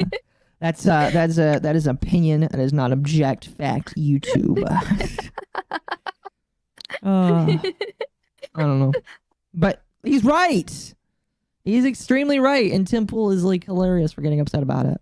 Milo with the truth. Massive truth bomb from Milo. God, damn. Down goes Dim Fool. Down goes Dim Fool. Now this is where Tim's like the steam starts pouring out of his ears, you know? Like, Yeah. Where's it coming from? To not even ask. And that's not Exactly. Again, why don't you even ask? Story at all. So if you know oh no, Tim's pissed. Holy shit. you're talking about, maybe it sounds smarter. All right. Well, I will. But clearly, as the story has already been reported and you haven't read any of it, which involves... And Temple's like, oh, you haven't even read the story. I don't think that matters. To be fair to Tim, the Kremlin was confirmed to be funding Agripop in the U.S. since at least the 1930s. When was this uploaded? So here's the problem. You can't find the episode of the Timcast anymore that this was on. He deleted it. This is the only place I know where to find it, which is on the Kino Casino clips. Otherwise, I would have just brought up the straight clip. But because Tim Pool deleted it, I can't get this anymore. So this is the only place where I'm getting it. Oh no, buddy! It's like you knew I was a snake when you brought me in. You know what I mean? This is the parable of the old woman and the snake, the scorpion and the frog. Yeah. Tim, what were you thinking bringing Milo on your show? Everybody who brings him on regrets it. You know what I mean? Like, what was he... I will never bring Milo Yiannopoulos on, even if he was deciding to become a VTuber. Milo is somebody that I would gatekeep out hard. Just remember that video where he's okay, like... but... Oh, go ahead. Oh, I was gonna say, but wouldn't that be funny, though? Actually, you know what? He could become a VTuber and become friends with all of the bad VTubers, because I remember that clip where he's like, I got this little black book of all of these secrets that I know about people. I would be okay with him going into VTubing if he could go learn a bunch of big dark secrets about all the VTubers I don't like. Just gonna be friends with. He would do that for everybody because it's Milo. It's true. I just wouldn't let him in my space. He'd be welcome in their space, just not mine. Just not mine. Big king. Involves me, which I find particularly insulting, is that certainly Dave, I, as well as Benny, did ridiculous due diligence in digging and trying to figure out what this. Oh, mumble. He's mumbling. Bro, he's seething. Ridiculous due diligence? Bro! What kind of due diligence? If you were skeptical at all, you would have seen that this money was Russian, bro. Oh, yeah, this guy wants to give me $500,000 a week for nothing. And you didn't ask any questions. You didn't look into it. Ridiculous due diligence? Really, Ridiculous. Tim? Stop it! It didn't even exist. The name was fake. Oh, my God. Yeah, again, with my limited knowledge of this, Temple didn't do any information checking. He just took the money and walked. Milo gets invited on Trash Taste next. You know what? He can do that. I'm fine with that. You can bring back Hassan if they do that. Milo Yiannopoulos will fucking own him. To be fair to Temple, last I heard he was suing for this. So I'm not, he might be suing just to save face.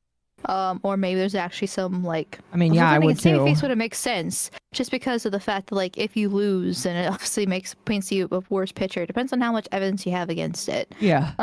Yep. So I don't know if everybody who's been accused is innocent, but I'm not sure that all of them are also guilty at the same time. Right. With this. I know exactly what you mean. But then again, Temple getting so angry, deleting the VOD, and other things is a bit suspicious, to say the least. Unless it's a lawyer told him to do it because it's going against the case, because I believe it's still in the process, which I could understand that.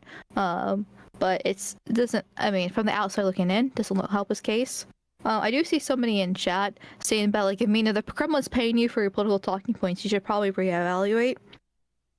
Not to defend Russia, I'm not trying to do that. But I do know Putin does talk about how DEI sucks and how it's making America weaker and other things, basically being on the right's side, quote unquote. Should you trust him? No. But Russia more than likely would probably see it as, well, why don't we fund these people? Because they're on the opposite side anyways of what's actually happening in America. So why don't we divide them even further? Because, why not? Yeah, they don't necessarily. It's just... Oh, no, my apologies. Finish off. Oh, no, it's okay. I was just going to say, they don't necessarily need to be fun. The opinion that they're trying to get out there doesn't necessarily need to be wrong in order for them to want to do it. They just want to cause chaos. There's just people where it's just could be right, could be wrong. Chaos is the only response, though. Yeah. That makes sense. 100K for 5K view video. Yeah, that makes sense. It's triggered. Source of the revenue was beyond your typical ad deal. So when I get an ad sale person who comes to me and says, "This company," I didn't remember you were this. He said, "Oh, my logos! I didn't remember you were involved." He knew. Bullshit. He knew he was stirring this shit. But you know what? Tim was right. It was ridiculous due diligence. It was ridiculously low effort due diligence. It was ridiculous. Yeah, it was. It was a joke. The due diligence you did, actually, Tim. Yes. Bring it up, Milo Dub. This company wants to sell, they want to buy $100,000 in ad reads over this amount of time. No one anywhere in media says, tell me who their investors are, get me on the phone with him. And when this stuff went down, Dave, Benny, I, and many others said, we want to know what this is all about. Who is this involved with? And when you get a prominent conservative... What? We got Keno Pool Boy for 10 subs. Let's go. 10 subs for horse for a sub. I'm going to fast forward. He's clearly pissed. Honestly... He's drawing more attention to it than he should. Yeah. He honestly should have just let what Milo said go and move on to the next thing. Or be like, I don't think so. Or something like that. Really quick. They're going to talk to you, explain it. Here's the proof. We go, okay, well, a prominent conservative personality is running a company out of Nashville. Lauren Chen. Lauren Chen. Was she a prominent personality? Certainly. She probably kind of was earlier, but probably not anymore. Yes, Milo, get him. Get him, Milo. Buddy. Oh, no. Was she prominent? Tim's shaking, bro. He's shaking in his shoes. Roaming millennial? Hundreds of thousands of followers on the Blaze. Everybody knew she was, and she had a story, and so we did some digging. I've heard of her before this. And so this is... Yes. But he's spitting on her. Look at Tim there. He's literally felt it. He's looking down. All of his chips are getting sucked away in real time, bro. That's the look. He looks down and he's just like, I lost. I lost. It's over. Thank you for the fast forward. You're welcome. I didn't remember you. This is the I big didn't remember you were a victim of that. So apologize for customs versions if that was your impression. I didn't remember that you were a victim, a fool, a sucker that fell for this Russian scam. I did. You know, it's like.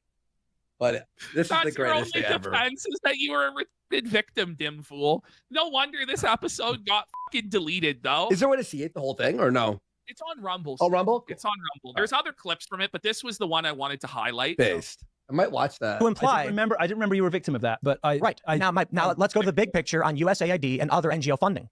Now, certainly that affects us. When someone, I'll say it again, we right now have probably, I don't know, 30 advertisers who've come to us and wanted to buy ads, and we said we're in a holding pattern right now doing negotiations. They're offering us $50,000 sometimes for one ad. Humble brag flex of where he's being offered like 30 advertisers for one read, $50,000 for one read. Press X to doubt, bro. Who the is paying 50? No one. By the way, the ads don't sell shit. Barely. Bro, one ad paying with Black Rifle Coffee? Like, no one's paying 50K. One company says I got paid that much money to read an ad read once on one show. Holy fuck, I would do that in a heartbeat. 50K? Yes, please. 5K. I don't know how maybe the ad stuff works exactly because I don't really care to mess around with any sponsorship stuff. But like it is Tim Pool once again. 50K is a lot of money. But I also wouldn't not believe it at the same time just because it is Tim Pool. His show is so big. He is like one of the faces of political commentary, especially since he is such a fence rider on so many things. He's relatively seen as relatively neutral with a right leaning on stuff. And he used to be investigative journalism. He used to be an actual journalist. And all this stuff. Like, I could definitely see where people want to actually spend good money to get their ad on his show just to get their name out to the thousands upon thousands of people that actually watch Tim Pool, plus the VODs and stuff. And everywhere else he streams, like through Rumble, YouTube, that type of stuff. Like, there's... I can understand. I mean, 50,000 is a lot, but I can believe it. Yeah, I could potentially believe it as well. Potentially, that much money? I don't know. We'll give you $50,000 to promote our company. Do we say, I want the CEO on the phone? I want to know who funded him. I want to know where that funding came from. Pause. It's way different receiving money for a product and shilling the product than receiving mystery money. You know what I mean? It's like from some weird, strange Russian guy that doesn't actually exist. Whereas, okay, I'm here. I'm the representative from Water Filtration Company A or Real Gold Company C or Black Rifle Coffee or, Tactical Gear, whatever. And you go and you look it up. Oh, they have a website. They've been in business for 10 years. This makes sense. Okay. You can't just be taking money from like weird fucking people when you're a political operation, Tim. No, it makes no sense. That is a good point. Like, obviously you should do due diligence with every product that you want to shill. But like, again, I feel like there's a little bit of a difference between random ass products that you shill and then when somebody asks you to just like accept this amount of money to talk about certain political things. Like, you should know the political ideology that you're trying to espouse. Akkothon. Oh yeah. Yes. He's full of shit. Just like a casual $500,000 a month. Yeah. Oh, that's $500,000 a month. You know who you're receiving money from when it's a product. Is this Kino Casino? Yes, just because there's no other way to watch the clip that I want. But he does that, but that wasn't quite... And this is the point when I say about David Pakman and you say I'm being too nice. I'm saying when we know those things happen...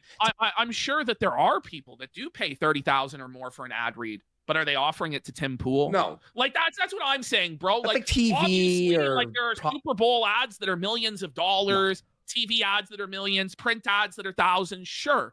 But I don't believe it's $30,000 for a single ad read on the Tim Pool program. It's like Richard's saying. That's like Joe Rogan. Yes, like, exactly. Joe Rogan, I believe. Yes. Maybe. But or Tim Theo was Vaughn. Theo Vaughn. Or... seething just this week that Politico makes $200 million a year and he doesn't. So I doubt it's that lucrative. Yeah. Take a look at where USAID was giving their money and see how much of those NGOs were buying ad reads in media because they are. Well, you're not going to like this, but to take money from somebody so obviously ludicrously insubstantial as Lauren Chen and not ask more questions seems stupid to me. Except there were. I agree. I Well, agree. Fucking hell! I can't believe I'm agreeing with Milo Yiannopoulos this much because he's roasting Tim Pool so hard. Holy shit! We're gonna listen for a few more minutes, chat. Then we're gonna be done. There obviously weren't, Tim. Well, were Like, there? Just move on, because if you actually did look into it with any sort of skepticism, you wouldn't have done it. He knew, man. And if he didn't know it was gross incompetence and negligence. Exactly. At the bare minimum. Yeah. Man. I don't want to continue this because I'm not trying to attack you. I didn't remember that you were The big picture I is didn't remember you were caught up in this. when we have. Do you believe him? Do you believe him? I had no idea. Again, I don't believe doing him. well though. His like acting is doing very He's well. really selling it to where Yeah, I'm yeah, like, no. I see what you're saying. I see what you're saying because now I'm like, did he know? Because I'm like, I don't know. That's good acting at least. 30 sponsors. Really wanted, like I could see it. Like I could see it plausibly. He wanted to felt Dave Rubin so bad that he had to bring it up because he hates Dave Rubin. Why does he hate Dave? Because he's gay and he gets more attention than Milo. Oh, that's true. why. You know what I mean? He's another gay conservative. I didn't know that. Is Dave Rubin actually gay? Yeah, he's married and he has well, yeah. That's funny. They got a baby, and it's been a controversy on the right because a lot of the right doesn't like surrogacy, especially gay people getting kids. So, yeah. That's funny. Well, the problem with Dave Rubin too is, at least on the right, is that I personally don't consider him a conservative, but he is at this point more center right. Yes. So. Sorry. I think chat. That's probably where we're gonna end it off. We've been going for 4 hours, a little over 4 hours. I'm tired. But we get most of the gist. So, Milo comes in and he makes Tim Pool seethe because he indirectly makes fun of Tim Pool when talking about the Russia stuff. Very funny. Very, very, very funny. He is le gay. Yes. Thank you for coming tonight, Amal. I appreciate it. You can stick around for a few minutes. Yeah, sorry I after couldn't I'm stay done. for long. Oh, you're good. You're good. You're good. Who am I going to raid tonight? Chad, thank you so much for coming out, by the way, as well. Make sure you like the stream if you haven't already. And I hope you enjoy it because we're going to private it for at least a day or two until I can get rid of that clip. Dave is a former TYT chameleon. Ah, interesting. But yeah, so like the stream, chat, like it. It will be back up in a couple of days after I can edit out what happened. I'm sending you to Armchair on Twitch. Or excuse me, on YouTube. Who's on Twitch? I'm sending you to Mari. Sending you to Mari. The best crazy goldfish. I remember when Mari was brand new. That was a long time ago. All right. Chat, you have a fantastic day. You have a fantastic leaflet. I didn't see the thing open.